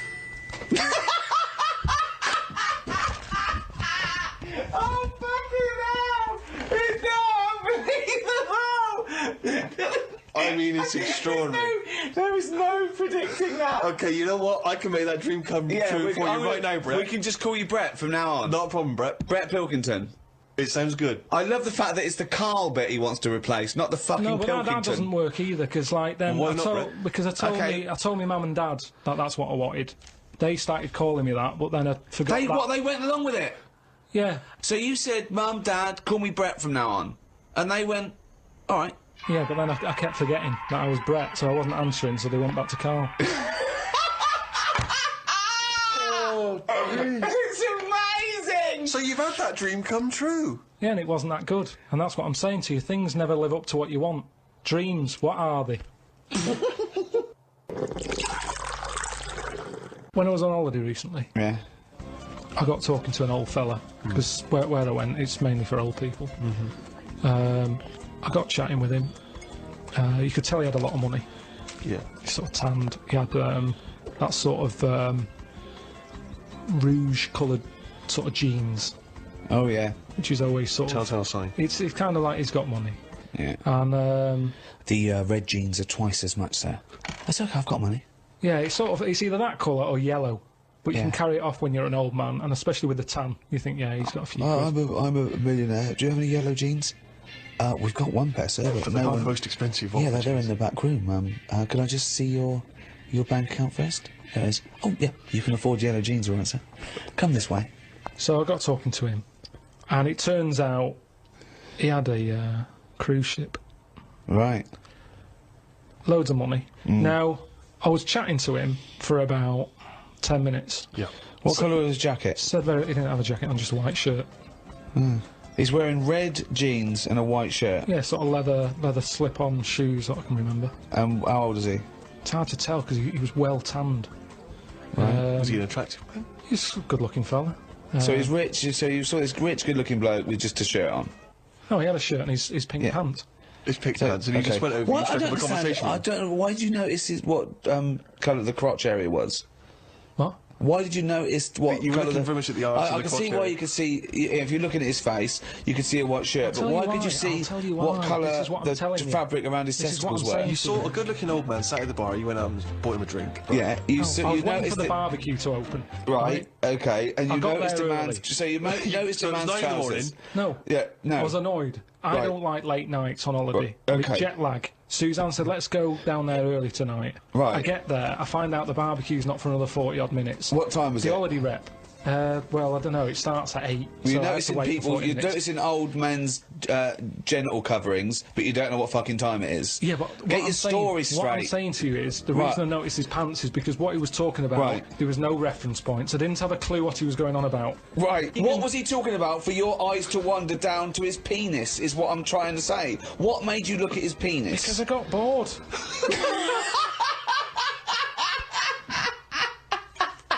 I didn't know. What I'm trying to say to you is reference points. I had no idea what what was he he was going on talking about. When you're talking to a stranger, aren't you meant to keep it Above the waist.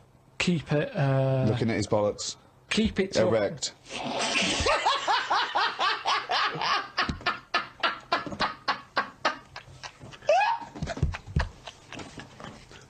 I made Carl laugh. The film review and that. Brilliant. Yeah, Ricky Gervais. Yeah. Yeah, okay, here we go. This week I've chosen My Left Foot. Right. Okay? Now, My Left Foot is a film about a bloke called Daniel Day-Lewis, who's all mental except for his left foot, right? And he has arguments. I can't remember, he has arguments with his dad, so I wasn't watching it properly. But even though he's mental apart from the foot, he does stuff with the foot that we could do all over, and he uses that to his best. I think he might write a book or something of paint.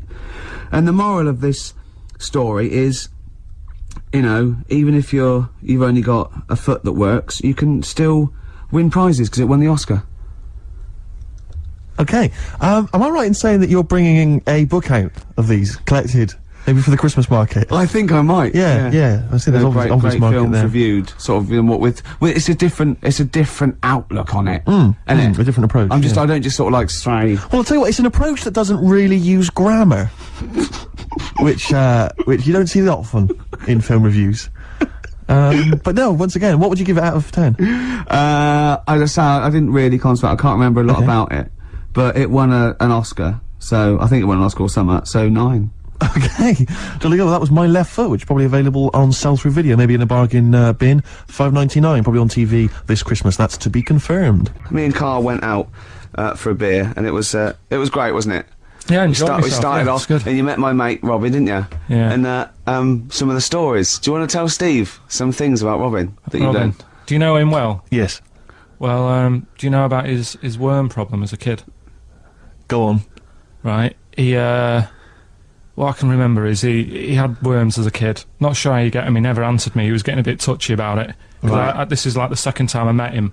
And I think he was a bit annoyed that Ricky told me about his problem. What Yes. now? Straight away, you not being there, instinctively, what do you think went on with this story about worms? My suspicion is rather like when you told a group of people that Robin had once suckled milk from a cow's udder. Yeah. He told me that. Yeah, did he mention that as well? Yeah. Yeah. My suspicion is that, like the cow story, the worm story is not true. But And Robin- why would he get so sort of uppity about it? Well, Because it's not true. imagine if that wasn't the first time he'd done it. Imagine if he did that every single time he was with somebody for the first time and Robin was just met them. He will tell that story to anyone. But they do say there's no smoke without fire. Oh, Robin! I also told him that the way Robin cured these worms was because the doctor told his mother, right, to hold a piece of ham or cheese near Robin's anus so the worms would come out for the food, and he believed it. I said Tell you why, though. I said to Robin used to sit on spam to try and get the worms out, and he believed it. But Steve, right, do you remember that story about 3 or 4 years ago where there was some bloke in the army? He went away to somewhere, Vietnam or whatever. He was messing about in the woods. Messing about in the wood. Shouldn't he have been fighting? Whatever. Yeah. Right, and he walked through some lake, and I think he'd cut his toe or something on something, and some worm of some sort crawled in the gash. Yeah. And it was in his body, and the doctor said, "We've got to get this out of your body." So what they did was they said, "Right, the thinnest part or something of your body that things can crawl through is on the top of your head." So they wrapped Where the skull is. So they wrapped some bacon. No, they didn't! They did. Because that's that right. thing. So Everyone. he's gone in via the toe. So what we do is, I'll tell you what, that worm's probably heading straight for the head. We'll put a bit of bacon on it. The thinnest part of the body is the skull. Of course it's not the thinnest part of the body. It's where your brain case is, isn't it? It's the skull. There was a reason for it, and it was like they stuck some bacon on his head. And As ever, the vital piece of information, i.e. the reason, Carl seems to have forgotten. because the worm was in his body, and they said everyone likes the smell of bacon. Including worms. Even a Vietnamese lake worm. They Oh, they love Remember bacon. last week when I said about the little fella with the bone with no brain, and you were proved wrong? No. We were saying it wasn't a little fella. We were saying it was a stillborn child. It wasn't a little You're fella. changing it now. You weren't having any of it last Right, week. hang on a minute. I'm getting confused. There was a Vietnamese... There was a Vietnamese snake that went inside of a soldier. A little, like, maggot or some sort that you have to get out of your body because it causes problems. Yes, and so in order to get it out of the He runs body, them up. they strapped bacon to his head. Yeah. That is great. This doctor. And did that work? I think so. They had a picture of him smiling.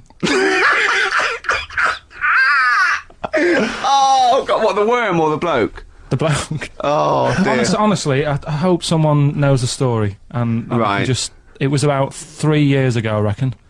Okay. And, yeah, it did work. GI bacon. So this is why when So what? The worm burrowed out of his head to get the bacon. get to the bacon. Right. That's great. So this is why when Robin was telling his story, I was a little bit disappointed if it wasn't true. Right. Because in a way, You know Robin's never been to Vietnam. No, but what do you really think that Robin? Well, as Robin said at the time, Carl, why would I sit on ham then tell Ricky Gervais? It's a very good point. because if he was a kid, you do daft things like that as a kid. Right. You know It's what I the mean? telling Ricky Gervais, though. Yeah. Bless him. So, Carl, concentrate. Yeah, go on. So we'll leave the worm with the bacon wrapped round the head, shall we? Well, if you're ever caught in the jungle, Yeah. Always carry some. bit of Danish. Good advice. Lovely. So, would you like to start on your to Steve, because I've heard all these. Well, we won't do them all. We'll start off with the Mr. Freeze. Tell Steve the story of Mr. Freeze. This is the first time he nearly died. This is the most serious of the lot, really. So, what it was, do you know, like, I don't know if your mum and dad did the same thing, but, like, they do the weekly shopping on like, a Friday. Yep. So when you got to Thursday, there wouldn't be much stuff left in the cupboard. It'd just be like, you know, your Jacob's crackers and stuff like that. So when they'd been to the supermarket and they came back, I was like, you know, what's that saying? Like a pig in... You know, I loved it. It was like loads of food coming in, loads of biscuits. What is that saying? He nearly said pig and shit. Right. Is that the saying? Yeah. Right. So yeah, all this food comes in. Thank It's God he like- didn't. Otherwise he'd have been in trouble. That's true enough. Because he's culpable for our actions, because Exactly. he's the producer. So technically, that twat's in charge. Go on. Right. So anyway, so there's loads of food, and I'm like, oh yeah, look at this, and chocolate biscuits, and you know, penguins and stuff. Bacon. So and bacon. Just in case, you never know. So anyway, my mum and dad's putting the food away. Me and our kid are like, he's already grabbed something, gone back upstairs. It's like feral children. it's like a quest for fire. And then they run upstairs. What did he do? Sit under the bed, gnawing at some sort of pig's trotter. So I saw. Do you remember Mr. Freeze Pops? I do, yes. Well, they're kind of like popsicles, icicles. Yeah, but really long, like Yeah, a foot yeah, long, yeah. right? Yeah. So I thought I'll have one of them. So I grabbed it, Went for the nutritious stuff first. Absolutely. and like my mum and dad are putting the stuff away and what have you, and I rip it open and knock it back, right, straight away, just right back like Swallow that. it right straight down away, it. But it went down the wrong way, right? So I What, was down like, your shirt? So I was like, oh god, I can't breathe, and my mum and dad didn't even know what I'd ate. Do you know what I mean? I ate it so quick. Yeah. And I'm sort of tapping my mum on the back, going. She's going, oh god, you know, he's choking again, because I was always choking. If it was one thing, I don't know if I've got like a small throat, but I mean, even Ricky knows I can't drink that much, can I? Yeah. Do you know, Or I'm eat not pebbles. I'm not a quick drinker. I'd always, I think I'm scared of like swallowing stuff. Yeah. And it was like bottle tops and mint imperials and stuff. I was always choking on stuff. Oh, jeez. So anyway, she's going, oh god, what's he picked up on it now? Drop it! Drop it! So- Hit his nose with a stick. So I was going, I'm choking. At this point, my dad had I think he'd put his share away, his food away, and he'd gone. His share, I love it. Yeah. He'd gone to watch Winner Takes All or whatever in the lounge, and I was in the kitchen, and I was starting to I didn't care anymore. Do you know what I mean? I just got to that point where I wasn't struggling anymore. You just thought, I'm done I just for. was falling to the ground, and my mum's going, get in here, I think it's serious. And my dad comes in and sort of starts shouting at me, saying that's what you get for being greedy. He didn't even know what I'd eaten. Well, it was the moment to teach you a lesson, certainly. So he's there like that, and my mum's going, oh, look at him, and my lips were going purple, and my eyes were rolling into the back of my head. You look like Marilyn Manson. And so anyway, she grabbed me from behind and did that fireman thing. The Heimlich manoeuvre. Yeah.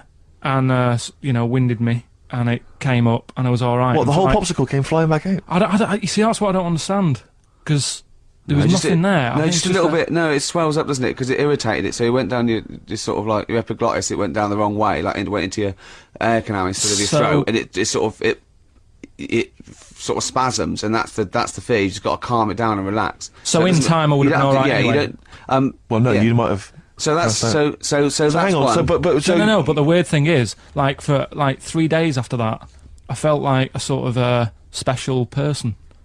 I went to school. I'm saying nothing. I did full days. A special needs person. Yeah. I went to school the next 3 days after that. I didn't wag it or anything. I did full days. I love that. 3 days, turn over a new leaf. Yeah, exactly. After 3 days, you thought, screw it. Yeah, did a quick history exam. Right, next That was one. weird. That's popsicle. That's popsicle hell, we'll call that. Right, next one. Which one's the next one? Oh, what about your paper round? Right, the paper round one. Paper round, I'd still say it's the best job I've ever had. And he means it. No, I really enjoyed it. It's you don't have to work with anyone else, right? So you make your own rules. Just think of that. You sort of You're spreading information to people, yeah, vital information. giving a service, Yeah. and no one else is around. You can just do what you want and think about stuff whilst you're cycling around on your bike. It's really good. Yeah. So anyway, Imagine the stuff he's thinking about when he's riding around his I bike. can't. Oh, so getting in the head of a salamander. So anyway, I loved it, and even though I only got 50p a day, right, no matter what the weather was like and stuff, I used to get up at 4:30 and go and do the round. And Why did you get up at 4:30? because I wanted to watch the Pink Panther at 5:30, so I wanted to get me paper round done. I said, why didn't you watch Pink Panther? And then do the paper. He went, I can't sit there thinking I've got my paper round to do. He'll ruin it for him. Yeah, so is it a good job or not? So 4:30 I was up and about, and this morning it was winter, really bad winter, bad snow, freezing cold, really windy and all that. And my mum said to me before I went to bed, she said, don't be getting up tomorrow, I'll give you the 50p. I said, it's not about the 50p. So, people want the papers and stuff. So, Conscientious. so anyway, I went to bed thinking, that's it. I've told her I'm still going, so, whatever. Go to sleep, get up in the morning, and put all my kit on. And I used to have layers of clothing on because it was really cold. They had a big anorak on with the fur on. I had waterproof pants, and I got my paper round bag. And I went downstairs to get out and tried to open the door, and it was locked. I thought, oh, God. So she'd locked it so I couldn't go out. So I'm searching around the house looking for the keys. She must have hid them somewhere. I thought, oh, God, I've got the papers to do. So I thought, how can I get out? So I went upstairs, climbed out of the bathroom window. God. Right, and to try and jump out of the bathroom window onto the porch. But the problem was, I had so much gear on, I was like the Michelin Man. So I could hardly move as it is. Yeah. And I'm trying to get out the window, and I'm trying to stretch down like that, get my foot on the porch, and my bag got caught on the hook of, do you know how you have a hook so you can put the window open? Right, yeah, The little arm goes on. My bag had got caught on that. I was holding onto the wall and my foot on the thing, so I couldn't sort of pull it away in case I pulled it away and then fell on my head. Yeah. So I'm stuck there, Dangling. My dad comes back from working nights. Yeah. He thinks I'm a burglar. Gets out his gun. So he's shouting and stuff, going mad, and going, Dad, it's me. And he had to give us a hand using a... He's heard that wily trick in Manchester before. He had to help me using a washing prop thing, a big stick. What did he do? Well, he said, just hold on for your dear life, and I'll sort of push the paper bag off the hook. Why didn't he go upstairs and sort it out? it was at that point where I was in the middle. There was nothing you could do. Do you know what I mean? It's at that point where you've just got to make a decision. Yeah. And by the time you got upstairs, who knows what might have happened? Sure. Do you know what I mean? You've got to act there and then. Don't messing around. Yeah. So And you could hear downstairs, now here he is, the Pink Panther. Yeah. Dad! Pink Panther. Hurry up. Pink Panther. Ever so pink. Oh. so that was close to death because I must have been about 30 foot in the air. So, to cut a long story short, he gave me about 4 or 5 near-death experiences, and he went, and the whole point of this, he went, so that's why I think I'm going to die of something horrible, like cancer. And I went, why? He went, right, you ready for this? Yeah. He said, well, I don't check my balls. Wait. He said, I don't like the feel. Carl, always check your balls. I know you guys are laughing about the height thing, and for those that have only just tuned in, I am 6'7" tall, which is tall, and that's big. And I pride myself on it in a way. I've worked hard. I've not smoked. I ate well, Yeah. It's an accomplishment, but obviously I didn't have much involvement in it, I just am. And it's a curse, because mainly the problem is that you can't get stuff. You can't get clothes, you can't get shoes, Yeah. Size He's size 14 feet. Yeah, but it is genuine, and I don't know, I mean, it costs a lot to buy a pair of size 14 shoes, and if you were genuinely poor, I don't know how you'd afford to be tall, because the clothing costs more, everything costs more. I've seen this in comics, that you'd actually go to school in a barrel. Wearing a barrel. With right. just braces, it'd just Yeah. be a barrel art, and you'd have sort of flip-flops. And you'd take a mule with you. They all had a mule, didn't they, the But poor people people? always think you'll be in a pub or something, and people just think they can talk to you about it. They just think, hey, all right, you're lanky, it's just like, because it's like they But think, that really annoys you, but doesn't it? But it annoys me because it's like they think I should be proud of it. Like, Well, it's an exactly, but accomplishment. they don't think that this is not a disadvantage. This is not a disability, is it? You're taller than most people. It might It is a get disability No. if you're- If you were 8'3", it'd be slightly debilitating. You would, but Disabilitating? you're what? Disabilitating? Yeah. No, you're a medical man, aren't you? But no, the point is, it's a disabilitating because when you go on public transport, like if you're on a coach, Yeah. the only place I can sit on a coach is that seat On the driver's lap. Either on the driver's lap or that seat at the very end. Yeah. Which sits into the aisle. Yeah. That's the only place I can Why sit. don't you sta- and there's stand only up- some sort of stand kids up- at the back waving at drivers. You could in that drive thing. it from the back. Here he comes. Watch it. Were you a tall baby? Or Mr. and Mrs. Merchant, you've given birth to a basketball player. Look at his dribble already. Were you a tall baby? Babies aren't tall, are they? At what point did you suddenly, like, Jesus, nothing fits me? Well, it didn't happen overnight, Carl. Let's I do a didn't little wake up. graph. How tall were you at 5? Oh, I don't know. 3 foot, 3 foot. How tall were you at 12? 6 foot. 6. Were you really? I don't know, do I? How do I remember? I don't remember this. Well, when did teachers start calling you freak boy and Rarely, lanky? they didn't. It wasn't Didn't they? so much. It was no. You went to a funny school. I went bowling with him once. So I'd never been bowling before, and he'd been once before. And he went, "Let's go to this bowl." We went to a bowling alley, right? And you have to wear these special shoes. Now they're sort of like pointed things anyway, and they're multicoloured, sort of red and green. They look pretty weird. And the woman said to me, "Oh, what size?" I said, "Oh, 8." She went, "Yeah." So, "What size are you?" He went, 14. She went, 14. He went, "You probably haven't got them." She goes, "Yeah, I think we have got one pair." And she put them on the table, and it was like Krusty the Clown.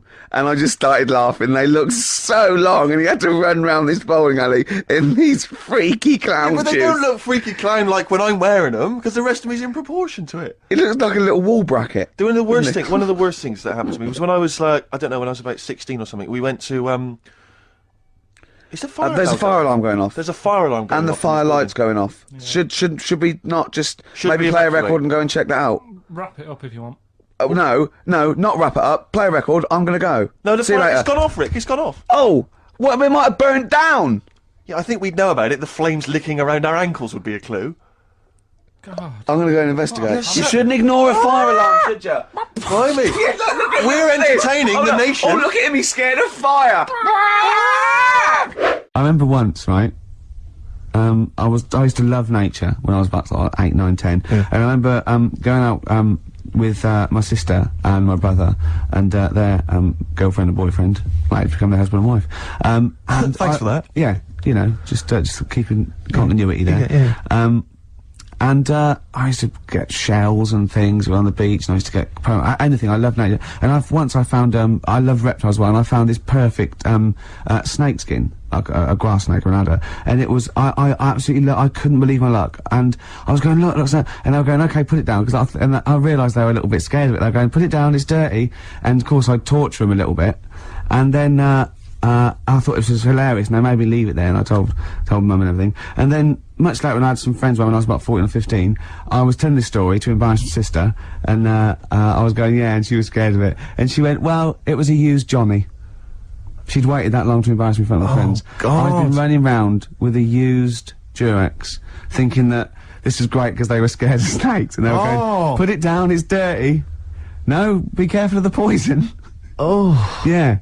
That's horrible. It is horrible, isn't it? Have I gone too far again? How could you not realise it was made of rubber, for goodness sake? Well, you obviously didn't know anything about nature. Well, I used to love nature, me. Yeah, What's the difference between some skin and then this rubber is Johnny? Now be careful of the Johnny snake. Yeah. Their little poppy head and their poison that...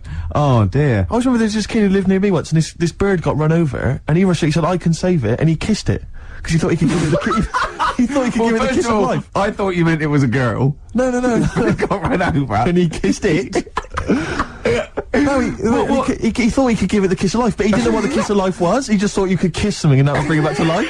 I think it was an excuse. I think he was kiss a thinking, I dead can't bird. wait for a bird to get run over, then I can pretend to be giving it a kiss of life, but really I'm giving it a nice little snog on the I remember he beak. kissed it like that and threw it up like it would fly away, and it just went boom onto the floor. Oh, was it dead or? Yeah, it was blood everywhere. It was horrible. Oh no. Yeah. And what's he doing now? He presents Animal Hospital. No, I don't know what he's doing. But, He's the worst vet in the world, got Yeah. struck off.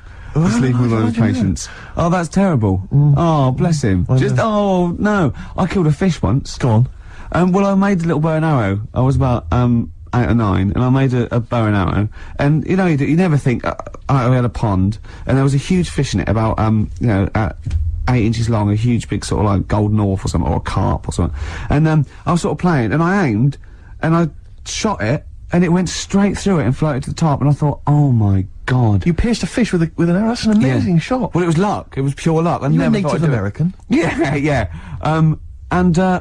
You know those little things outside in the front garden by the front gate? A little sort of 4 inches by 4 inches bit of metal. You lift it up, and it's sort of like where the drains are. If the the plumbers need to get there, or the council or everything like that. Right. I dropped it down there, and I thought, oh my God, what if that's discovered? What if I have to drain? So I ran loads and loads of journeys in and out of my house, right to the toilet and back, just taking out handfuls of Vim and pouring bleach down, thinking that I can get rid of this fish before the council dig it up in 10 years' time and go, send him to jail. Yes. Fish aside. But what do you think they would have done? They'd have taken the dead fish, they've gone to each of the doors going, is this your fish? Do you Yeah, but recognise this fish? you don't think... Do you recognise either the arrow or the fish? Yes, it's arrow straight through it. But, you don't think when you're 8 that it'd be okay. If I can ride this out till I'm 20, Yeah. the statute of limitations on goldfish murder, yeah. it is about, I can't work it out, 12 years. Wow. Yeah, so that You're was... a killer. Yeah. Carl, anything embarrassing ever happened to you ever? With what? With animals and stuff? be animals. I like animals, to be honest. So do I, it was a mistake. No, you don't. I thought you were feeling bad about the fish. Yeah. But really, you were more worried about you being locked up. Well, I felt bad. There was both the law and the moral side of fish death. I mean, we kill fish all the time, just not usually with a bow and arrow in a back garden in Whitley. Often the supermarket can lend a hand with that. I used to sell mackerel. Did you? Yeah, I had a pet magpie Did you? called Maggie. Oh, pet Inventive. magpie. You mean you captured it and didn't let it go away? Yeah. Can't have a pet magpie. But then it got really vicious. I mean... Well, it was quite right, nasty. it's been let me go. What do you keep it in, a rabbit hutch? No, it flew around, but it used to just like come to me all the time. But then it's like pecking me head and stuff. That's not a pet magpie. That's a bird in the garden. No, but I could actually, I could hold it and stuff. It wasn't scared of me, and it knew it was me. It used to come down from like the top. It hated you. That's why it wanted to peck you. Is that? And the other thing, I always remember being younger and like walking through the woods to school with my mum, and like, I was chasing a butterfly, and she said, "Oh, don't do that, Carl." And I said, "Why?" She said, "'Cause they only live a day." And I said, "Oh, all right, I'll get a dead one in the morning." That's genius. That's great. That's quick thinking, isn't it? Oh. Oh, that's sweet. we're talking about embarrassing stories and stuff, and I don't know if I've told this on the radio before. Have I told you, Carl? I'm not sure. But this was when I was working at the BBC. This is not even long ago, and I moved to London, and I was fairly new in London. And I was working at the BBC, and I had this BBC hire car, and I've never told it. If there's anyone listening who works for the BBC, I don't know if I can still get in trouble for it. But this BBC hire car, and it was like I've been ferrying kind of actors and people and production people around all day in this car. And I was driving back, it was quite late, it was about sort of 7 or 8, and I was driving back, and I pulled in to get some petrol. We had to fill up the car every day. And I went into this garage to fill up some petrol, and I was there, and these two blokes came in a white van, right? They sort of pulled into the forecourt, and I was filling up the car, and they went, "Hey, do you want to buy a couple of speakers?" And I said, "Yes, I do." Yeah. Because, tell you the reason, it was like I was so flattered that they thought I'd be the kind of bloke who would A, need some kind of classy speakers, and B, would like to buy them on the sly. Do you know what I mean? Yeah. I thought, yeah, they like the They've fact seen me. They've could- seen I look a bit of a hustler. Exactly. Yeah. I'm a street sort of guy. You can see by the way I use my walk. Exactly. Yeah. So I couldn't believe my luck. So they drove behind the garage, the little sort of garage bit at the back, and I went round there, sort of casually went round there, sort of locked the car, went round there.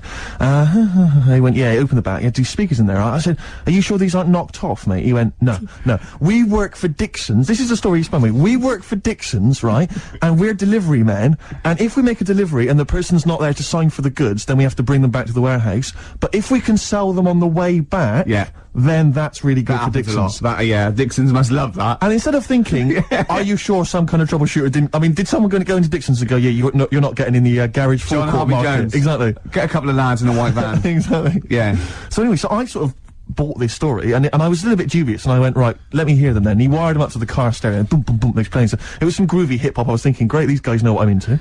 Yeah. And he's giving me the talk and stuff. And, I said, I'm a bit worried these are knocked off. He went, no, listen, we got a bloke at Dixon's who can confirm this is fine, right? Phone him up, use my mobile, right? And quote this reference number, right? So I phone out, they go, dee-dee-dee-dee-dee, and it goes, yeah, I go, hi, some guys here in the garage forecourt trying to sell me some speakers. Just wanted to check. He went, it's fine. I went, should I just read the reference number or whatever? He went, if you want. I went, X14, and I'm like, yeah, it's fine. Yeah. Okay. You know what that was, don't you? That was actually Mr. Dixon himself. Exactly. Yeah. Exactly. So I'm thinking, well, you know, they sound great. They're giving me for a knockdown price. I'd say they were like 400 quid, they were like 200 quid or something. It was a good bargain. I was in the market for some speakers as well. Yeah. So, while they were loading it's them all in... kosher, I phoned Dixon. Exactly, I phoned Dixon's, that's fine. Yeah.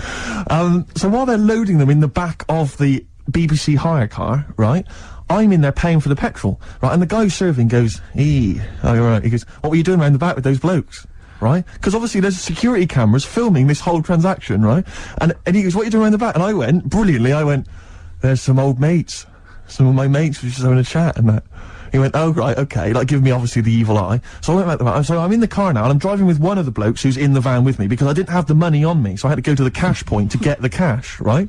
So I'm driving with him, and the other guy's like following me in the van, and he was like a northerner like you, and he was giving it all the, alright, yeah, you know. I tell him, my girlfriend's a DJ, she's got some of these speakers, they're fantastic, da-da-da, and he's giving me this. And then my mind starts working. Now that I've got a bit of time to think, I'm thinking, wait a minute, this all sounds a bit dodgy. Yeah. It dawned on me, Rick. You know, fool, are you? You're streetwise. Exactly. You're streetwise, Steve. Not only that, I was thinking, how am I going to get them home? I've got to drop the car off at the BBC. How am I going to get these huge speakers back to where I live? And how can I pay for them? Because I've just spent £100 on Find the Lady with a couple of blokes in the square. It seemed like a fair game. Some of his friends were winning. But so I explained to him, I said, I can't get them back to like Brixton where I was living at the time. He went, don't worry, give us an extra 20 quid, we'll take them home for you. Oh, that's good. Delivery. They do a whole service, you see. And there's also a backup guarantee. Did they have the guarantee, the 3-month guarantee? They didn't. No. But so I said, I'm not sure about that. He went, well, why don't you put them in a cab, send them back, and your housemates can collect it. I was like, oh no, there'd be no one in. And I was beginning to sort of get a bit conscious of like, maybe this was a bit of a scam, after all. So I pulled into like a little side road, and I said, I'm not sure I'm into this now, actually. He went, what are you talking about? It's 200 quid for a pair of speakers. It's a bargain. You never get a bargain like this, mate. I'm going, not too sure, actually. I don't think I want them. He went, 150 quid, 150 quid, mate, 150 quid. I went, no. He said, 100 quid now to you. And I'm thinking, wait a minute, this doesn't sound like the kind of work that Dixon's would be doing. Dixon's don't do that when I go in. This is it. Dixon's never negotiate in that way. When I go there, look around and I leave, they go, where are you going? Exactly. I go, no, we'll have anything then. Have anything for a So quid. I stopped the car, and the white van pulled up behind me with his mates in. Sure. And I said, can you get them out? I'm not interested. And he went, oh, 100 quid, mate. Oh, and he was just going, you tosser, you obviously want some speakers, and he was having a go at me. So I was carrying the speakers out and putting them back in the white van, and he was just shouting at me, he was going, 70 quid, mate. I said, 70 quid from 200? This is ludicrous. You realise that wasn't Dixon's policy then? Exactly. They don't usually shout you tosser as you leave the, leave the shop and walk down Camden High Street. They're not usually shouting you tosser. You should have took the offer of like the monthly payments they've got on at the moment. So I eventually put them in there, and I sort of knocked the deal on the head, and I got back in my car, and they were in theirs, and I just looked in the rearview mirror, and they were punching the dashboard, like with aggression and venom, like we let that deal slip through our fingers. And I've never been so terrified in my life. I just sat there, and I was just thinking, oh my god, all I was thinking now is, what if I go back to the BBC, and they go, we've had a call from the police, the man at the garage, he saw you doing a dodgy deal. I in the back love of it. the car. Well, what you do is you put the hire car in a drain in your front garden, and then go in and out of the toilet, just pouring bleach down or Ajax, and they never know.